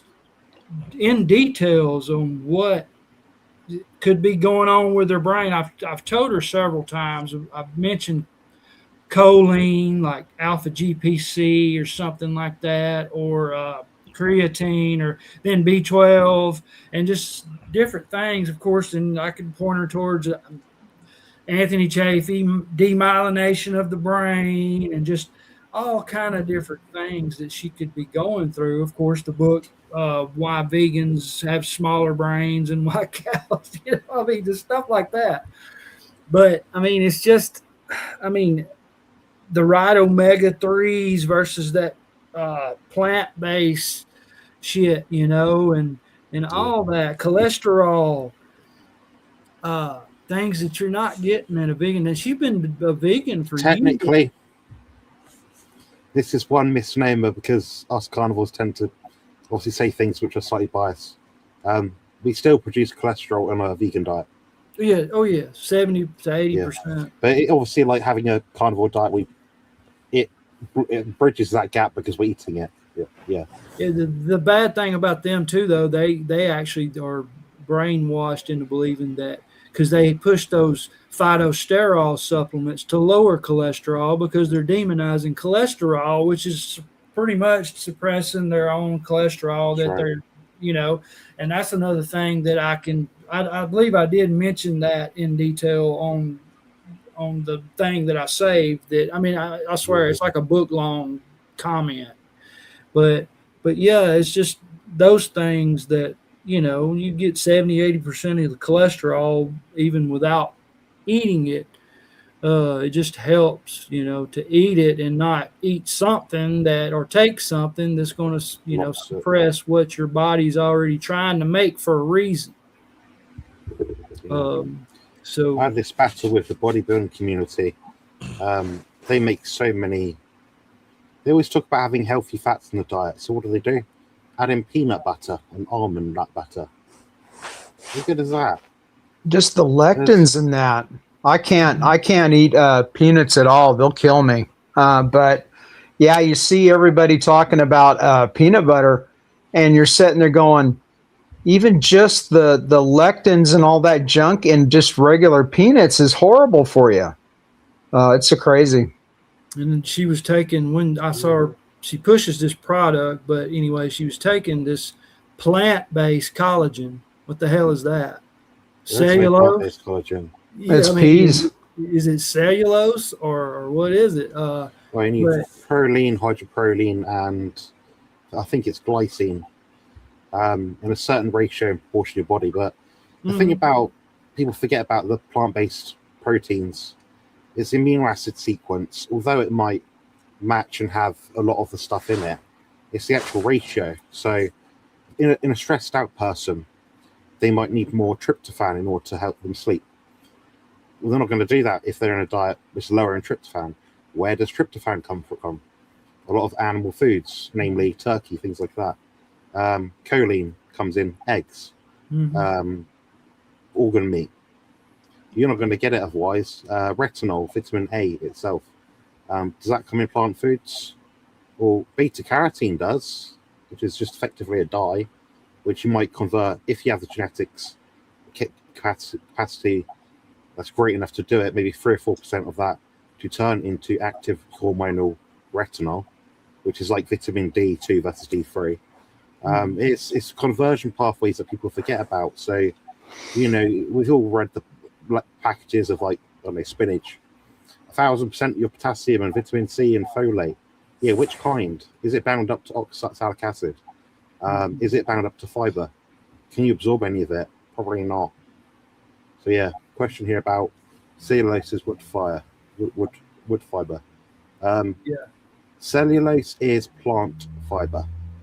It makes up the cell wall and is a structural membrane, which is basically in or non-digestible form of glucose. So it bounds up in your gut, it swells up, blocks nutrients. It's what you call an anti-nutrient. The same thing with anthocyanins. What's a cyanin, guys? What does cyan sound like? Cyanide. Cyanide. There we go.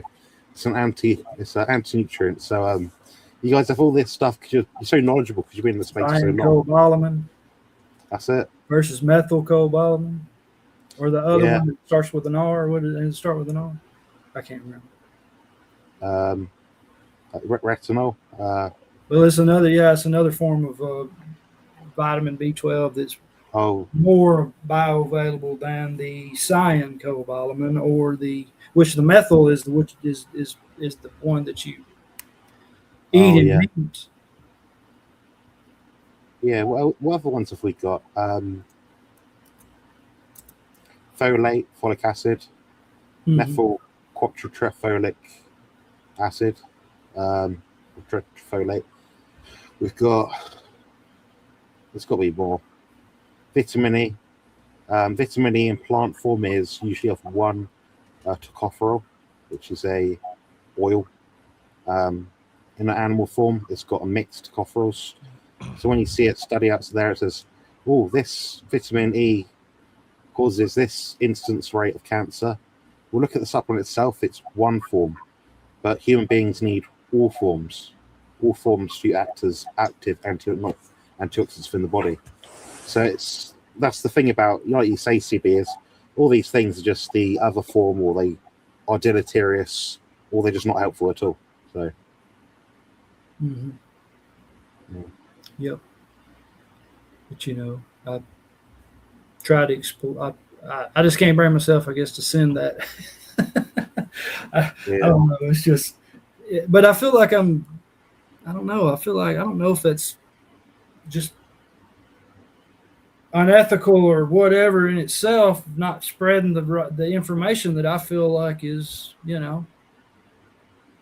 needed. Yeah, riboflavin is B2. So riboflavin is responsible for correcting the incidence of 44% of people have the MTHFR genetic gene mutation, which affects their methylation pathways. So their end production of nicotinamide, adenamide, I can't remember the last one. Something. I'm too tired, guys. I'm knackered. I've been posing and spent. But so basically, all these vitamins basically feed into the methylation pathway.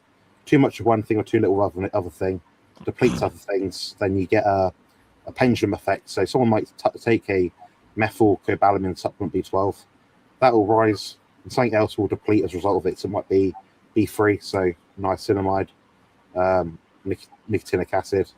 But what I'm saying, sorry, the riboflavin at a dose of about 2 to 3 milligrams per day, if someone's supplemented with that, either through their diet or through a supplement itself, will correct the MTHFR gene mutation. So that's why we can't pinprick a supplement and say, oh, I'm low on energy, I'm going to take B12. That's a malpractice unless someone's had it tested. It means that they haven't looked at their blood levels and thought about correcting the problem in their blood work itself. That's all I have to say about that.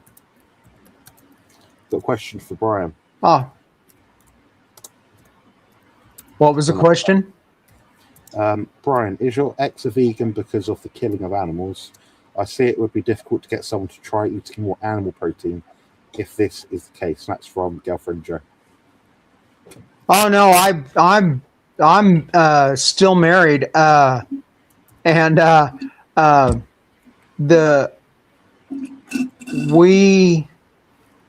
we wished we would have known about this diet, and I think that it would have prolonged our pet's life by years.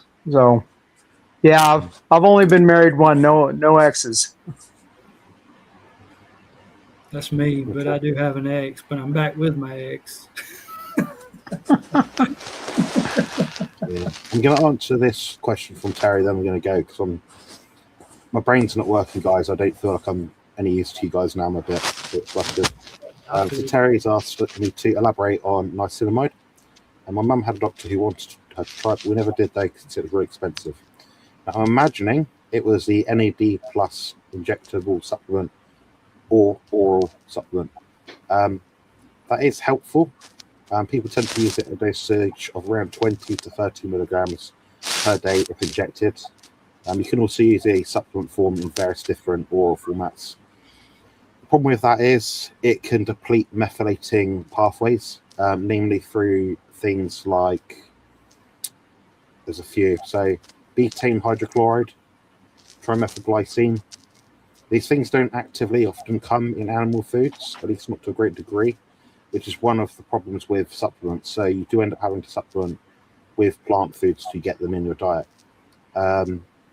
It does help things, but it basically puts more NAD in the system.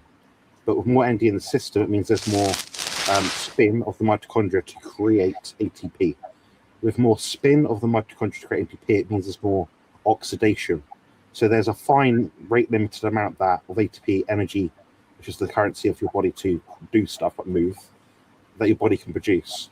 Once you surpass that amount, so you flood the body with too much NAD, for example, the ATP rate will increase.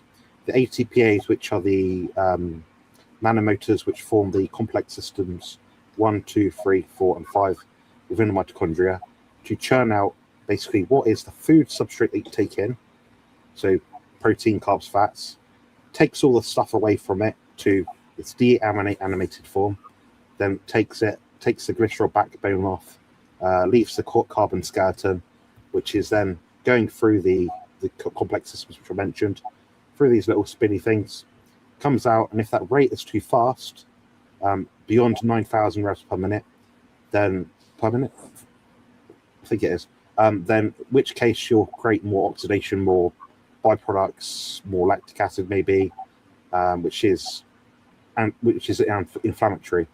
So that's why we can't rely on supplements really, in that sense. Like, we have to be careful. So whenever I suggest supplements to someone, it's always to plug a very, very specific gap at a low dosage.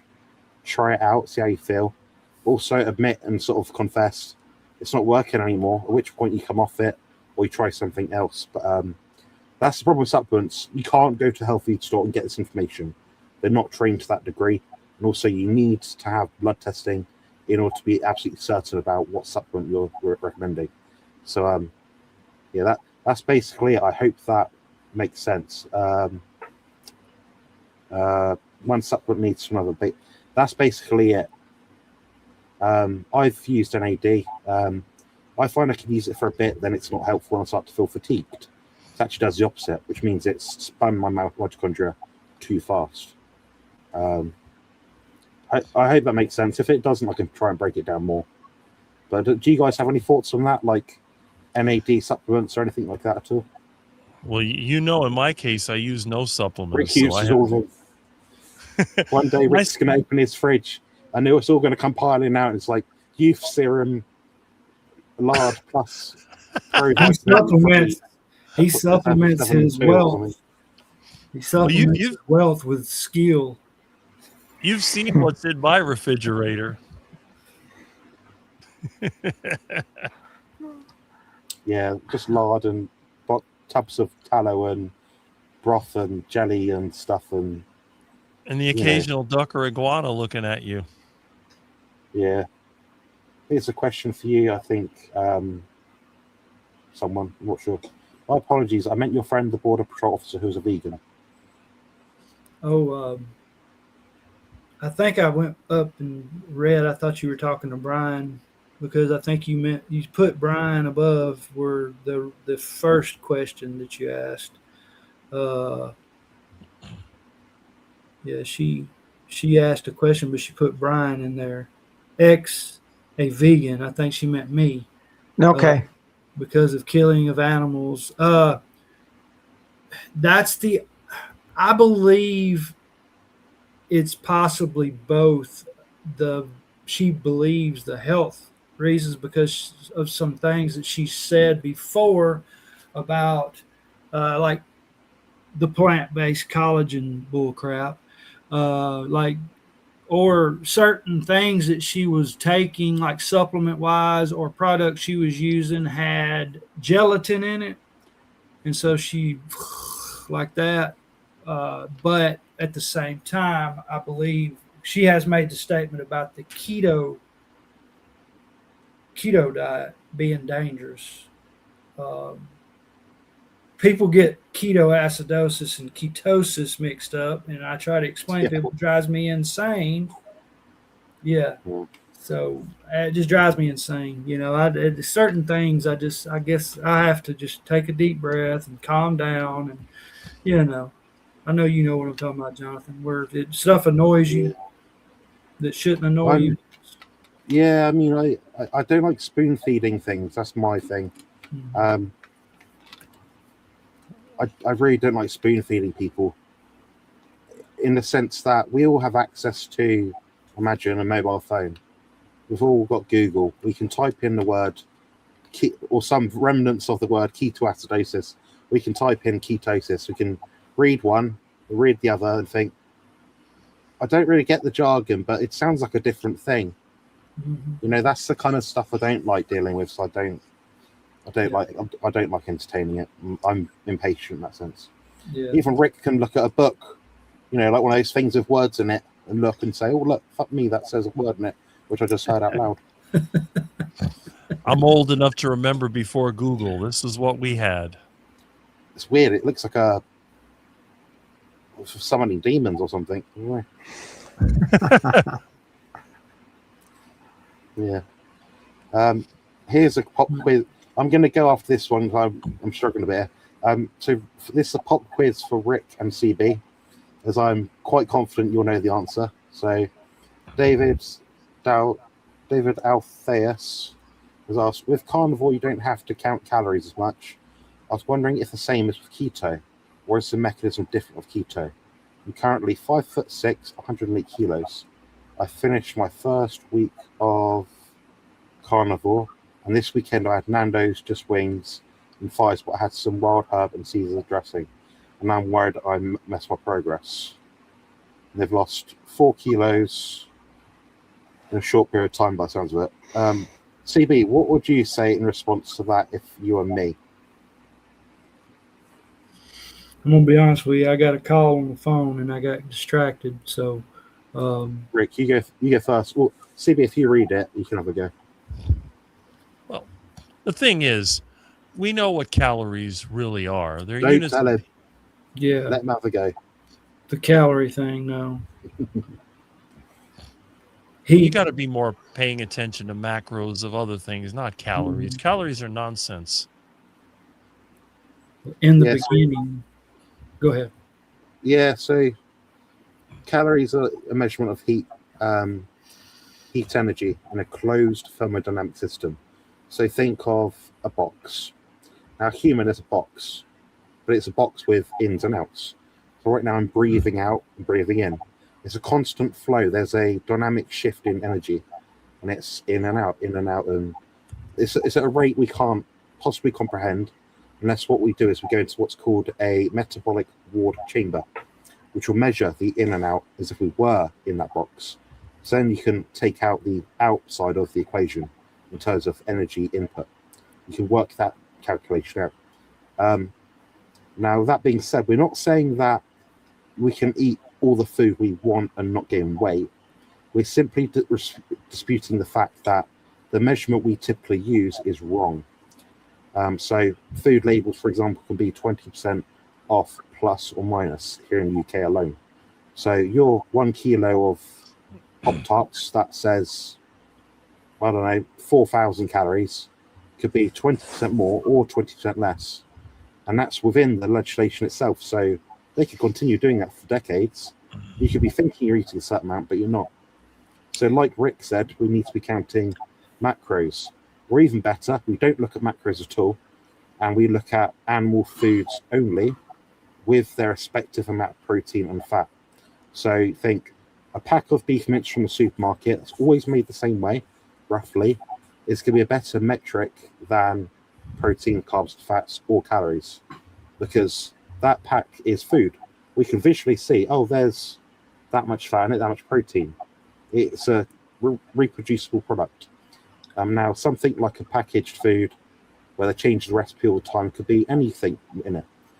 So we don't count calories at all. And I would like to add to the whole keto thing too. Is keto a diet or is it a metabolic state? Keto, are you going to be in ketosis? That's the whole point of keto. keto. That's the misconception people get. Keto, you're not going to necessarily be in ketosis, if you are eating low carb, lean meat, and you're not fat adapted. So therefore, the whole keto thing is technically it's not a diet. You know what I mean? So that's another thing I'd like to bring up is the whole keto thing. People think, oh, you're just going low carb, you're eating keto. I'm eating keto. Well, no, you're not eating keto. You're eating fat, maybe, and low carb if you're planning on being. And I ate dick once, and that made me gay. All right, yeah. I knew that was coming. And it had a J too. It looked like John Studd. I was hoping I'd see a face food. I just wanted to hear what they'd say. A black guy from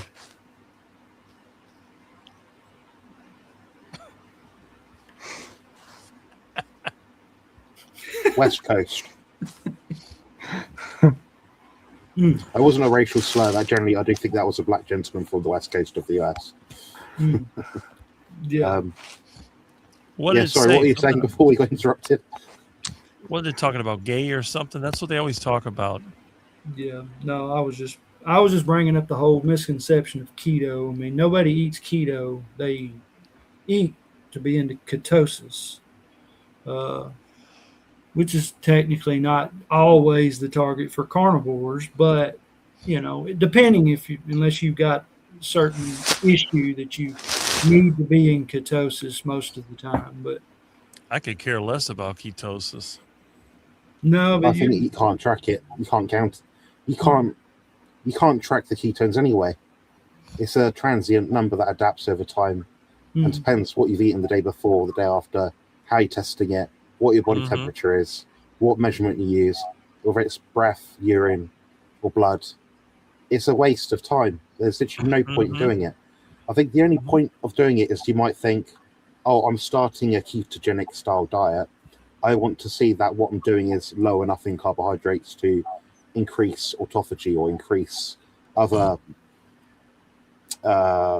lateral markers of whatever metabolic process you're trying to do. Outside of that, it's a complete waste of time. If it means people look at a number and it means they can stick to their diet better, yeah, it's useful in that sense. But in terms of practical use, how you manipulate your diet, it doesn't really do much. Joe said, remember one of our conversations, Jonathan astonished me asking him, saying, he told me to go Google it. What's this? I love cats, they taste just like chicken. Oh dear.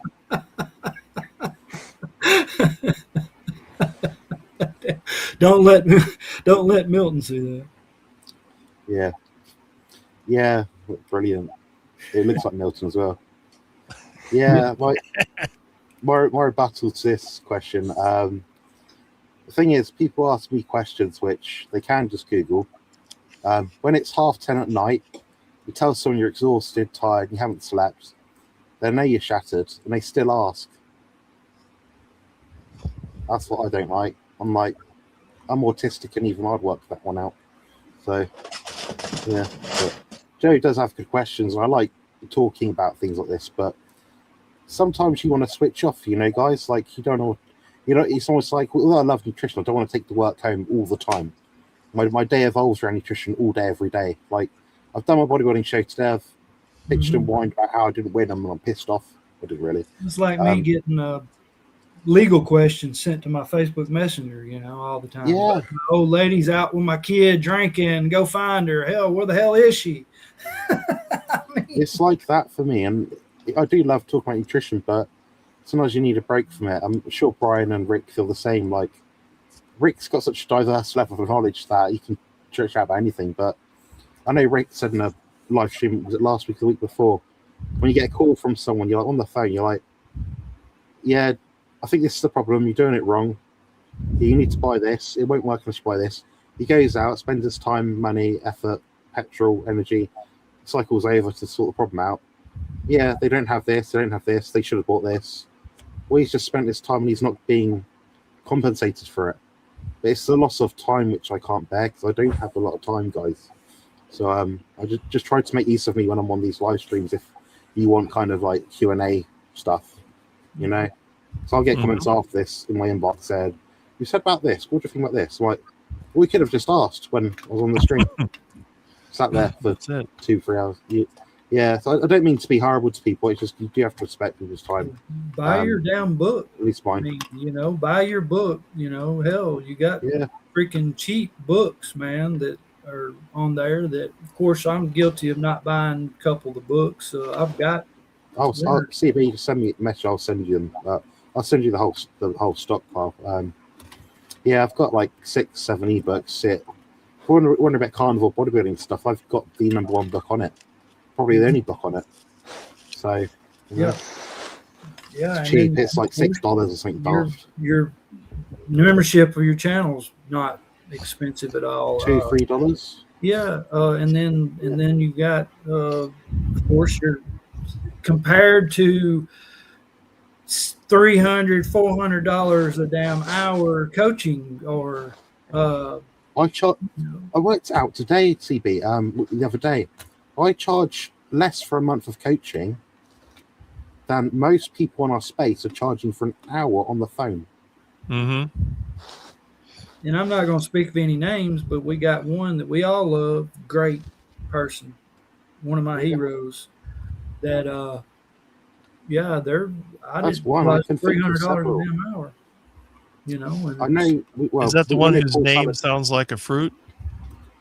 No, he's 1,000. Oh. Yeah, and if you're on about a metabolic doctor, 2 of them, one is from, I think, South Africa or Australia, I can't remember. He's $400 per hour. If you want to speak to one of the other bigger doctors' names, $400 to $600 per hour. People are like, oh, but they're a doctor. I'm like, I'm a nutritionist. You're asking a nutrition question. And well, not just a nutritionist, but also professional bodybuilder. A professional bodybuilder. Or you can ask Rick, and Rick will give you a better answer than most of these guys. Well, it depends. If you want to be a skinny quack, I can tell you exactly how to do that. If you want to skin an iguana and cook it in a pot. The anti-suicide diet. That's right. If you want to look like a vegan, but be a carnivore, just come over to me. I can help you look like a 30-year-old vegan. Which I can attest for two on here right now. Kurt's got it. Yeah. Big thumbs up from me. Mass. It's like saying how many calories are in a gallon of diesel versus a gallon of gasoline. We'll compare a plate of sour gummy bears versus a plate of ground beef and eggs, and in the same calorie amount, see which one's going to make you feel better. Or the one thing I love about my following is they're all happy to chime in and say, in my opinion, what is the right thing. You know, the more people that watch my content, it means helps me out a bit, but also helps everyone else out, because then I can share this information. It can go for other means to more people that might need that help. Because that person might have never heard about this calorie talk before. They'll be now, assuming they followed the advice, the information, they're on a different level now. They can accelerate their results because they're looking at the right measurements. And tips like this, you know, how do you feel? What's your clothing measurement like? You know, all important stuff. So, yeah, I'm so proud of my audience and my following, and people on Rick's channel as well, that are sharing the right information. It's really good. That's right. You're not going to get any BS on our channels. I'll take the weight back that I had, or I say I'll take the fat and the water weight back versus how my brain feels right now, and how my brain was when I first started on to, you know, what the effects of the power of the of carnivore. I'll take the mental effects that it gives me over anything, and the prescriptions I don't have to take anymore. Yeah, definitely. Yeah. Joe's rebuttal to our rebuttal is, tell him if you want to make friends with someone, tell me your time ready for sleep, not go Google it. And that's the point. I told you I was ready for sleep. I was tired. Then you said, question. I was like, go Google it. You get what I mean? That she didn't listen to what I said in the first part of my initial rebuttal. The point was that she knew I was tired and I needed to sleep. I don't know. Well, she's gonna have a go at me now, and I'm gonna be like, oh. She's already sent me a message and deleted it, so God knows what that was. Oops. Yeah. Anyway, I'm going to go rest now and relax. You guys can talk about more interesting things than riboflavin and fucking NAD. That and start to wind it up because Jerry's having her live stream in 20 minutes. Oh yeah, we don't want to interfere with that too much. It's about time for me to eat. Mm-hmm. My heart attack chicken is cooking as I speak. I can smell it. I'm gonna cook some bacon and eggs. I've got a whole chicken tomorrow. You probably raw weight 1.7 kilos. Got about 150 pounds of whole chickens in there that I got for free from the this chicken place that they were getting rid of a bunch of. The lady at the cook at the jail, she had a whole flatbed trailer full of them. So I went there and got like 3 boxes, and they're like 50-something pounds per box. Yeah. Nice, that's sick. Rick and I are going to be doing a carnivore mukbang before Christmas. We're going to get as much meat as we can possibly afford and cook or not cook. Completely optional. There you go. Just be careful, guys. And we're going to eat it on camera for like ages and see who lasts longer. Can eat the most. Yeah, what we'll do is we'll weigh the food as a whole. So we'll say we've both got 4, 5, 6, 7 kilos, whatever arbitrary amount of food. We'll have it next to us. We'll take it off. Then we'll weigh it at the end and be like, when we've had enough, and be like, "Oh, Rick, I just beat you by 1 chicken breast." Well, you could beat me by a chicken breast because I hate them. Yeah, we'll make it comparable. We'll make it so we'll use the macros, so we'll make sure it's the same protein and fat. It's, because I don't eat pork, so it's. I know Rick probably wants to have a bit of pork, probably. So I think it's amazing that somebody as big as Jonathan and somebody as skinny as me can eat similar amounts of food. And in a carnivore community just focused on fasting and 1 meal a day, you got 3 and 4 meals a day. You got 3 meals a day. That's why I like being here, because I'm not the oddball. I'm not telling people to fast. I'll never tell people to fast. I fasted today, but I'm back sort of. I won't say 3 meals a day, but I was 2 meals a day mostly for freaking 2 years. And I went back to 3 because what I do is I get up in the morning and I'll have 3 soft boiled eggs, and just for the protein, of course, and fat also. But I've added that a little bit back in my earliest part of my day. So sometimes I get up at 3 or 4 o'clock in the morning. See, I have a theory, which I've had for a long time. I notice when people get older, they eat less and they eat lower quality foods. And I think I was going to do the opposite. As I got older, I was going to cram more and more meat and higher fat animal-based foods, because I figured if they're going to try to live longer and not get that heart attack, I don't want to go in the nursing home. I want to go straight to the ground, straight to the cemetery. I want to skip the middleman. So I'm going to be out there working or hunting or doing whatever, and I'm going to get that chest pain and I'm just going to drop, and that's going to be it. By the time the rescue gets there, I've been dead for a couple of minutes. Oh, he's flatline. He's getting cold. So there's no hope of bringing him back. I don't want to go out slowly and fade away. I want to go out quick. Oh, one of us is going to come along and we're going to do CPR and all that shit on you, Rick. It's gonna eat so much, he like blows up and bigger. Eventually, it's gonna be pop like the Goodyear balloon thing. That'll be how he goes. His belly will just go. It's so funny. We're going to ruin his dream. One of us is going to decide to meet him one day, and he's going to be laid out there after having that heart attack. Oh, 911! He's we're going to save him. No, Rick will walk around with a do not resuscitate sign on him. Like he'll have it like tattooed to his head. Let me leave my own way. I'm gonna go now, because I said I'd go half an hour ago. I'm gonna start streaming. Be careful. See you later, Jonathan. Yeah, have a good day. Have a good Don't day. forget Jonathan. live stream. Shit. Wait, where am I going? There we go. All right, take care, guys. Thanks so much for joining, everyone. These guys are going to carry on the stream now. And lovely Joe. Please subscribe to her below, please. Love you lots, Joe. See you in a bit. And goodbye. Be good. Be careful. All right. What's up, Dan? What's up, fellas? What's going on? Hi, Dan. Well, we're having a little conversation here with our friends. I love it. I just wanted to drop down, man, and just say what's going on to everybody, and just loving the conversations.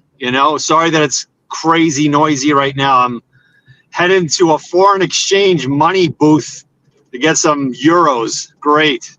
Oh, gotta pay some taxes overseas. That's awesome. really? Damn. Oh my goodness. Yeah. So, you guys saw it earlier yesterday. Crazy. Now I guess coffee's bad for me. And again, I'm not like demonizing coffee. I freaking love that crap. But that sucks, man. Yeah, that was like a horrible experience last week. Like I had like that mini stroke, and all of a sudden I couldn't remember anything. I'm driving and looking at my wife, and I'm telling her name, and I'm like, "That's your name, right?" And she's like, "What the hell's going on with you?" That was a crazy story. I don't know if CB saw it or not. Yeah, I don't know if I did. I don't think I did. I saw it and commented. Yes, you did. I appreciate you for that, man. It just, whenever something bad happens, all of a sudden, whoever your friends are or family, right away, they think that the root cause is carnivore. And I'm like, well, pump the brakes. Like, that's why it's kind of like a two-edged sword, right? If you think about it, you want to share carnivore, but at the same token, that's the same weapon that they're going to use to backstab you. Oh, you're having headaches? Yep, it's carnivore. But like, you can't use it the opposite way, or you're going to be looked at as someone who is shaming the other person. Like when my friend comes back, he's like, "Oh man, my knees or my head." I'm like, "Yeah, because you're fat. You're eating bad shit. You're eating a lot of bad stuff. You're eating Twizzlers. Well, don't judge me. Then don't tell me that you have a headache." Duck food. That's what you're saying. Mm-hmm. Even ducks have fevers. Yep. Yep. They have diabetes too. Yes. I've yes, had ducks exactly. I've given ducks a heart attack. As you know, I've had 2 ducks I gave a heart attack to. I could totally see the ducks quacking around where Rick is with those glucose patches on the shoulder. Well, I'm telling you, when you fatten them up, you got to watch them because they can drop dead at any time. And if you catch them later, they'll already be decomposing and they're not edible. But if you catch them right when they're having the heart attack, the meat is very delicious. Mm. Yeah. It is delicious. It really is. When I went to this churrascaria place with Lewis, they had this beautiful duck and whatnot. But again, they lather it in sugars. Oh. So it's crispy. And what are you guys doing? I'm okay. I don't want that. Just my duck is crispy without sugar. How do you cook it? Do you deep fry it? Yeah, of course. Deep fried in beef tallow. How dare I ask that question? Shame on me. Right now, I got chicken cooking in the kitchen, deep frying in lard. That's what I was going to ask you, Rick. What is the temperature that you use to deep fry? I really don't know, but it's probably, it's hard to say because I just go by smell and sizzle. I mean, it's got to be, I don't know. I go by capacity. If I have a thermometer, let me see if I can get a thermometer. It's cooking now. I go off the capacity of the pot and then how much chicken versus how much lard. I just make sure it's not too much in there to where it boils over. I don't cook it too much, but it still needs to be boiling a little bit, or I'd say boiling. It looks like it's your grease needs, or grease. I say grease. I'm going back to the sad diet days. Your tallow, or I've been using tallow, but I just make sure it don't get too hot and it's not too overflowing to the point where you cause. Because my first attempt at heart attack chicken, a big pot, it almost ended up like Thomas from Target Prime Rib, if you know what I'm talking about, where he tried to cook the whole chicken in the down or whatever in that pot, and the grease came up and actually splashed on his face and burned his face. Oh, no. So it's just. Do you do it like medium heat or like full on flame? Well, I tell you, I'll show you real quick. This thing maxed out. Thing right here. I got this off of Mitch. Mitch is a link. It's a thermometer. You can. It's got a trigger on it, and I just get it up to about 300. I just make sure it's about 350. He's the expert. I'll let the expert talk. I got 265 degrees out of this thing right now. Oh, okay. I usually get it up to about 350 according to this thing, or 300, it's about 335, 350-ish, whatever. And then once you throw the chicken in there, it's going to cool it down. So, but what I do too, here's what I do. I don't know if Rick does this too. I will put it in the oven for a minute and and try to dry it out and then pat it down dry, or I'll put it in the fridge overnight and let it dry out slowly in the fridge openly, and then I'll cook it the next day. Because if you cook it, it's more prone to overflow and really make a mess if it's fully wet with water. So you want to kind of dry it out. That's just me. Now, Rick may have a different approach or different advice on that, but I just make sure it ain't. Well, the thing is, I put it in a little bit earlier before it gets really hot, because I'm not trying to get the super crispy outside. I like my chicken super fatty. When I take it out of there, it's dripping fat all over the place. A lot of people, when they deep fry, they don't want the greasy food. I'm the opposite. I like it extra fatty. So I put it in when it's still heating up, so it can't splash out. And there's a lot of fat in there. So even if the water does boil, it boils as it heats up. So it'll start to sizzle and it'll go, when you put it in there at first, it's not that much. And then it goes, it starts to build up as it boils. Yeah. So, but I use a stainless steel pot. I do it a little differently than most people.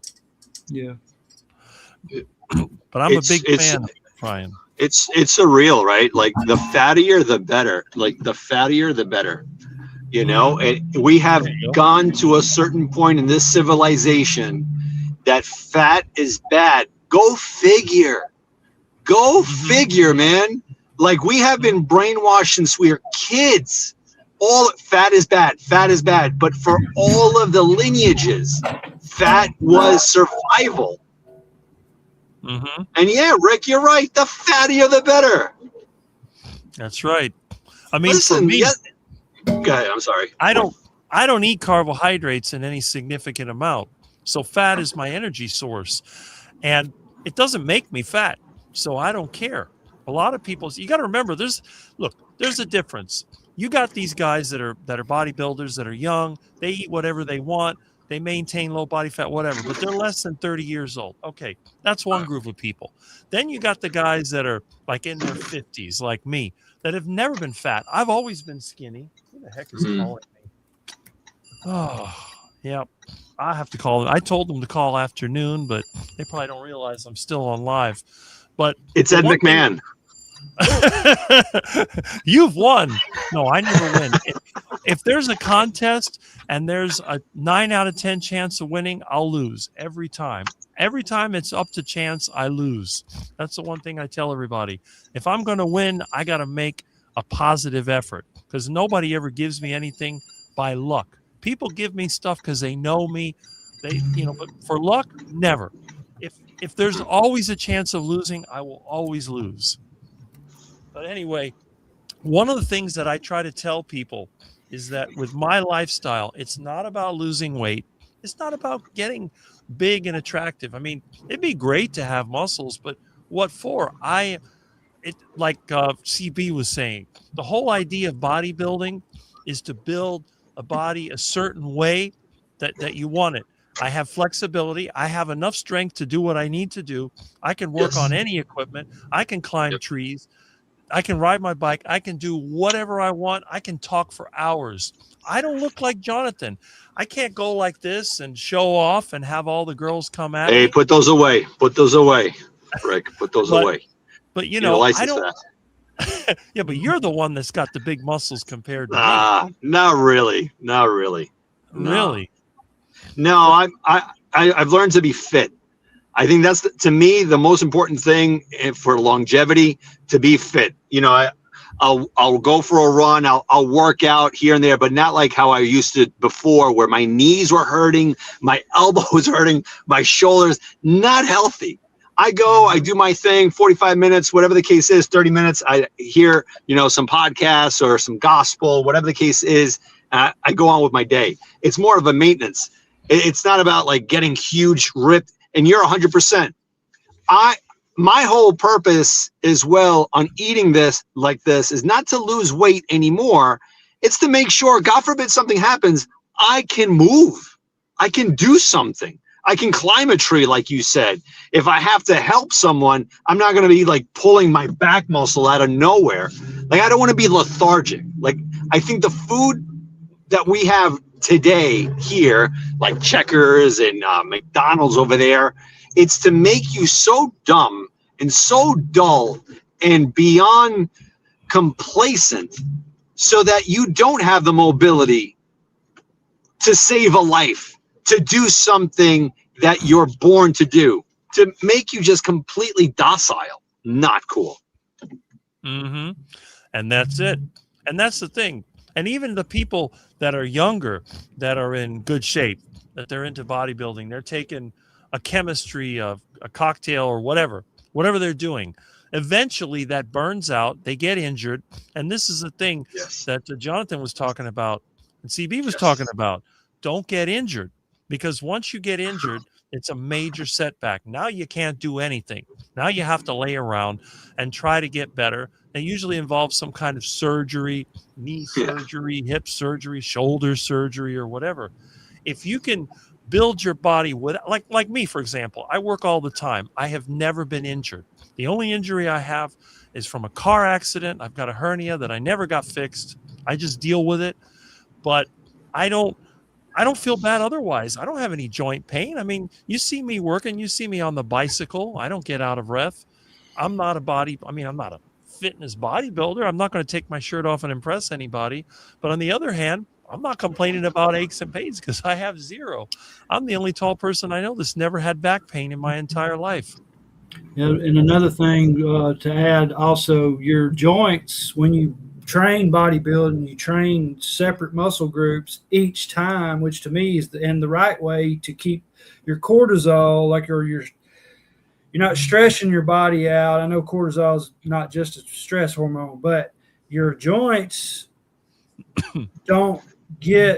don't have a vascular system, so therefore the only way it gets the form of nutrition that it needs is through synovial fluid.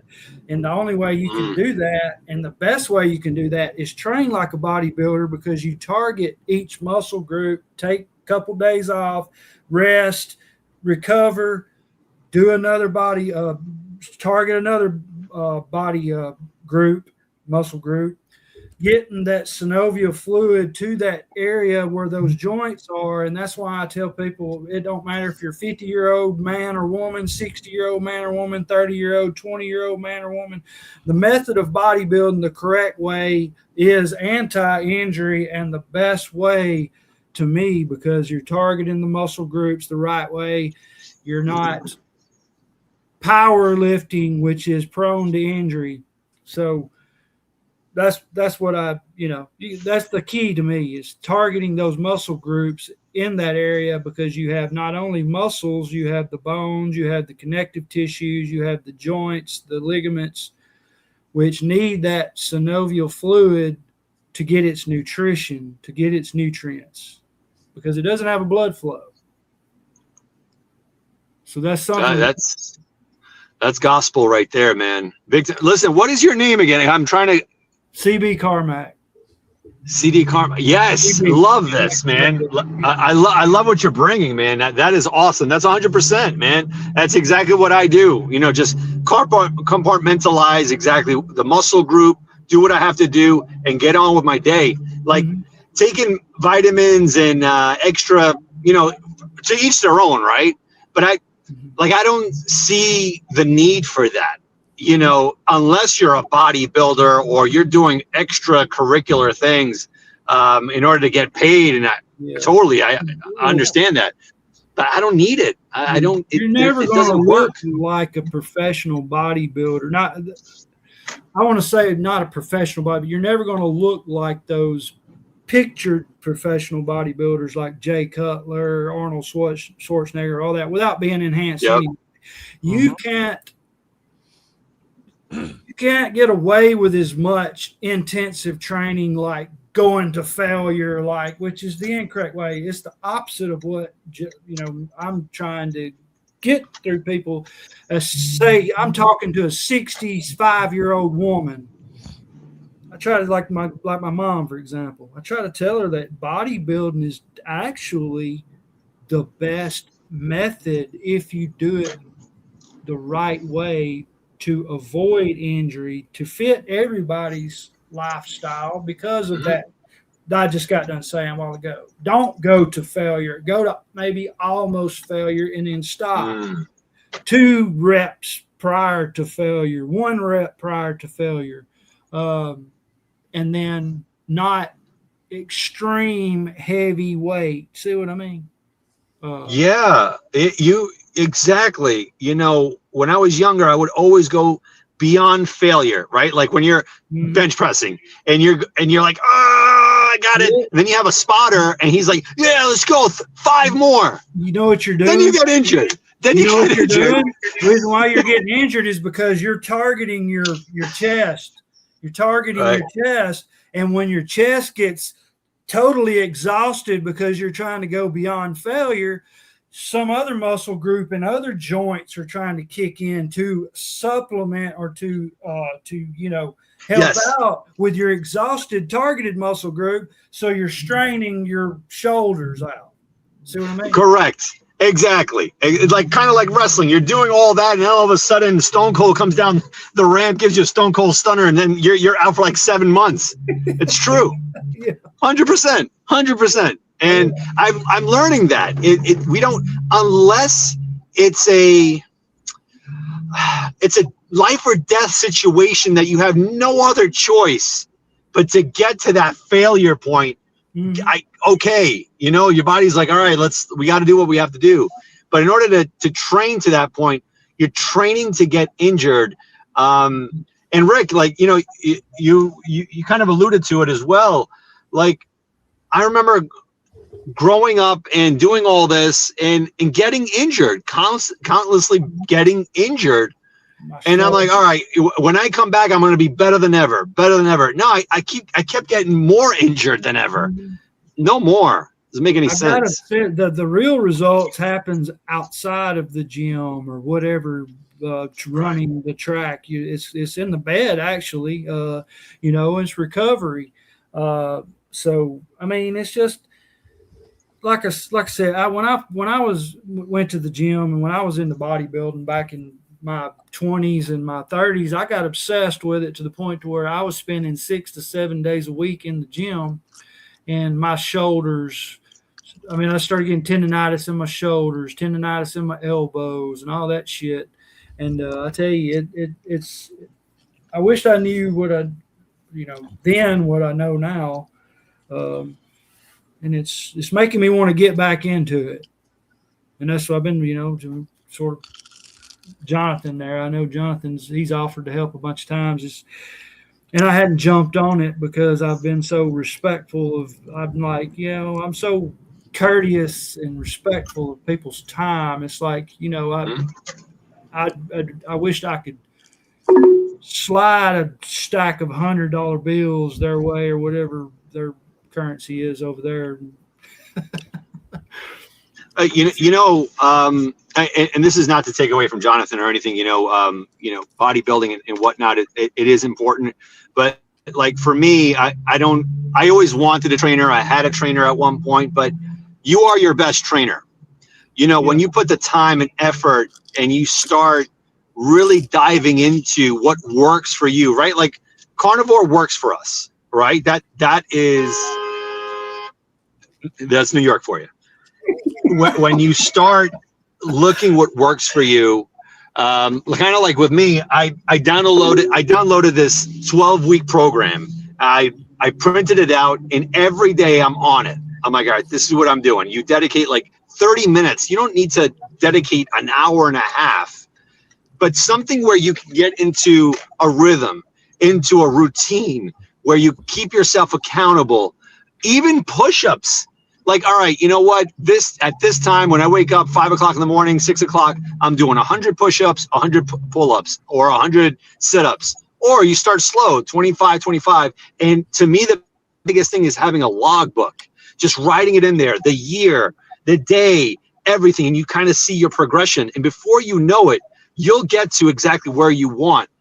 My whole thing is envisioning, looking in the mirror and saying, all right, I'm going to look like X, exactly what my mind is. I'm projecting it, and you'll get to that point. Like you're utilizing everything within your ether to get to that point. And I know you can, without a doubt, just for the mere fact that you have that kind of inception in your mind that you want to get back to, the bodybuilding, working out. You have it in you. You have the seed. Keep on watering it. You'll get there without a doubt. Mm-hmm. Oh, yeah, appreciate that. Absolutely. Now, with that being said, I got to log off. I got to the mall, Rick's favorite place. Rick's got his DoorDash Kentucky Fried Chicken he's eating on. Have a great day, everyone. God bless. All right, Dan. Great for being here. Yeah. Bye. I'm having my heart attack. That's what I did. Yeah. Yeah. You like the whole DoorDash thing right there. Was mine's a kitchen dash. Yeah. Yeah. I'll never understand the whole need for food delivery. Look, I was on a live stream and I cooked up the chicken. I didn't have to call anybody else. Yeah, I hadn't eat all day long, and I mean, I'm just now getting to the point where I feel like I could eat a pretty good little meal right now. But that heart attack chicken is sounding and looking pretty damn good. It's crunchy. It's delicious, and it's so simple. You got all that chicken, get that lard or tallow, heat it up, throw the chicken in there. And in my house, the kitchen's on the other side of the wall. I can smell it. Yeah, I do wings. I do wings sometimes too, and every now and then I get a wild hair, and I do get some clean. I found that I do my own buffalo chicken. Mm-hmm. But I use, I found that the regular Franks don't have the like soybean oil and all that crap in it. Mm-hmm. So I use the regular, and then I sort of dilute it down with bacon, of course, melted bacon or even a little bit of water. And I'd get a wild hair every so often and make buffalo heart attack chicken. If you like spicy chicken, you ought to learn how to ferment hot peppers. I don't tolerate peppers like I used to, though. That's the only thing I have to watch out, because I will sit on the toilet the next day for like half a day thinking that I got to poop, but it's probably the defense toxins or the capsaicin trapped up in my intestines or something, But if you ferment it, it's not as bad. I can't eat peppers, but I can take fermented hot sauce. It doesn't bother me. Yeah. I let it ferment for months. Yeah. I want to get into that fermented foods more often, even fermented meats even. Oh, yeah? I'd like to do that, yeah. I know some people love that fermented fish, the surströmming, but I don't really like it, but some people do. Yeah. I'll try it. I can't say that I've ever tried it. I'll have to try it and see. But yeah, all that fermented food. Now I have made in my Instant Pot yogurt. Of course, you know, you kind of sparked that. I made I'm a big yogurt guy myself. big, gigantic. Like I'm talking probably. I mean, I made like 1.5 gallons or 2 gallons at a time on it. That's good. Yeah. I mean, all the older people I knew that lived over 90, they all ate yogurt. And it seemed to work for them. Doesn't seem to hurt anything. It's got a yogurt. I even want to do, it's got a yogurt button on that Instant Pot, but I even want to do the raw milk yogurt. Of course, you know, the whole purpose of that would be not to reach because the typical yogurt is to cook the recipes that I've looked into. You raise the milk up to about 180 degrees first, and then, but with raw milk, you don't want to do that. It'll defeat the purpose because it'll kill every damn thing. You're practically going through the whole pasteurization process. Right. So why not just go on and get already pasteurized milk and didn't make it with the yogurt, but I think supposed to go over like 100 and something. I forgot exact temperature, but you don't get it hot like you do like the already pasteurized milk. Right. And then let it cool down, of course. But yeah, it's kind of nice because you can make your milk last longer when you make yogurt. I stopped drinking milk at age 20. But I am a believer in eating dairy, and I know a lot of carnivores don't believe in dairy because it says it makes them constipated and they gain weight. But I've never been constipated in my life. Well, I tell you, I've got a whole damn refrigerator full because my wife she works at Chick-fil-A anyway. But she used to bring food home when I ate the duck food diet. She'd bring sandwiches and whatnot because she gets like a meal for break like every day, but instead of doing that, she's been bringing home the milk, the little cartons of milk. So she brings that home, and of course from time to time I ain't gonna lie, I do like some damn white milk, whole milk that is, but I'll take like either heavy cream or I'll take half and half and I'll dump it in a glass, and then I'll dump because it's 1% fat milk, and I'll like fatten it up. But I used that because it's free, but I got to add fat to it though. Exactly. Rick's hungry from all the talk about those gains here, right? Yeah. I'm okay with sauerkraut occasionally, but not kimchi. Yeah. And I do put sauerkraut when I have to eat a lot of pork. When I don't have a lot of beef, it actually helps me. I'm not sure why. My cat Milton, he likes sauerkraut too, which is funny. He loves to eat that stuff. Yeah, and I know your sauerkraut is probably good for him. Oh, it ferments for a month or more.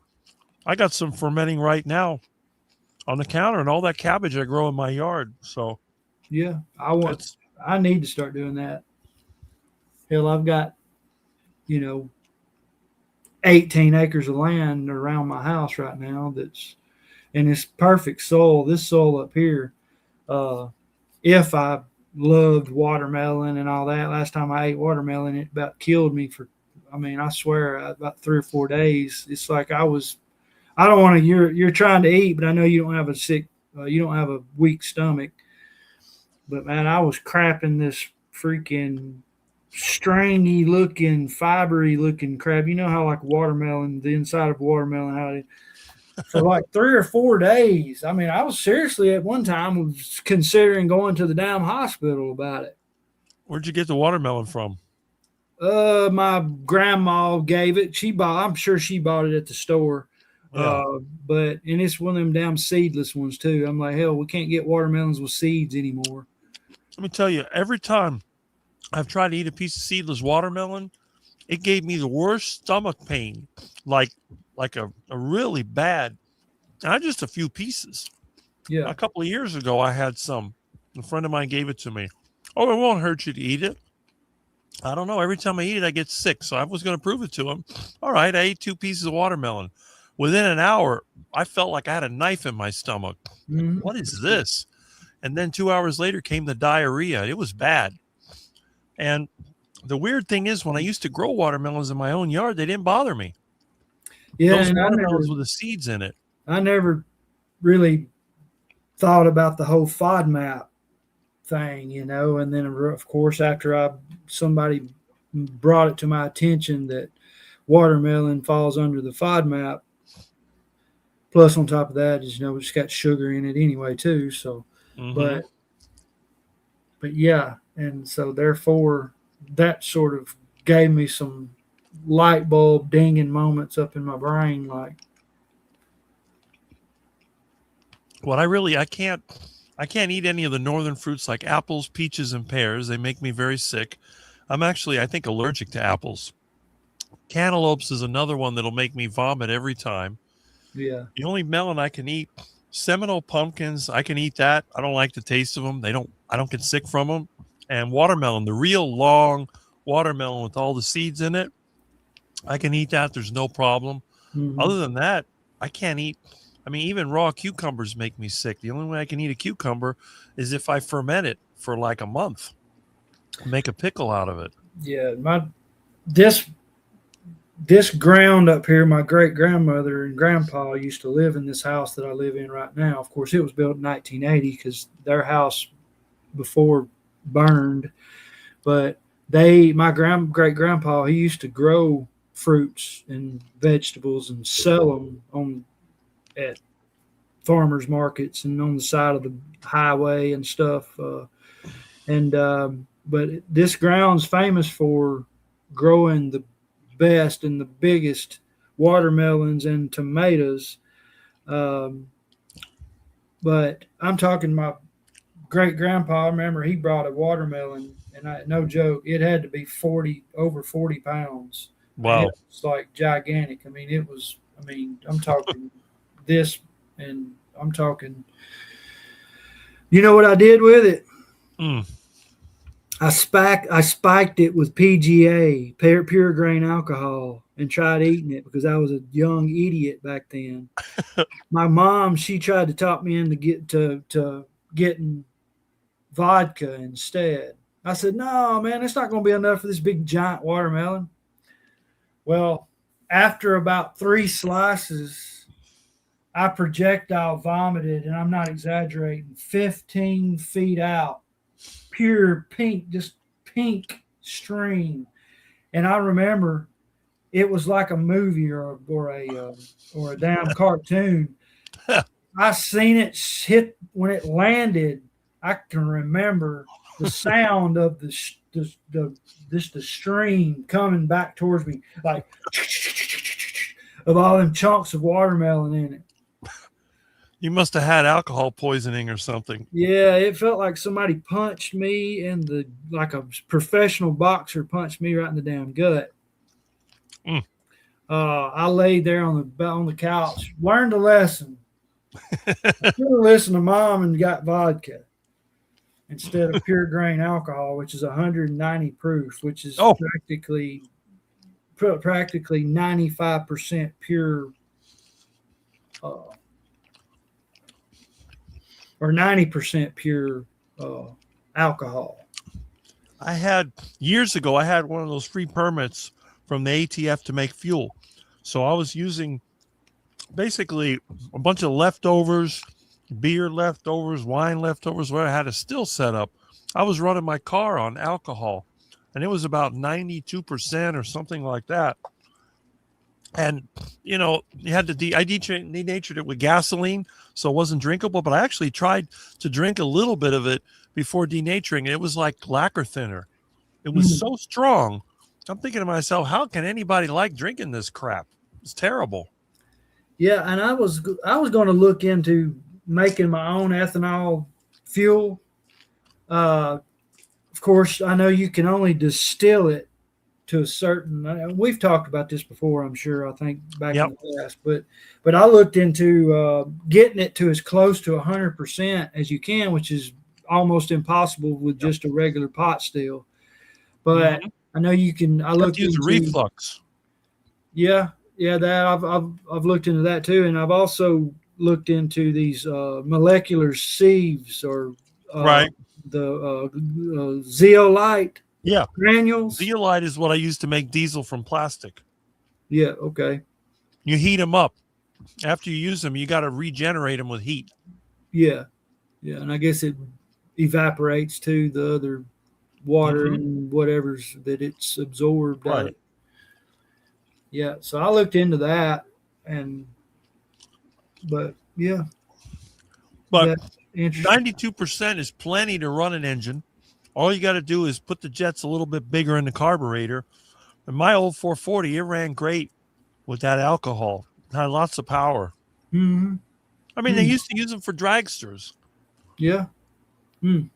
Yeah, I guess that's true about when you see these old movies where they run out of gas and they get the Beverly Hillbillies or whatever, and they're using the down quart of moonshine and pouring it in the engine. My mom's old car, when they brought back the emissions, it wouldn't pass. So I used to mix the alcohol that I made in her car. And it would go through there, low hydrocarbons, low nitrogen oxides, everything. One time, they kept retesting the car. I went, what's the problem? I think there's something wrong with the machine. It's coming out too clean. Well, I don't know. I think we got a question in here from David. He's hi guys. How do you know if you're overeating or not? And I think if I remember your question or you remember your comment earlier, you're on Carnivore for about a week, I believe, or whatever now or so. At the beginning, best advice I've saw just to give somebody as far as just beginning Carnivore was for Mitch when he says in the beginning, you just eat until you can't eat no more. And then Anthony Chafee, Dr. Anthony Chafee, if you're familiar, David, with him, I'm sure you are if you're doing Carnivore, or you've been Carnivore curious for amount of time, that he always says, let your tongue tell you. Your tongue tells you if you're eating a steak. If it's tasting great, keep eating it. And when it stops tasting, that's your satiety kicking in. So, I would definitely, I appreciate that too, Jonathan. That's unless you're like Rick, who will eat and eat and eat and it never tastes bad. Yep. Yeah, you can eat like bags full of garbage bags of meat from the dumpster and still. Well, I can eat a lot of food until I can't swallow anymore, and then I have trouble breathing, and then I know that I'm overstuffed. Yeah. So I learned my lesson. But of course, when you're like you, though, you can obviously see that you're not worried about being overweight. No. I've never been overweight in my life, and I eat 3 times a day. But you can't use me as an example because I'm the exception to the rule. Yep. That's the problem. Your physiology has set in since you was a kid. You done it like I wished because I always wanted to be I thought I was going to be 6'6", 6'8" professional basketball player because I'd always loved basketball when I was a kid. I played basketball outside constantly and played in high school. But if I would have been on to this Carnivore thing like you, I wished I would have, but hey, I'm here now for a reason. But I could have grew 6'6", and I probably would have gotten. I was short. If you see my pictures from junior high, you can see how short I was. Yeah. I hit the Carnivore diet, and man, I grew like crazy. And my grades went up. That's a weird thing. A question. What do you think of the Cadillac 500 V8? I remember that. They were, I got friends that used them in swamp buggies and airboats. They were pretty good. Gas guzzler, though. Yeah, and a lot of times and I was reading Jonathan's comment, yeah, because that's he's giving away golden nuggets there that would sometimes, most of the time, cost you a good bit of money from other people, but he's that type of person where he gives away these golden nuggets. But and it was going back to David, and like a lot of people, they think about what you're eating, what you're not eating, and Jonathan's mentions in here about sleep. Sometimes your sleep and your circadian rhythm, your stress, and all that plays a huge role in why you're getting that little bit of belly fat coming back. You're like me a little while ago. My roof gets damaged by a storm, and then I found out my truck's got a oil leak all of a sudden. When I all of a sudden had this damn recall, I had to carry it and in the area where it happened, the oil starts leaking, and of course then you get behind on a bill, and then all of a sudden it's just shit just starts piling up. The next thing you know, your sleep's poor, you're getting this pudgy gut, and then it's sometimes not to do with just eating something, but it could have to do with what's going on in your life. Well, if I could find the picture that my friend took of me when I was taking care of my mom, I added body fat, and my diet did not change. I was only getting 3 or 4 hours of sleep every night. Yeah. Oh, yeah. So that's a good example. And then after mom died, within 2 months, I returned to my normal self. Funny how that works. Yep. Right. Yep. It's a good advice, Jonathan's always got good advice. Let me see where. Oh, my cat. Hold on a second. And Milton is over here. What are you doing? Let me see if I can get Milton some meat because he's over there trying to get me. Milton, get over here. Milton, what are you doing? Oh, my goodness. Watch out. Silly Milty. Milton.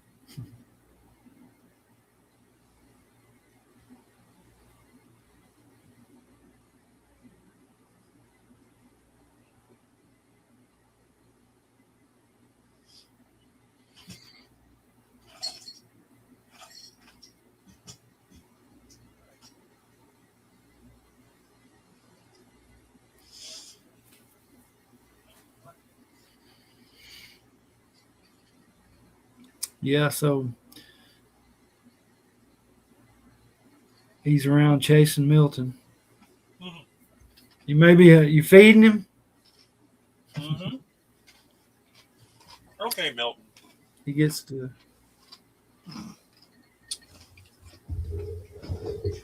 All right. I got myself some water while I was giving Milton some food. Yeah. Just be careful giving him all that meat. It's probably not good for him. He probably needs rice flour and fruits and veggies. Yeah, he might die at 21 years old like Garfield did. Got a question for Jonathan. I don't count reps, I count time. Yeah. You need to watch Jonathan's videos. That'll answer a lot of the questions about his workout technique. You're looking pretty fresh. Okay. Yeah, appreciate it. I'm actually, I finally got some sleep last night. I had like 3 hours of sleep the night before, but and then I had to drive about an hour away one way and then back to get this murderer, that known cop killer, probably known all around the nation, that take him to court for this nonsense hearing that we keep having to go get him for. Now it's going to be interesting. He's wanting to try his own case. He tried firing his lawyers before, and he wants to be his own lawyer. I don't know. You muted. They say when you represent yourself, you got a fool for a client. Yeah. Yeah. Well, yeah, because his lawyers, he's got 2 lawyers that have been is very experienced with capital murder case. That's what this is, a capital murder. So That's it. Milton. Now Milton comes over here to pick over the bones. I gave him a piece of meat. Look where he's at now. yeah, you ought to give him a little bit of that sauerkraut in there. Maybe he'll. Yeah, I got some of that. That always wakes. I don't know why a cat would want to eat sauerkraut, but it goes to show that even if you're a carnivore, we'll eat plants at times. Yeah, I've noticed cats. They go out there and eat grass. They'll sit there and eat grass and whatnot. So right. It's like they got a sense of knowing what's good for them or what they need. Well, that's it. Now, sometimes they get in trouble and they eat poisonous plants and get sick. But, normally in the wild, they know what plants to eat. And it's not just cats, it's lions too. Everybody, I don't know who came up with this term lion diet, which I think is really kind of stupid.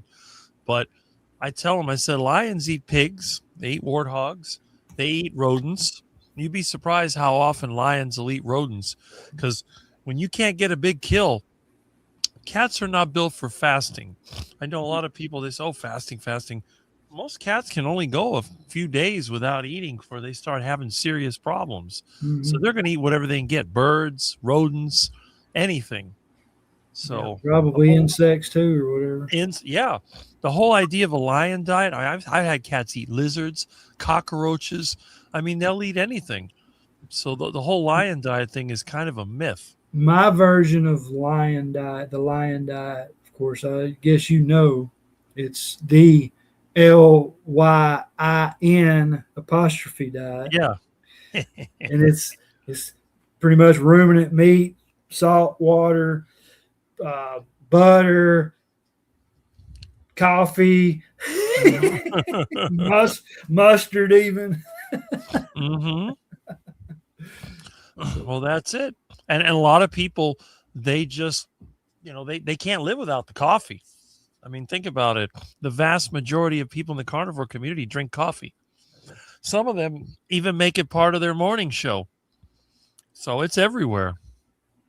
I think I'm going to have to cut back on coffee because I don't know. I've got these theories brewing up, but I started getting a little bit of a pudge down there too. But of course, I got to where my caffeine intake was a little bit excessive for a while. So I feel like too, of course you got the adrenals and all that stuff and everything, and caffeine's supposed to affect them, and whatnot. And I'm thinking, certain amounts is okay, but excessive amounts may have an effect I know it'll have an effect on your sleep, but. Yeah, it looks like Jonathan's cut out the coffee for a while. I just don't like coffee. I don't like anything hot. That's the thing. I live in Miami. I like my meat hot, but I don't like my drinks hot. So if I'm having a super hot heart attack chicken or a heart attack burger, I always like to eat that stuff when it's fresh off the stove while it's still dripping in fat. I want to have something cold with it. Why would I drink something hot like a coffee? I mean, it doesn't make sense. I don't live in a cold climate, so I got no reason to drink anything hot. And maybe you should try iced coffee, Rick. Like a crack dealer trying to tell you, here, I've got my brand. Let me put my link in the. Well, there you go. No. Yeah, but some people, I mean, they can't live without. I know people, they can't live without their coffee. First thing they do in the morning when they wake up, they fire up the coffee pot. And, they're not going to do anything until they had their coffee. Mm-hmm. When I wake up, I go straight to the kitchen. I turn on the burner. I start cooking my eggs and meat. And then I come in the house, usually the first thing I do is go to the living room, turn on the computer, look for Dr. Kiltz or Mitch or whoever else is having a live stream. I'll have that on while my food's cooking. Yep. When I got better results out of it when I wasn't, excessively just drinking coffee and whatnot all the time throughout the day. Mm-hmm. Well, you got several acres at your place. What do you got on there? Just a forest or grass or what? No, I've only got about my forest. There may be maybe 2 acres of it is forest. Of course, then I got land that I've got access to that I don't care about asking any permission because I've already talked to a doctor owns the land back behind me. But about maybe I would say estimated maybe 2.5, 3 acres maybe is forest. The rest is practically open around me. You got to mow all that? Yeah, or just let it grow. There you go. Because I figured if it would grow, it'd be all woods. I've got a big giant 0-turn lawnmower that I paid $7,000 for back a few years ago. So I did it because of that.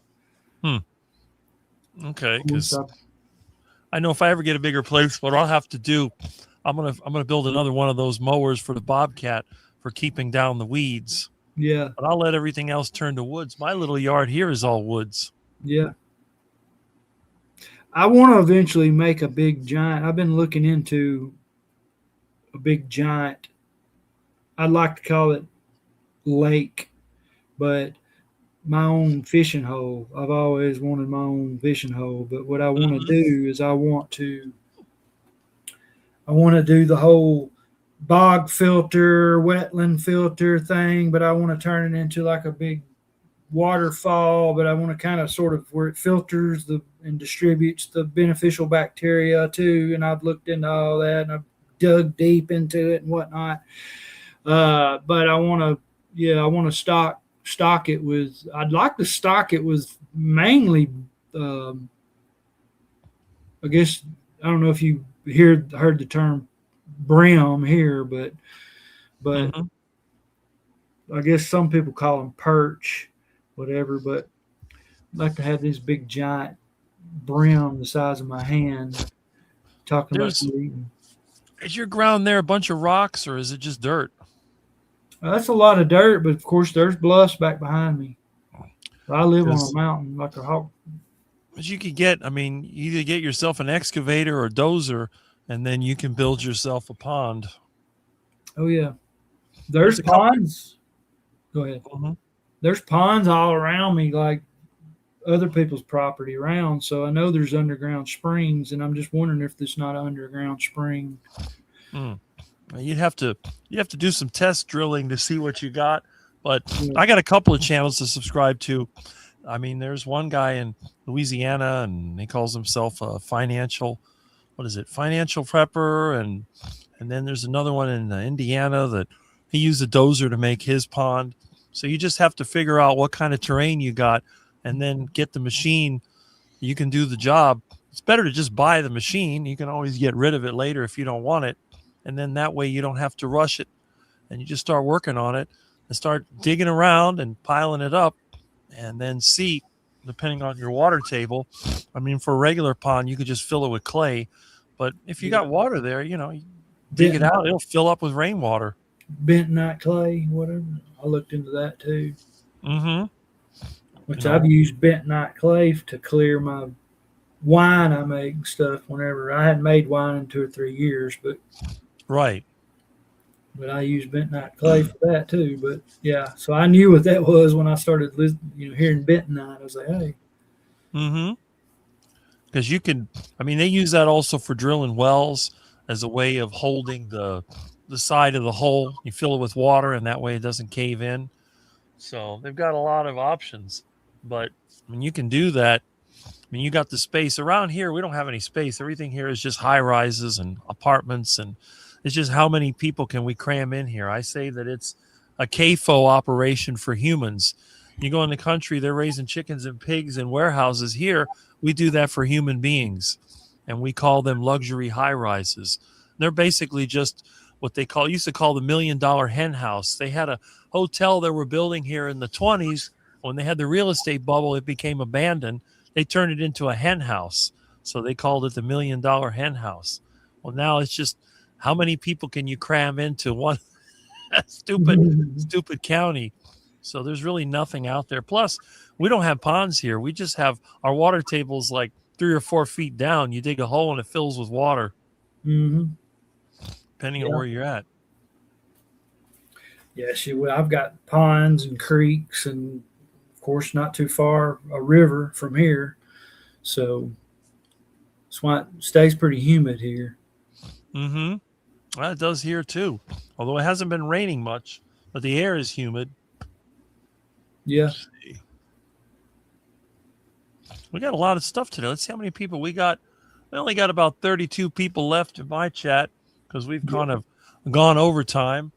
Yeah. And I gotta make a video today. I got some cat hair on my face that's driving me crazy because I got all that lard on me, and then I was petting my cat, and then the hair got on me, so it's been itching my nose. Oh, Milton, he went back to his meat. He has to come here and pick through the chicken bones, and he goes back to the meat that I gave him. Yeah. He's a cutie. Love your accent. Yeah, well, that's Southerner. If you've never been to the U.S., we used to have that a lot down here in South Florida, but they're all gone. We have a lot of Latin Americans and Caribbean people now, so we don't have that Southern thing going on anymore. Yeah. Yeah. Well, I'm probably going to go cook me some eggs and stuff myself. There you go. Eggs and bacon. Eat my Lunchtime first meal. for you. Yeah, it's 12:41 here, so That's it. That's good. Yeah, I just had part of my lunch. I got more goodies in there, but I figured I'd eat half of it. I don't like to do that fasting thing. It just doesn't work for me. I get demotivated. I get lazy, and I'll just sit inside under the air conditioner and not even want to go outside. the most I've ever fasted was about 36 hours.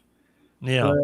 But and up until the last couple weeks, I just did intermittent fasting. I mean, I would eat dinner at about 5, 6, sometimes as early as 4, but then I won't eat until like about between 10:30, sometimes 11:30, and every now and then I might go till noon. But I always did about 2 meals a day. I started out doing carnivore about 3 meals a day, but then of course I transitioned over into about 2 meals a day, and then now it's back to about 1 small meal when I get up, and then 2 regular meals that I don't think about. I just eat until I'm not hungry anymore. So, well, I never let myself get hungry.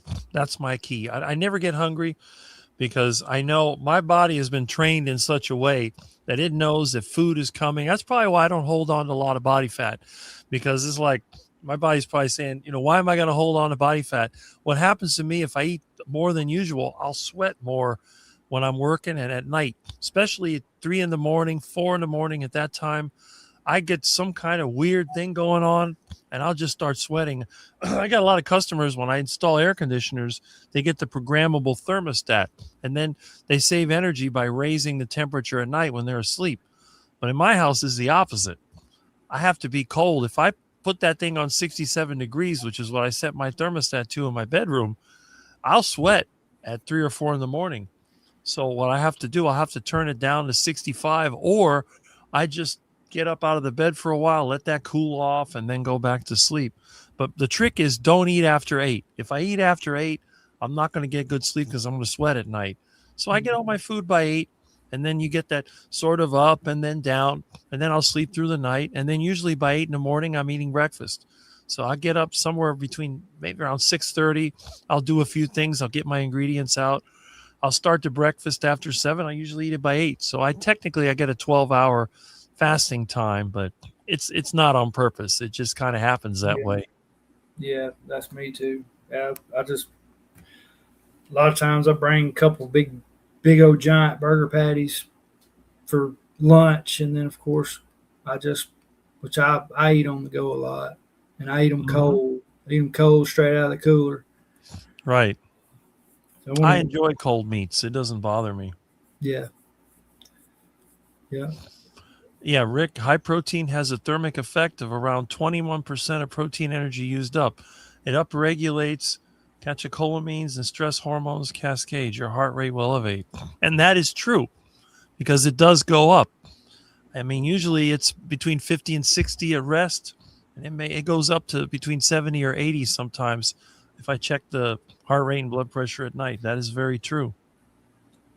Exceptional for increasing non-exercise activity thermogenesis, but not an ideal stress. That's interesting to know. Jonathan knows all about all this. Rick's on it. Ages ago, I started Carnivore. I remember, don't be hungry. If you do, then eat. Yes, I agree with that. I've always been that way. And the thing is, even if I didn't eat, I'm still not going to eat the duck food because when you've been carnivore as long as I have been, you just don't see duck food as actual food. People are like, have a slice of pizza. Oh, have this sandwich or whatever. And you look at it like, that's not food any more than saying, here, eat a rubber duck. I mean, who's going to eat a rubber duck? A real duck, sure, but not a rubber duck. Yeah. I really don't understand.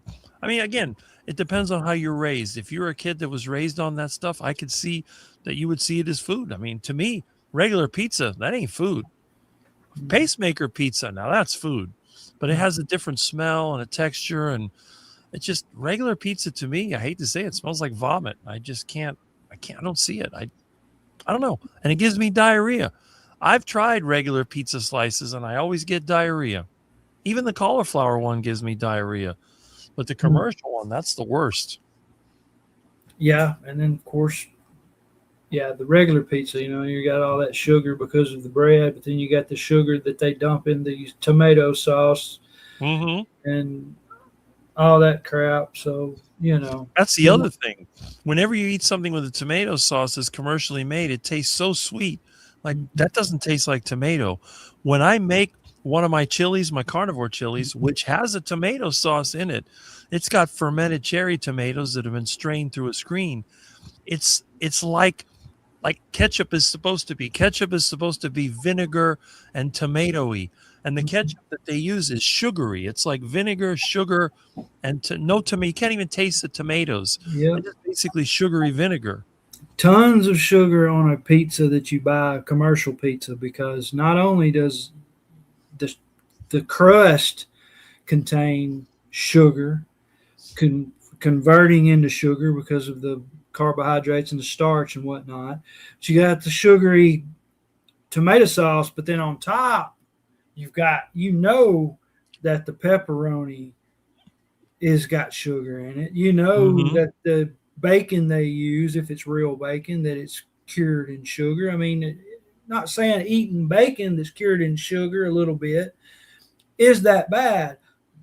But when you have all that other sugary substance inside the crust, the tomato sauce, and the sugary pepperoni, the sugary Italian sausage, it piles up. It just keeps. And see, Jonathan brings up another good point. He says, I was raised on it, so I see it as a nostalgic, hedonic pleasure, not good. And it's true. Well, I was raised on food that I hated. Those plant-based foods, the tofu, the salad, the stuff that was supposed to be healthy, the margarine, and I find it disgusting. So when I think back to what I ate as a kid, it's not a pleasure. But when I rebelled and I hit the carnivore diet, that's, I think, when my pleasure started, because now I'm doing things like thick, juicy, fatty burgers and heart attack chicken and, all these foods that I eat now. So I was a teenager, but because when I didn't like the food I grew up with as a kid, we go to the buffet, like the Sweeten House smorgasbord, and I'd load up on the fried chicken and the frog legs and the roast beef and all that stuff that I didn't normally get at home. So to me, the carnivore diet is like my pleasure. When I see that big juicy steak, that's what I crave. So I don't feel like I'm getting cheated. They throw duck food at me. I'm like, this is crap. But if you throw a steak in front of me, I'll grab it.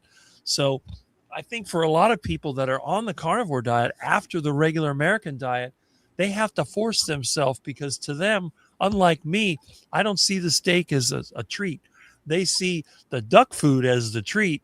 And then it's like, oh, I have to eat all this steak and I have to eat, this the carnivore foods. I can't have any pasta. I can't have any rice because, again, they grew up with it. So what Jonathan said there, and of course, Jonathan said something even better. Rick is so wise, and that's true. But I think that a lot of it, and I gotta remember, if I don't put myself in their place, it's hard for me to understand. I'm not trying to make fun of anybody by calling it duck food. It's just, to me, it's not something desirable.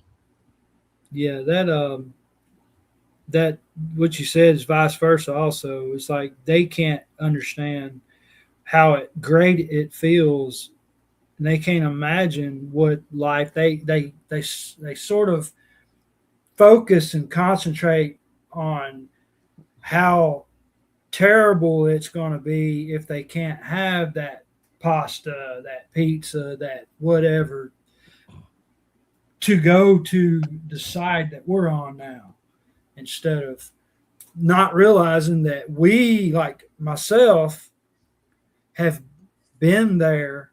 So if I can do it, I feel anybody can do it. Because I was a duck food eating, drive-through window paying, snatching food. That's how I got my food. On the go constantly, going to the McDonald's or the Crystals or the Taco Bell or the whatever drive-through. But I grew up on that country cooking, that homemade biscuits and homemade chicken and dumplings and all that crap, cornbread and beans and mashed potatoes and roll and whatnot, spaghetti. If I can do it, people just are not going to understand until they get to that point of, almost a life-changing situation. Exactly. And that's the thing. You mentioned it. You grew up with that. That's the stuff. People tend to be nostalgic for what they remember as a kid. And I'm kind of that way with some things, with the stuff that I have. But when it comes to food, I didn't like it. It's like school. I hate school. So if I had kids, I would have homeschooled them because I think public school is terrible. It's just, I guess, whatever we get used to. And I think the system knows to train us. I watch a lot of Saturday morning cartoons, and I still love Looney Tunes and Tom and Jerry and all that stuff. So I can understand that. And then what did they advertise when they had the cartoons? The Count Chocula cereal, the Boo Berry, the what was some of the other ones? Honeycomb. Remember that cereal called Honeycomb? They used to say honeycomb, big taste. That shit, yeah. And then they had Tony the Tiger. Yeah, great. I literally used to eat so much Captain Crunch berries and Fruity Pebbles. No lie. I would go in there in the toilet and take a crap, and my shit was rainbow. I swear. It's true. Well, I was at a place the other day, and I ain't gonna lie, somebody had this grape flavored Faygo that was sugar free, and I was like, whatever, I'll drink some of it. I took a crap the day after, or the same day later, and it was literally so dark green it was purple. And the toilet water was freaking nearly purple. Well, at least it went out the other end. You didn't absorb it. Yeah, exactly. But I'd be worried if the crap was a normal color and you're eating colored food. Yeah, exactly. And of course, I'm looking. I'm like, what the hell? And looking, I'm having to look up. Did I not? Usually I do read the ingredients, and of course, David. I was going to comment on David. He got reminded to look at the. I think it was the one above that one, but he got reminded to look at his bacon package because mentioning bacon cured in sugar, but. I don't worry as much about that as I do. It's less likely you're going to get that much sugar out of bacon that's cured. I'm assuming that maybe when it's going through the smoked process, assuming that it's a actual smoked bacon, that it's possibly not going to, maybe it'll render some or maybe leach out some of the sugar that's there. But I wouldn't worry as much about it. I wouldn't throw my whole pack of bacon away, because I mean, I get Sam's Club bacon, the members mark, and I eat that. I don't eat it every day, but I wouldn't worry as much about it. I mean, it's got the fat and the protein and not that much carbs in it. So, right. Carnivore, yeah, low carb. Anyways, there you go. Cheat days. I mean, my cheat day would be a ribeye steak because I don't have that very often. Yeah, every now and then I let my guard down and I take my wife out to eat somewhere, like say a Chinese buffet. So I've sent you pictures before on the Chinese buffet that we got. Now, some of the dishes that I eat, I'm sure, has probably got some damn soy sauce or something in it or whatever. But that seafood, I think the only thing that seafood has in it is the pepper seasonings or whatever they probably. So it's just a little bit spicy, but exactly. Let's see. Okay. We got about 29 people watching. Yeah. About 1 o'clock in the morning. I mean, in the night here. So in the afternoon here. Yeah. So I got to make a video when I start cutting up the rest of that old 69 Charger. Yeah. Which will be the first Charger related video I've had on my channel in over a decade. Hell yeah. I have to check it out here. When I started out, that was like the whole idea of the channel, and then I kind of abandoned it and I came back. It was actually the carnivore lifestyle that brought me back to YouTube, because I was just saying, it's like, well, I don't know. I started making videos before that, and I discovered these carnivore videos. It's like, wow, I didn't know anybody would be interested in my way of eating. Yeah. Yeah, but then what? 5 months later, here you are, carnivore. No.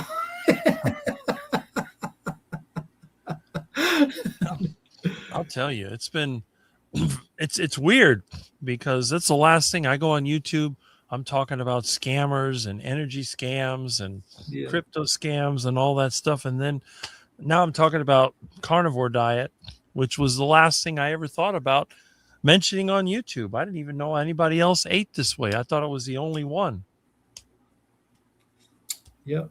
Then you go back in the literature of the 1800s and stuff, and you're like, well, shit, maybe I'm not so crazy. Yeah, exactly. I mean, it's hard to believe. But again, I was trying to give myself a heart attack, and I found out, well, that's not true. The carnivore diet is not going to cause a heart attack. I mean, you could still get a heart attack, but it won't be because of the carnivore diet. Could be a genetic thing. Could be from a virus. It could be from an accident. I mean, anybody could get a heart attack, but I just don't see any additional risk from the carnivore diet. Yep. At least not a instant. Right? And the other thing, too, is that if you're active and you're otherwise healthy, who cares if you get a heart attack? At least up till that point, you're not suffering. Yep. Everybody's got to go sometime. Exactly. When it's time to kick the bucket, I don't think there's a whole lot you can do about it. Just hopefully you're lucky enough to have it happen in your bed, asleep at home. Right. That's true. I mean, that makes sense. But I think for most people, there's a decline period. You can see when a person takes longer to talk, they take longer to walk. I was always told that the faster you walk, the longer you live. The stronger your grip strength, the longer you live. There's all these things. And it's all just part of the system. When it starts to break down, then you notice they have trouble standing up, and sometimes they have trouble speaking. You talk to somebody who's really old, they have sort of a weak and stuttery kind of voice. I mean, it's a predictable pattern. Yeah. So some of that wording is another way to keep you scared and dependent on the system. Yeah. Yeah. That's true. Yeah. And the thing is, the system, you can exist without the system. They can't exist without you. They need people to take advantage of in order for them to keep going, because A lot of these people in the system, they're not self-sufficient in any way. They're just like this name, vampire, good show, Rick. Yes. These people at the top, they're almost like vampires. They have to take advantage of people just to survive. Yep. So you're off today? You're not working today? Yeah, I'm off. That's good. You got to go out and mow those weeds, or you got other stuff to do? I'm debating on whether I want to even bother with it today, but yeah, I need to. I need to cut at least around my house. But my grass, I've got zoysia grass. Oh, okay. So it still grows like up, but not like most people's yards. So I got some of that stuff in my yard. That's what my whole yard used to be. And if you don't cut it, it gets all lumpy. Yeah. But I still got wild weeds in between. But Mom, she sowed the zoysia grass like before I lived here. So because she lived here first, and now she lives in Florida. So I ended up buying the place off of her about 2014 or 2015. So. The problem with the zoysia grass around here is the June bugs, they eat it, and then you end up with dead spots. But once the ducks moved in, that problem stopped because they would dig them up and eat the grubs. Yeah. Heck yeah. Their beak, they can probe right. They'd find them and they'd stick their beak in there and pull it right out. I guess they don't have June bugs where you're at. They do, but they only come. They call them June bugs, but they only come. I think they come like in July here. But I ain't seen any this year. I don't know. Well, you know that old saying we had here in Florida, when y'all be on something like a duck on a June bug. Yeah. We used to tie string around them and like let them fly around. Oh yeah. They would freak you out, like, because they would, like, if they landed on you, they got those their feet are sharp. But I would think, it was a damn bumblebee landed on me or something. I'd freak out, like I'm about to get the hell stung out of me. Yeah, they come out. They used to go. I haven't seen any around here either, but a lot of it came down to the ducks. When the ducks took over the neighborhood, they wiped them out. Yeah. Ducks love those things. It was getting fat for you. And what they do, they hang around the light. So the ducks will sit there by the porch light. And when the June bugs come flying in, so I moved some of the lights to the ground. I put some of those pagoda lights around the yard. The ducks would sit next to them, and the June bugs would fly in, and they'd eat every one of them. Hell yeah, you didn't have to. Too bad you didn't own the ducks. You wouldn't even have to feed them anything. Right? Well, they're just neighborhood ducks. They go all over the place, and eventually they feed me once I get a hold of them. I guess where you're at, you don't have ducks running around like Muscovy ducks. Yeah, we had one of those out here. I didn't know what it was, but had one of those that was hanging around here. And then all of a sudden it went up missing. I'm sure something caught it. Yeah, eating it. Must have gotten away from somebody's farm or something. Or yeah, it would walk right up to you. Hell, I used to take crackers out there to it before I actually knew that crackers are probably not so good for them. Well, I feed them all kinds of stuff. They seem to be fine. Yeah, I saw your video where you dumped some, like crackers or whatnot down there, and you reached your hand out there, and they were like, like they knew they couldn't help themselves to attack the damn duck food that you threw down for them. But put your hand out and they run away. Yeah, because they know I grab them. I like to grab them. I hold them for a while and then I let them go. Yeah, if you don't wring their neck. No, I never wring their neck. I grab them when I'm getting ready to eat one. I got my special executive suite ready to go, and I'll grab him and I'll drop him in there, and I'll feed him for 2 to 4 weeks. And then one day I activate the duck guillotine, and the next time he sticks his head through there, that's it. Yeah, I was going to ask you before we got off here real quick. I've been digging my buddies that I get eggs from. his coops have gotten infested with big gigantic rats. Of course, I know they're big gigantic rats now because he stopped feeding the chickens inside the coop or the barn that I call the coop. But they started eating they don't eat all the eggs, but they'll eat. I'll go in there and there'll be, of course, eggshells instead of egg. And I've been searching a mixture between either cornmeal or cornbread mix and baking soda will practically cause them their stomachs to rupture because they can't fart or burp. So therefore, I'm probably about to mix up a bunch of that and try that out. Yeah. So I didn't know if you heard of that before about baking soda being practically deadly to them. Yeah, it mixes with their stomach acid and makes carbon dioxide. Neutralizes their stomach acid or whatever, and then does, Well, it makes carbon dioxide because it makes a lot of gas. Yeah, okay. Yeah. I've heard that. I don't know if it's true or not, but I've heard that for a long time. Well, I've been watching videos, and I'm pretty convinced based off of this one video, but I also watched this one video of the guy that actually owns a pest control company, and he came on there and said, we're doing this, and it got rid of them. So I'm fixing to do that. There you go. Yeah, we're still hanging out. Oh shit! CB, I knew you could flap your jaws, but come on. Sometimes I don't have much to say, but today for some reason I guess we got some good things to say. That's good. Yep. But I know I'm about to start getting hungry too. I was hungry back when Rick was eating on the heart attack chicken. Yeah, I was hearing him crunch on it, and I was like, man, I got to make some of that. I got a big gigantic pickle jar. Here we go. Show and tell. I can't get it. Hell, let me. Anyway, I've been saving this. It's a big gallon full of my hamburger fat. There you go. Wow. Of course, I've been keeping old tallow.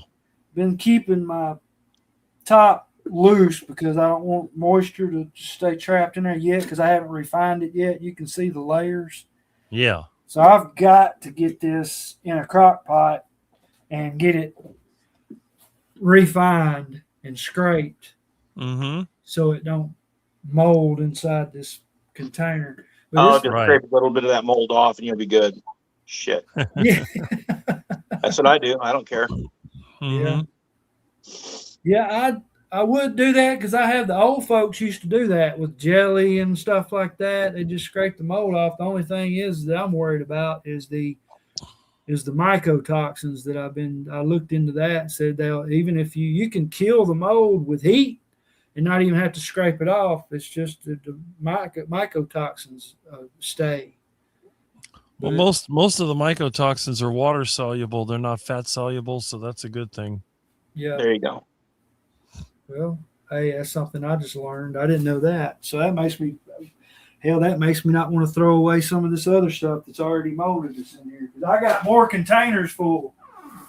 I don't have a big gallon jar, but I've got half-gallon jars sitting down in the basement.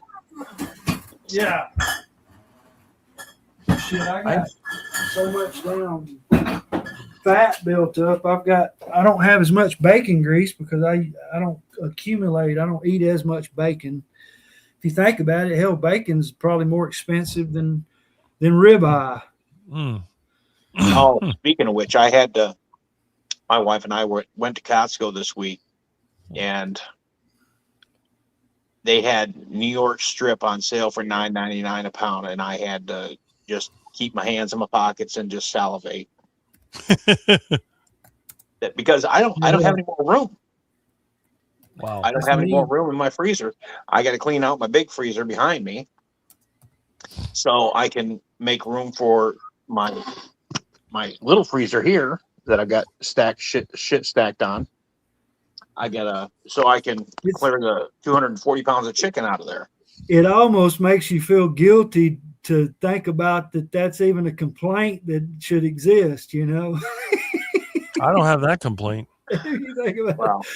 because I got the same problem. I got 2 freezers full. One freezer is full of deer meat that either the neighbors gave me or my cousin killed a deer and didn't want to go get the damn deer and didn't want to pay the fee. So I went and paid $60 and went and got the deer, and it's ground deer into sausage and ground burger meat and tenderloin and all that stuff. Then the other one, I've got about 150 pounds of whole chickens that's starting to take up space. I need one of those stand-up ones. Mine's are your old deep freezers that. And the bottom, of course, the bottom is not mine. Yeah. Quack, quack. Garbage. I saw some bacon, I think, in there, though. Oh, yeah, I got bacon. But unfortunately, yeah, I got all that to eat before I can start working on my heart attack chicken, which I'm looking forward to. That's what I'm saving my tallow for. Yeah. It's delicious. That's what I'm going. That's what I do. That's why I accumulate so much, because I'm building it. And 2, I used to just, when I used it, I used to just dump my fat. Now I just practically pour it back in the container and just continue using it. I use probably, I know eggs have a lot of fat, but I love the taste of the tallow, and the eggs soak it up. So I probably use, I don't know, a third of a cup, half a cup of tallow to cook my 12 eggs. Yeah. And everything goes in my dish, and I scrape everything out. Yeah. Yeah, hell, I'll be honest with you, the way I started cooking my burger patties, I got a stainless steel bowl, and I just stack my burger patties up in it, and I take the rendered fat and I dump it back over it, and then I throw it in the fridge overnight, and then I wake up and when I fix my lunch, instead of like cutting chunks of butter and eating with it, I just take a knife and pop it loose and then get it and then break off chunks of that damn beef fat tallow and just eat chunks of that with my burger patty cold for lunch. So I'm not wasting the fat too. Yeah, it solidifies in my dish when I go to work. Well, it doesn't really it starts getting solid, but I scrape all that out, and I'll sit there and take my finger and scrape the bowl and lick my finger while I'm eating. Yeah. People are looking at me like, you're weird. Well, I'm not moving like a duck, though. Yeah, exactly. Exactly. Definitely. Yeah. What you got there, brother? Oh, duck, yeah. In a restaurant with some other deputies a couple years ago, when I was doing, eating carnivore way still, early in my, they brought some butter. Of course, I always look to make sure that it's real butter and not like 40% vegetable oil crap. I looked at it and noticed that the only ingredients in it was sweet cream and salt. And I just took it and opened it up and ate it like candy. And they looked at me like, what the hell? Like I was trying to give myself a heart attack or something. That's the idea. Rolling my eyes at them like. Yeah, we used to, my wife and I used to go to this Texas Roadhouse, and she loves the butter and the buns and stuff. And this is up until I looked at the package just after I started carnivore. And I looked at the package and it said soybean oil or something like that. And I said, I'm not touching that shit. Well, it's just butter. No, it tastes good, but you look at it, look at the contents, and she doesn't eat that shit from now on. Yep. Yeah, I try to stay as far away from Texas Roadhouse as I can, and the only reason why that is I don't have too much temptation. I can walk in a grocery store and walk right past the damn Little Debbie cakes and the bakery and everything and not be tempted at all.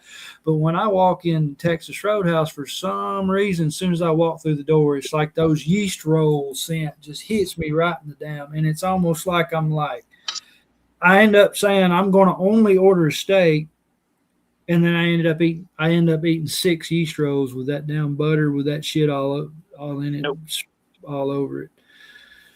So I have to stay away. I've never been inside a Texas Roadhouse. Well, it's evil, Rick. It's evil. Yeah. I've been in. I'm right now. I'm in a Florida roadkill. Well, you've got the raw meat sitting there. That's the temptation. And then when you get to your table, then they start tempting you with all this other nonsense. Mm-hmm. They insist too. Yep. They insist that are you sure it's free? Yeah.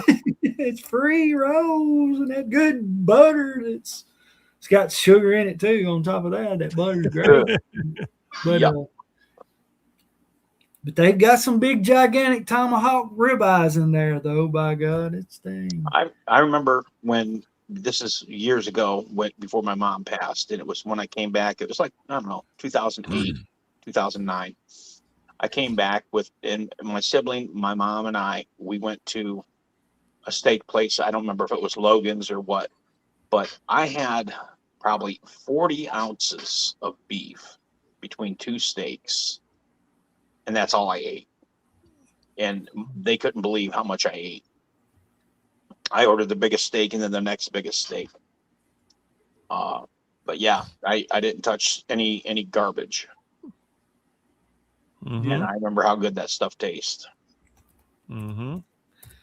But when my mom cooked chuck roast, pot roast, whatever you want to call it, I always filled my green, and I've got my green bowl still. But I used to fill it with mashed potatoes and gravy and green beans or corn and chow on that, and I would leave the meat for everybody else. Now, I don't need all that garbage, and the whole chuck roast is mine. I can eat 4 pounds of chuck roast in one sitting. So, Rick, That's some good I'm stuff. right there with you. See? I tell you, here lately, I do cook a chuck roast, especially when it's me and my wife, because she loves chuck roast. I cook it in the crock pot or whatever. But lately, if it's just me, I've actually been cooking because when I buy chuck roast, I make sure that it's got the big chuck eye in it. I try to find the ones that's got a big chuck eye in it, and I actually cook it about like I would a big giant ribeye. I throw it in the electric smoker and smoke it for about an hour and 20 minutes or whatever, and to the point where it's still rare or medium rare at least. Mm-hmm. And then I'll take it and sear it in a cast iron skillet and eat it like a steak, which it is practically a steak. But I got a question for you.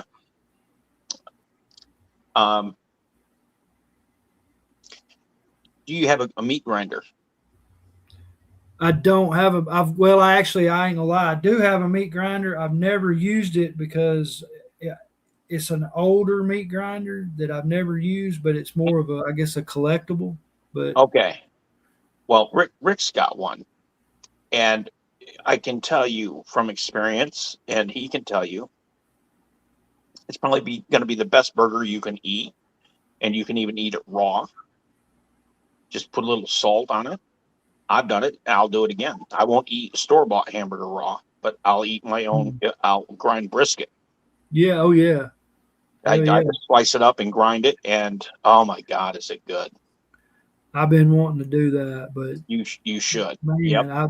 I do want to buy it. Of course, when I clean out some space in my freezer, I'm going to buy a brisket because, for one, too, I want to perfect the smoking because I've never smoked a brisket myself. I tried one time.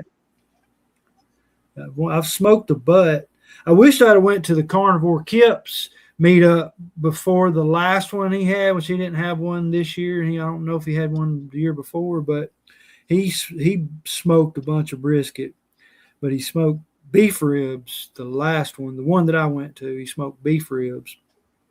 But I wished I'd have went to that because I would have talked to him. Rick, you got a workout with that, didn't you? It's similar. Yes, I did.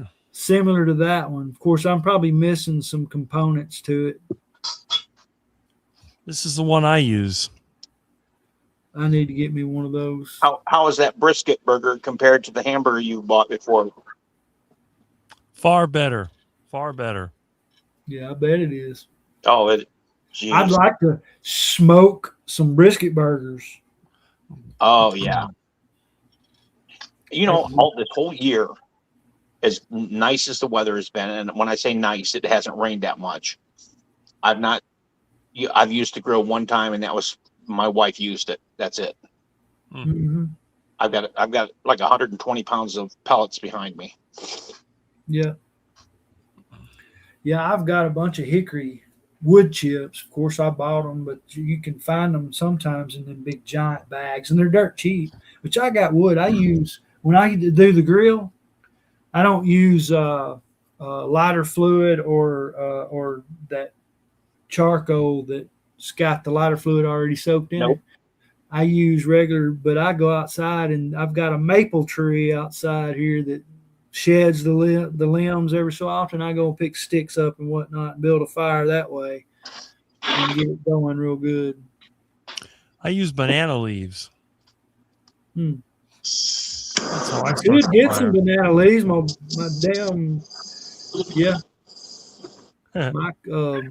my aunt's got big giant banana trees up at the house, at her house next door here. Oh yeah, you got bananas over there? No, they don't grow bananas now. I know a guy that I don't really know him, but there's a guy that lives in Tuscaloosa. He had a banana tree all year round, but then all of a sudden, wintertime, I'm like, where does banana tree go? Because it's tall. Then he'll come back around next summer and it'll have bananas on it. Little bitty bananas like that long or whatever. But what he did was he took it and put it in his basement during the out of season. Oh, cool. And then he'd bring it back out when it got warm, and he actually grew bananas that way. But a friend of mine grows bananas in Minnesota, but he's got a greenhouse. Oh, yeah. I'm sure you can do that. He uses it as like a tropical. He grew up in Miami, so that's like his tropical spot.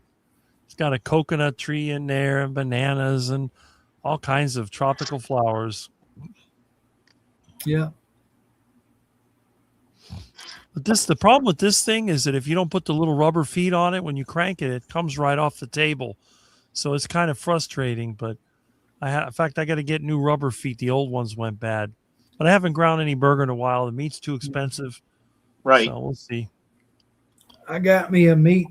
I got a meat slicer and a meat dehydrator for Christmas. My wife asked me what I wanted, and I told her I wanted a meat slicer and a meat or dehydrator, excuse me. So I plan on making pemmican. So another pandemic hits or whatever, and you can't find any kind of meat or anything, or I'm gonna make a bunch of damn pemmican. And what kind of meat slicer did you get? I've got it up in the closet. I forgot the name brand. It came from Academy Sports, but it was like a huge sale. It was like during Black Friday sale. But okay. I forgot the name. I forgot the name brand it was. Yeah, there's a store that reconditions industrial, or I don't want to say industrial, commercial stuff like that. And I got to go visit them and see, because I'm pretty sure what I want to get is a Hobart. Yeah. Yeah. There's a lot of these new ones. They're not. I'm afraid I'd break it because I'd be too rough. Yeah, I got you. Yeah. Yeah, it was about, I want to say it was about $80. Okay. So that's cool. But it was like originally probably 50%. It was like a 50% deal or something. But so but it was during Black Friday. Cool. Yeah. I can't speak about Black Friday because we got what was it? I got one of them car cameras I got to hook up, and we got that last Black Friday, and it's still sitting on my computer desk. Yeah. One of them deals. I'm not interested in hooking it up, but I'll hook it up one of these days. Yeah, I got those this last Christmas, and I still hadn't used them either. And I've been wanting to. You know, it's funny. I never got to show that video that Barry sent. It's been sitting here in the present. I didn't show that, did I? The one with Milton. I don't know. You showed something. Yeah, let me see if a day or so ago. Milton, no, not the coffee. Stop, you're ruining the stream. The laptop, get off the keys. Milton, down, now. I can't go live like this. That's it, stream is over. Milton, you little menace.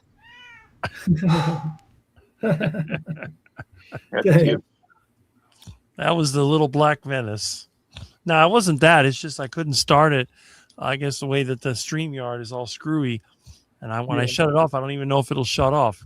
I may have to do it manually through YouTube. Yeah. You just unplug everything.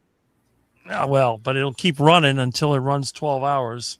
Well, right, but you don't want to be like shutting it down and then leaving your computer on, and the cam is filming you when you're changing into your skivvies. Yeah. Well, I don't wear skivvies. Well, I mean, the closest thing I got to it is work clothes, and I don't generally. I mean, you don't see that too often. Yeah, I noticed you change shirts or whatever when you was eating the heart attack chicken. Yeah, I took off the good shirt. It's just an undershirt. I wear these, and then that's about it. You know, I don't want to get my good clothes dirty. I'm covered in lard and tallow, and that stuff's hard to clean. And I just cleaned that shirt a couple days ago. Haven't finished ironing, but I try to keep my good clothes nice. And the work clothes, they're a disaster. And I know about getting those grease and whatnot on your clothes because the typical advice people give you. I imagine you probably don't have any dial soap like sitting around somewhere. Yeah. But that's what advice that I was given about spots on my clothes about dial soap. I'm like, yeah, I don't know. I make my own soap from wood ashes. Yeah. That's one thing I want to start doing too. I accumulate as much the tallow as from my burger patties. I want to do that. If you got a burn barrel, you get plenty of ashes. Or if you got a pellet grill. Yeah. Yeah. It's another one. I've got one of those old, I don't think it was Weber, but it's a grill that I use outside that I got to remember to save the ashes because that's one thing I want to do. I got a burn barrel and I live in the city.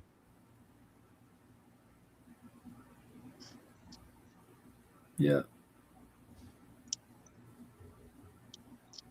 I tell you that Dawn degreaser, that spray bottle that they say, it cuts the grease. They have those commercials where you just wipe with a sponge and all that stuff comes off. You know what it's good for? Is it? One guess. It's scary, but it's good. It's a good bug killer. Oh. Within seconds, not minutes, seconds. Because it's such a big degreaser, it just practically instantly kills the flies. It's nasty. In fact, I had a hornet come in here, and he was bothering me one day, and all I did was misted him, and he's gone, no longer. Yeah. Formula 88 engine cleaner. That's what we used to use. Yep. Better than the bug spray. Pest problems. Degreaser is really good. Yeah. Also kills termites. It's basically just sodium hydroxide and water. In the old days, we had trisodium phosphate, which I can't find anymore. That's because it's too dangerous, Rick. Everything is too dangerous for consumers. Yeah. Just saying. Yeah. I don't know what what excuse they come up with. Yeah, Well, it's it's for our crazy. safety. They even Like took everything else. away our nitrate fertilizer because they're afraid they're going to blow them up or something. Mm-hmm. Just because you had one dumbass. Yeah. I'm just saying, The fertilizer isn't even explosive. It's an oxidizer. It's not an explosive.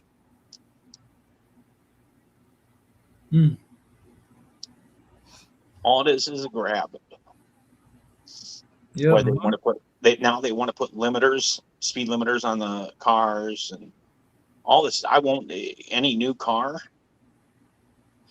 comes with they're trying to put speed limiters in there, cameras, and if you like say for instance say you have an emergency, you get a phone call and you're rushing to your car and you stumble and you're near your car and the camera sees that, it's going to think you're inebriated. It's not going to allow you to drive. Then what the F? Right. It's stupid shit like this, but this is what they're trying to implement into legislation. So It's crazy. They always do that. Yep. And then they'll shove it in a bill where, hey, we're going to cut your taxes by 50%. But we're going to screw you in the car market area. That's they true. always do that stuff. It's all about control. Yep. They ain't going to control me. I'm sorry. I get off the government shit. Shit, I'm with you on it, man. I'll tell you, it's ridiculous. I mean, I'm trying to make people aware of what how we've been getting screwed, and to get it through their thick ass heads that the same shit that they buy into and support is the same people they're supporting, empires they're supporting that killed our damn family members. Mm-hmm. Oh, just to interject.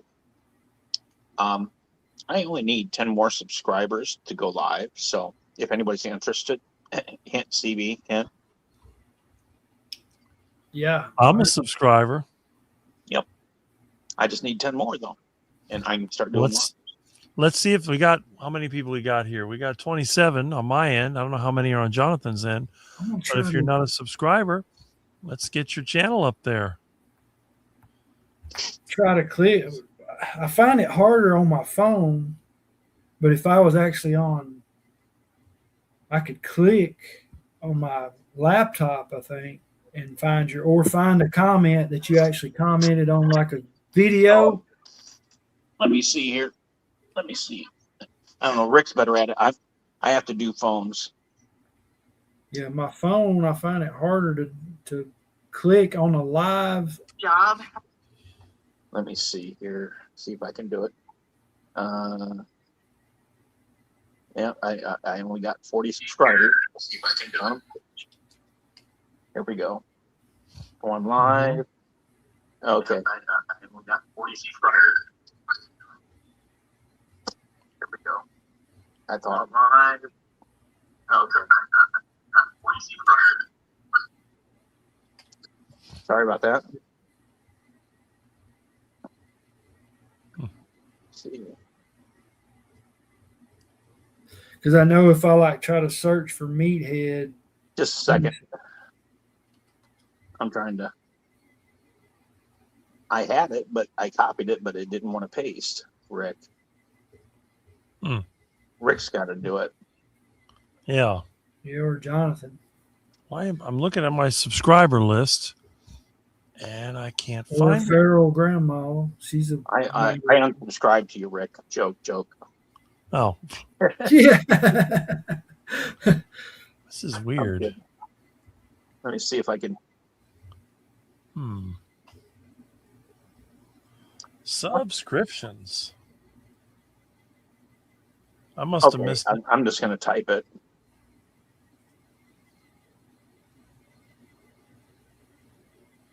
This is crazy. Oh my goodness. What is this?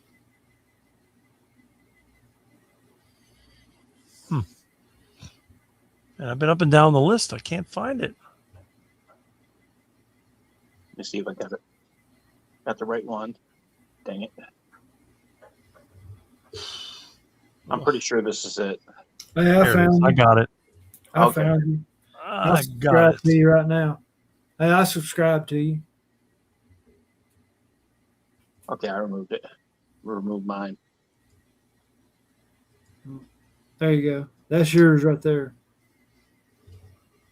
I'm gonna go check and make sure you subscribe, Mister. Yeah, call me out. Hey, I've got you. I've pulled up on the screen right here if you want to look. Let me see here. All right.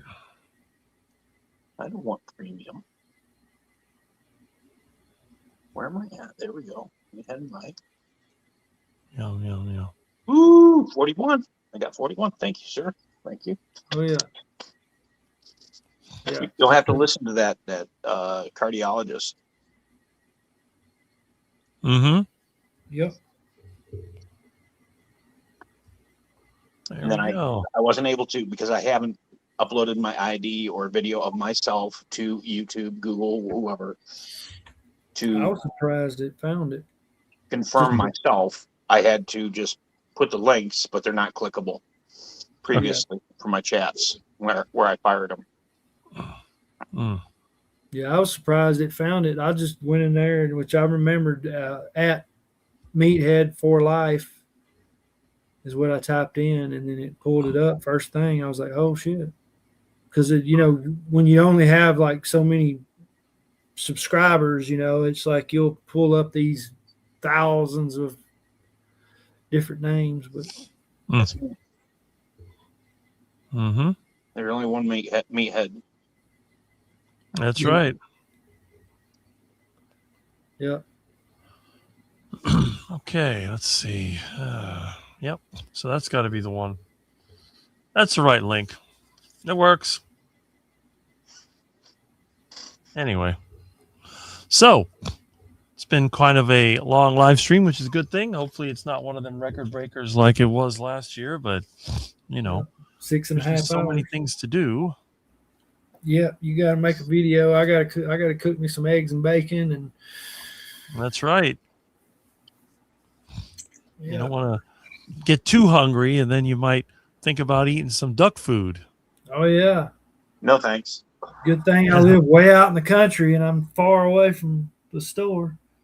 Well, that's good. Yeah. That's one advantage of being out there and in the country. There's a lot of advantages. You don't have to look at your neighbors, and you got room to do stuff. You don't have to worry about the code enforcement circling around and having a container of rotten duck eggs ready to give to them. Yeah, or trying to fine you every time you stick a shovel in your ground because you're not getting a permit. Yeah, exactly. You got to get permission from your master around here. I'm a subscriber. Yeah, they don't. Most of what I do is illegal, so that's why I got so many plants. I got so much camouflage. I got It's two not jump illegal, cards. Rick. It's only illegal when you get caught. Yeah, that's right. Exactly. That's for sure. Let's see. Region. There we go. I was heavy line tech. ASC. Oh, okay. Mechanic. Love your show. Well, thank you. I appreciate that. Lived 20 miles from town. There you go. 20 miles from here is the ocean. So, yeah. Unless you go north or south, and then you're just in another development. There's a development all the way up. You could drive for an hour here and still be in a development. They got rid of the last cow pasture a couple of years ago. I remember the long, boring drives as a child through Florida when we used to go see my half brother in Rayford. We would go to Disney World, and it was always, "Are we there yet? Are we there yet?" And it just it just drove us kids nuts. But have you ever heard of the Gatorland Zoo?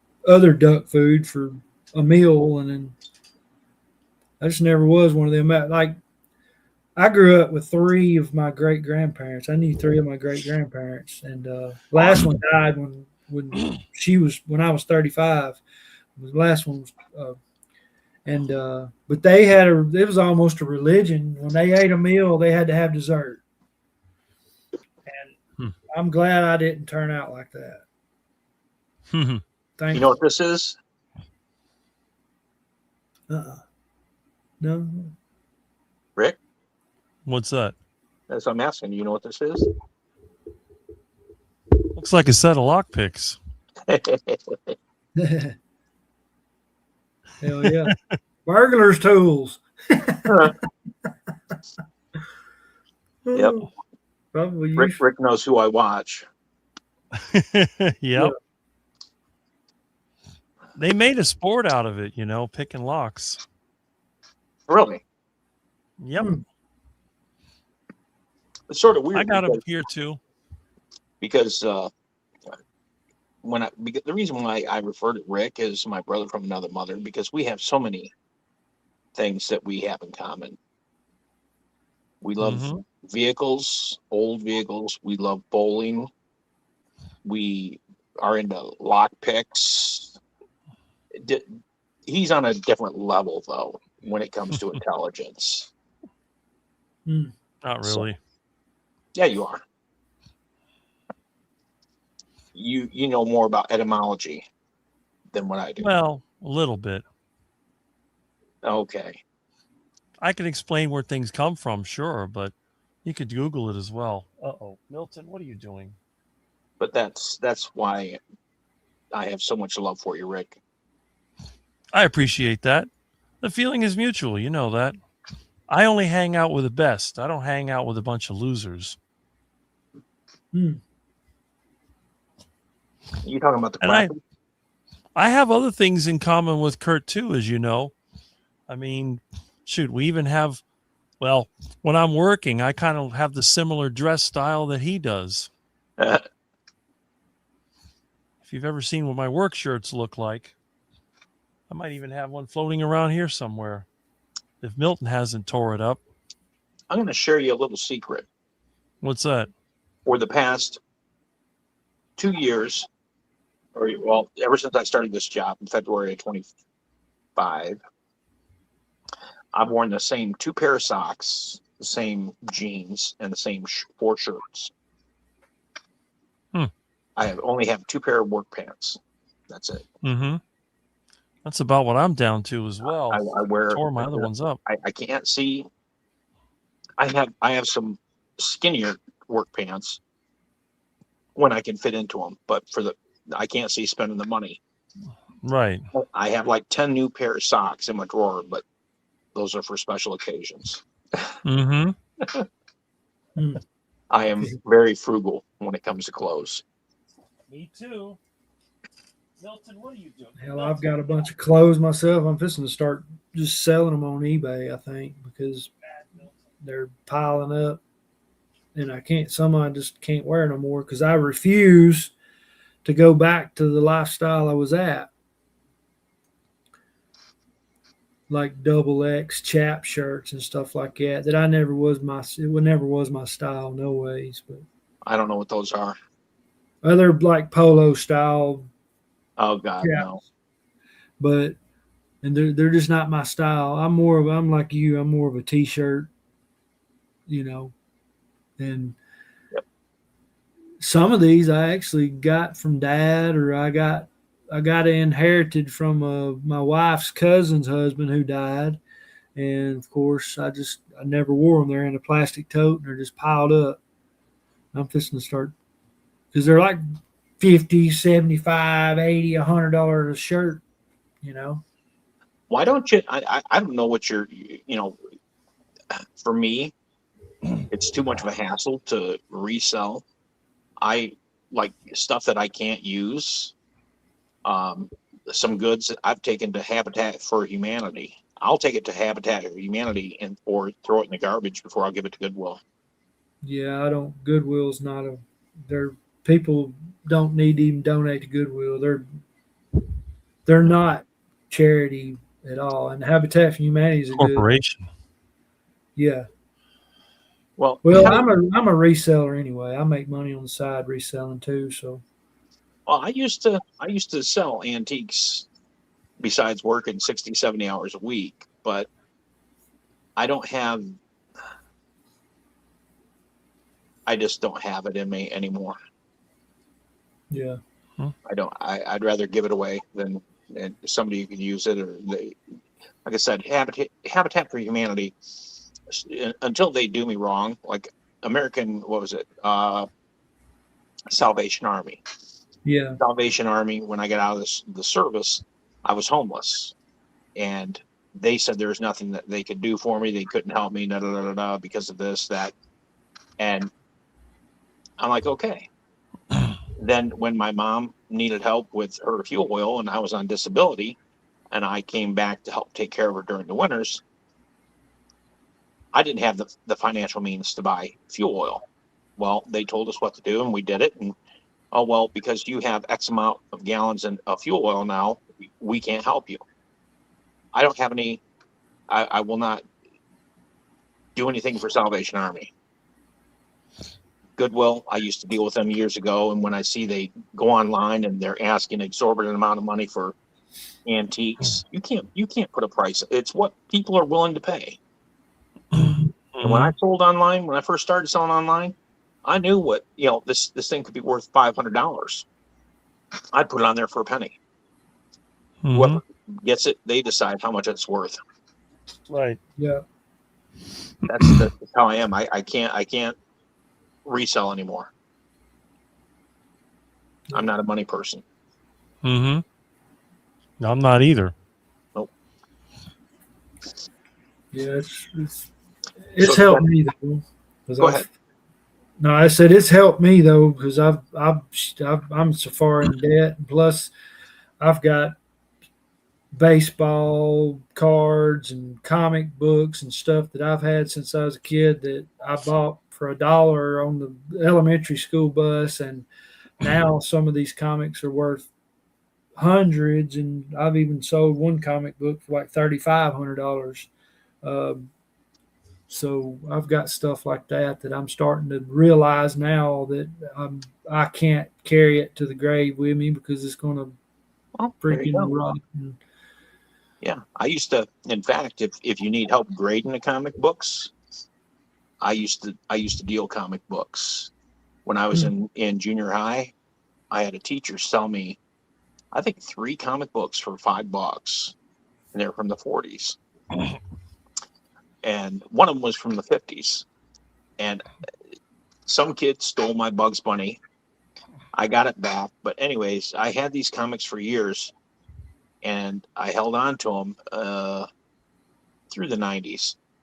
And finally, I met somebody who knew about comics, and we got to checking into it. The one comic that I bought for $1, like $1.60, $1.75, was worth, at that time in the 90s, worth $1,500 in the condition it was in. Milton. It was the first comic that they transitioned over to a new name or something like that, and it was called The Haunt of Fear, number 15.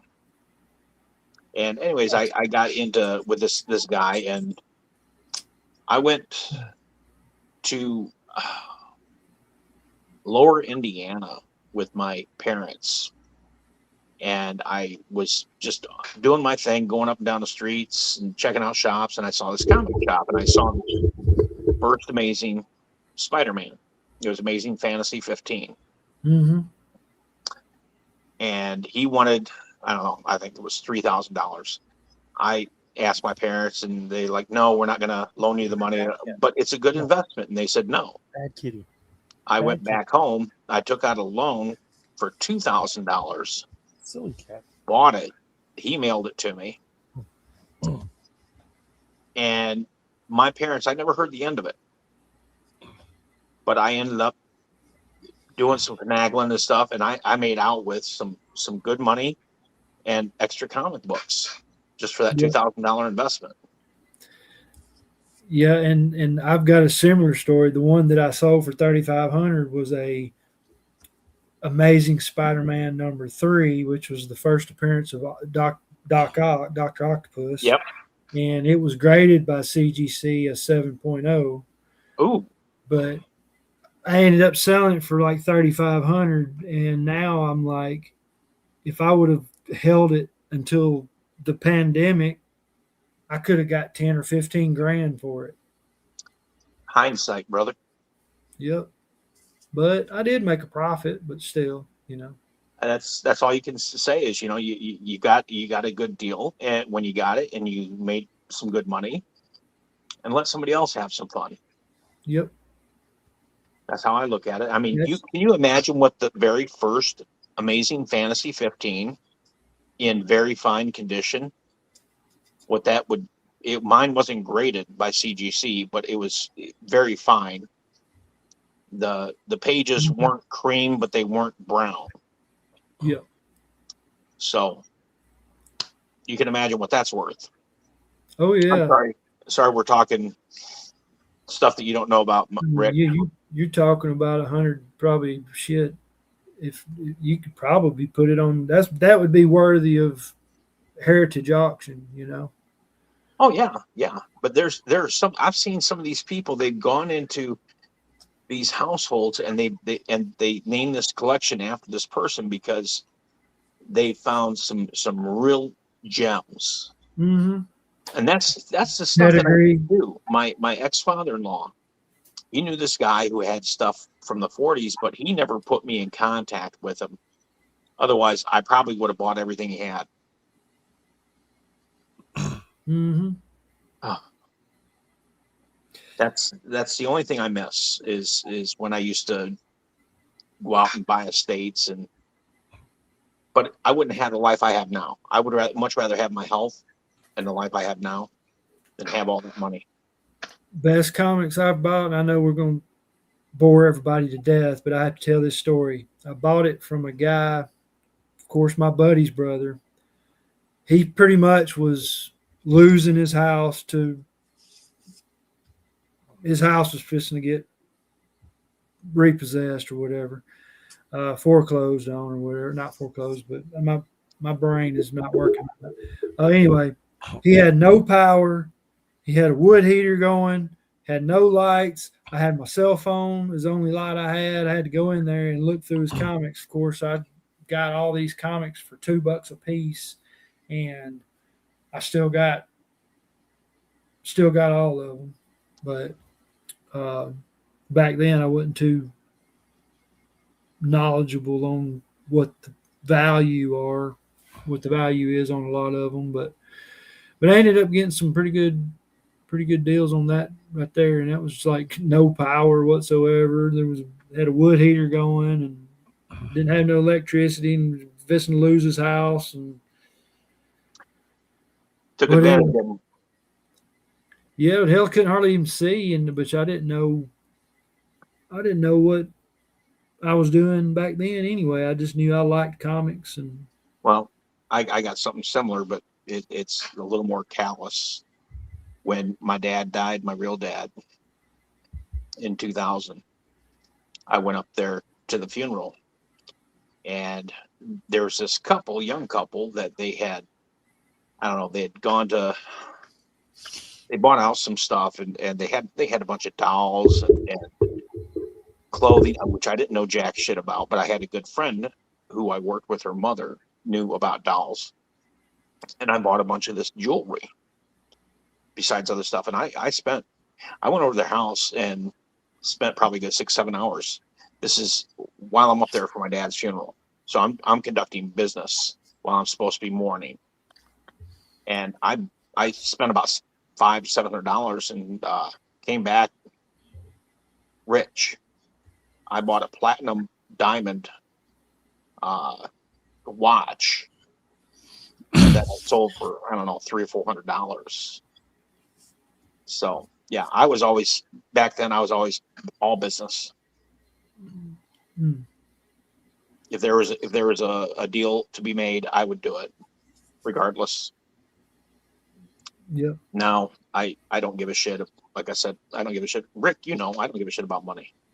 Mm-hmm. Yeah. I'm rich, and I'd rather be rich in friendships and relationships and financial. That's what counts. Yeah. I go through stuff. I find old stuff all the time. It's like these are the kind of shirts I used to wear when we did all the work outside. I couldn't believe I still had a couple of them left. They're still good. That's more than, huh? That's the only thing that I would like to do is find I remember the shirts, your picnic shirt. I remember having one that my mom made me. Mm-hmm. Yep. She made a lot of our clothes when we were kids. And that's old. That thing's over 30 years old. But I never worked in shirts like that because it's just they get destroyed. So we always wore stuff like this, and this is good because you got like enough where you don't sweat right here and the air can go through it, especially like if you're working in some kind of like sitting in the Bobcat and there's no air conditioning. This makes it a lot better, right, Milton? He's a bad black menace. You're a black menace. If I can find it, I'm gonna post a picture. But I think I started the fad. It was I don't know. I've started quite a few things way before anybody else even thought about it. But when I was in second grade, and I'm pretty sure, Rick, I was wearing that checkered picnic table shirt. But for school pictures, I had taken scissors I got at school and I trimmed my eyebrow. I cut that little space in my eyebrow where it was separated by a big gap. And my mom, she was so mad, she made me have my school pictures taken like that. But I started it in second grade. So second grade, I started school when I was 5 or 6. So kindergarten, first, second. I was like 8 years old. So 74, 75. So I started that before it was even. Now everybody's doing it. They're cutting their eyebrow. I'm cool. No, I was cool before you were even born, kid.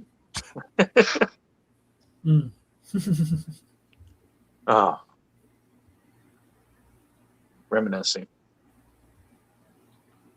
It's been nice today. That's a miracle. Yeah. What'd Jonathan say? I can't read any of the chats. My stepsister came over having a huge meltdown. My brother-in-law nearly died. My stepdad has to resuscitate him. Wow. Shit. Damn.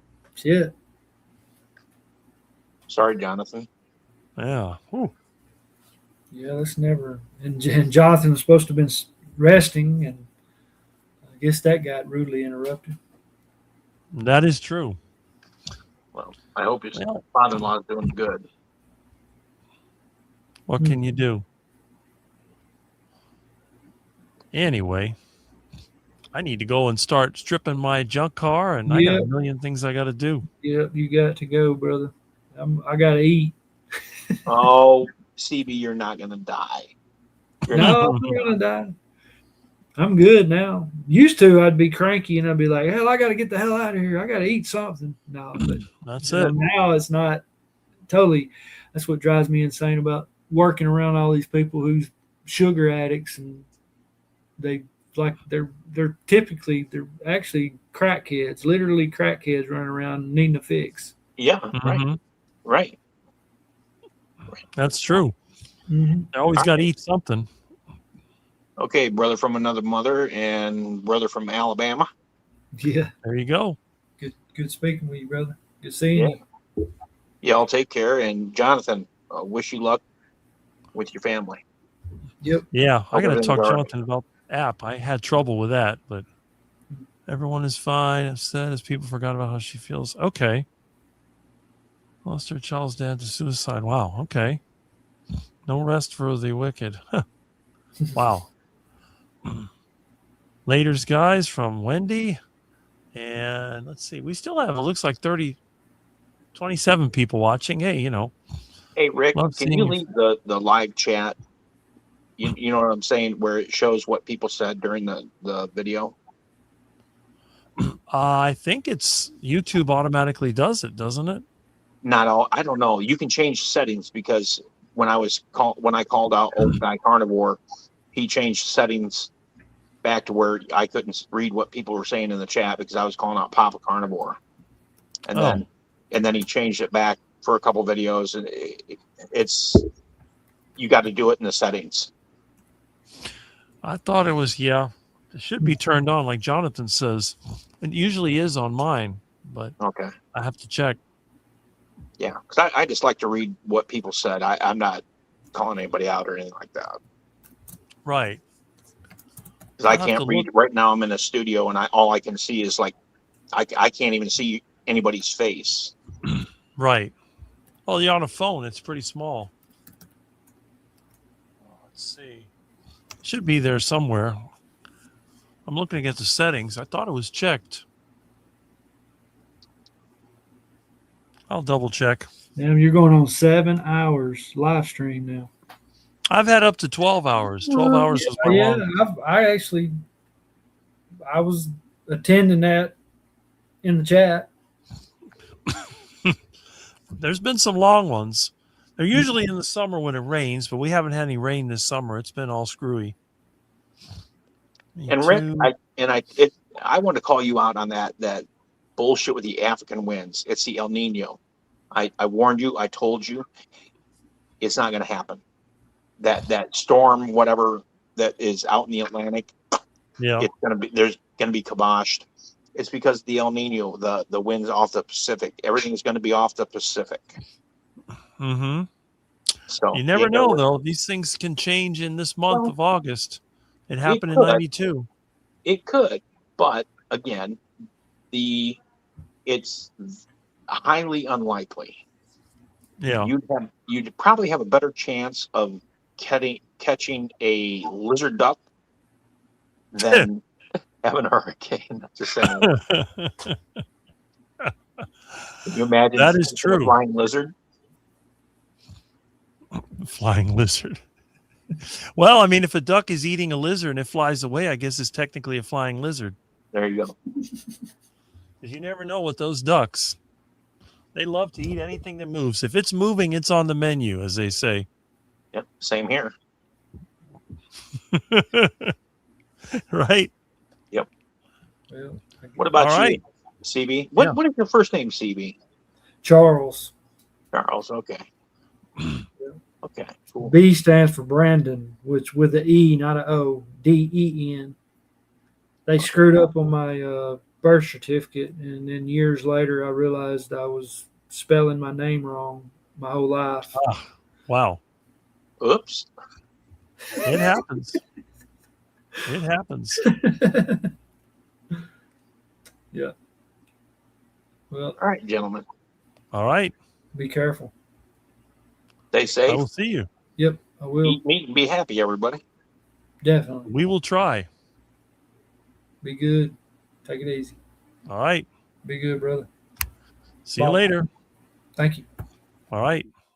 Great to have everyone here. And I think I'm going to go outside and start cutting up that old 69 Charger. So hopefully everyone's going to have a great day. And again, I thank you. And I will exit and I will see you. I guess the next one will be tomorrow at 10 if there's a live stream with Kiltz or Mitch. I didn't see Mitch here today. And then maybe on, Tuesday, we have Keto Cookout with Russ. And after that, I'll catch you then.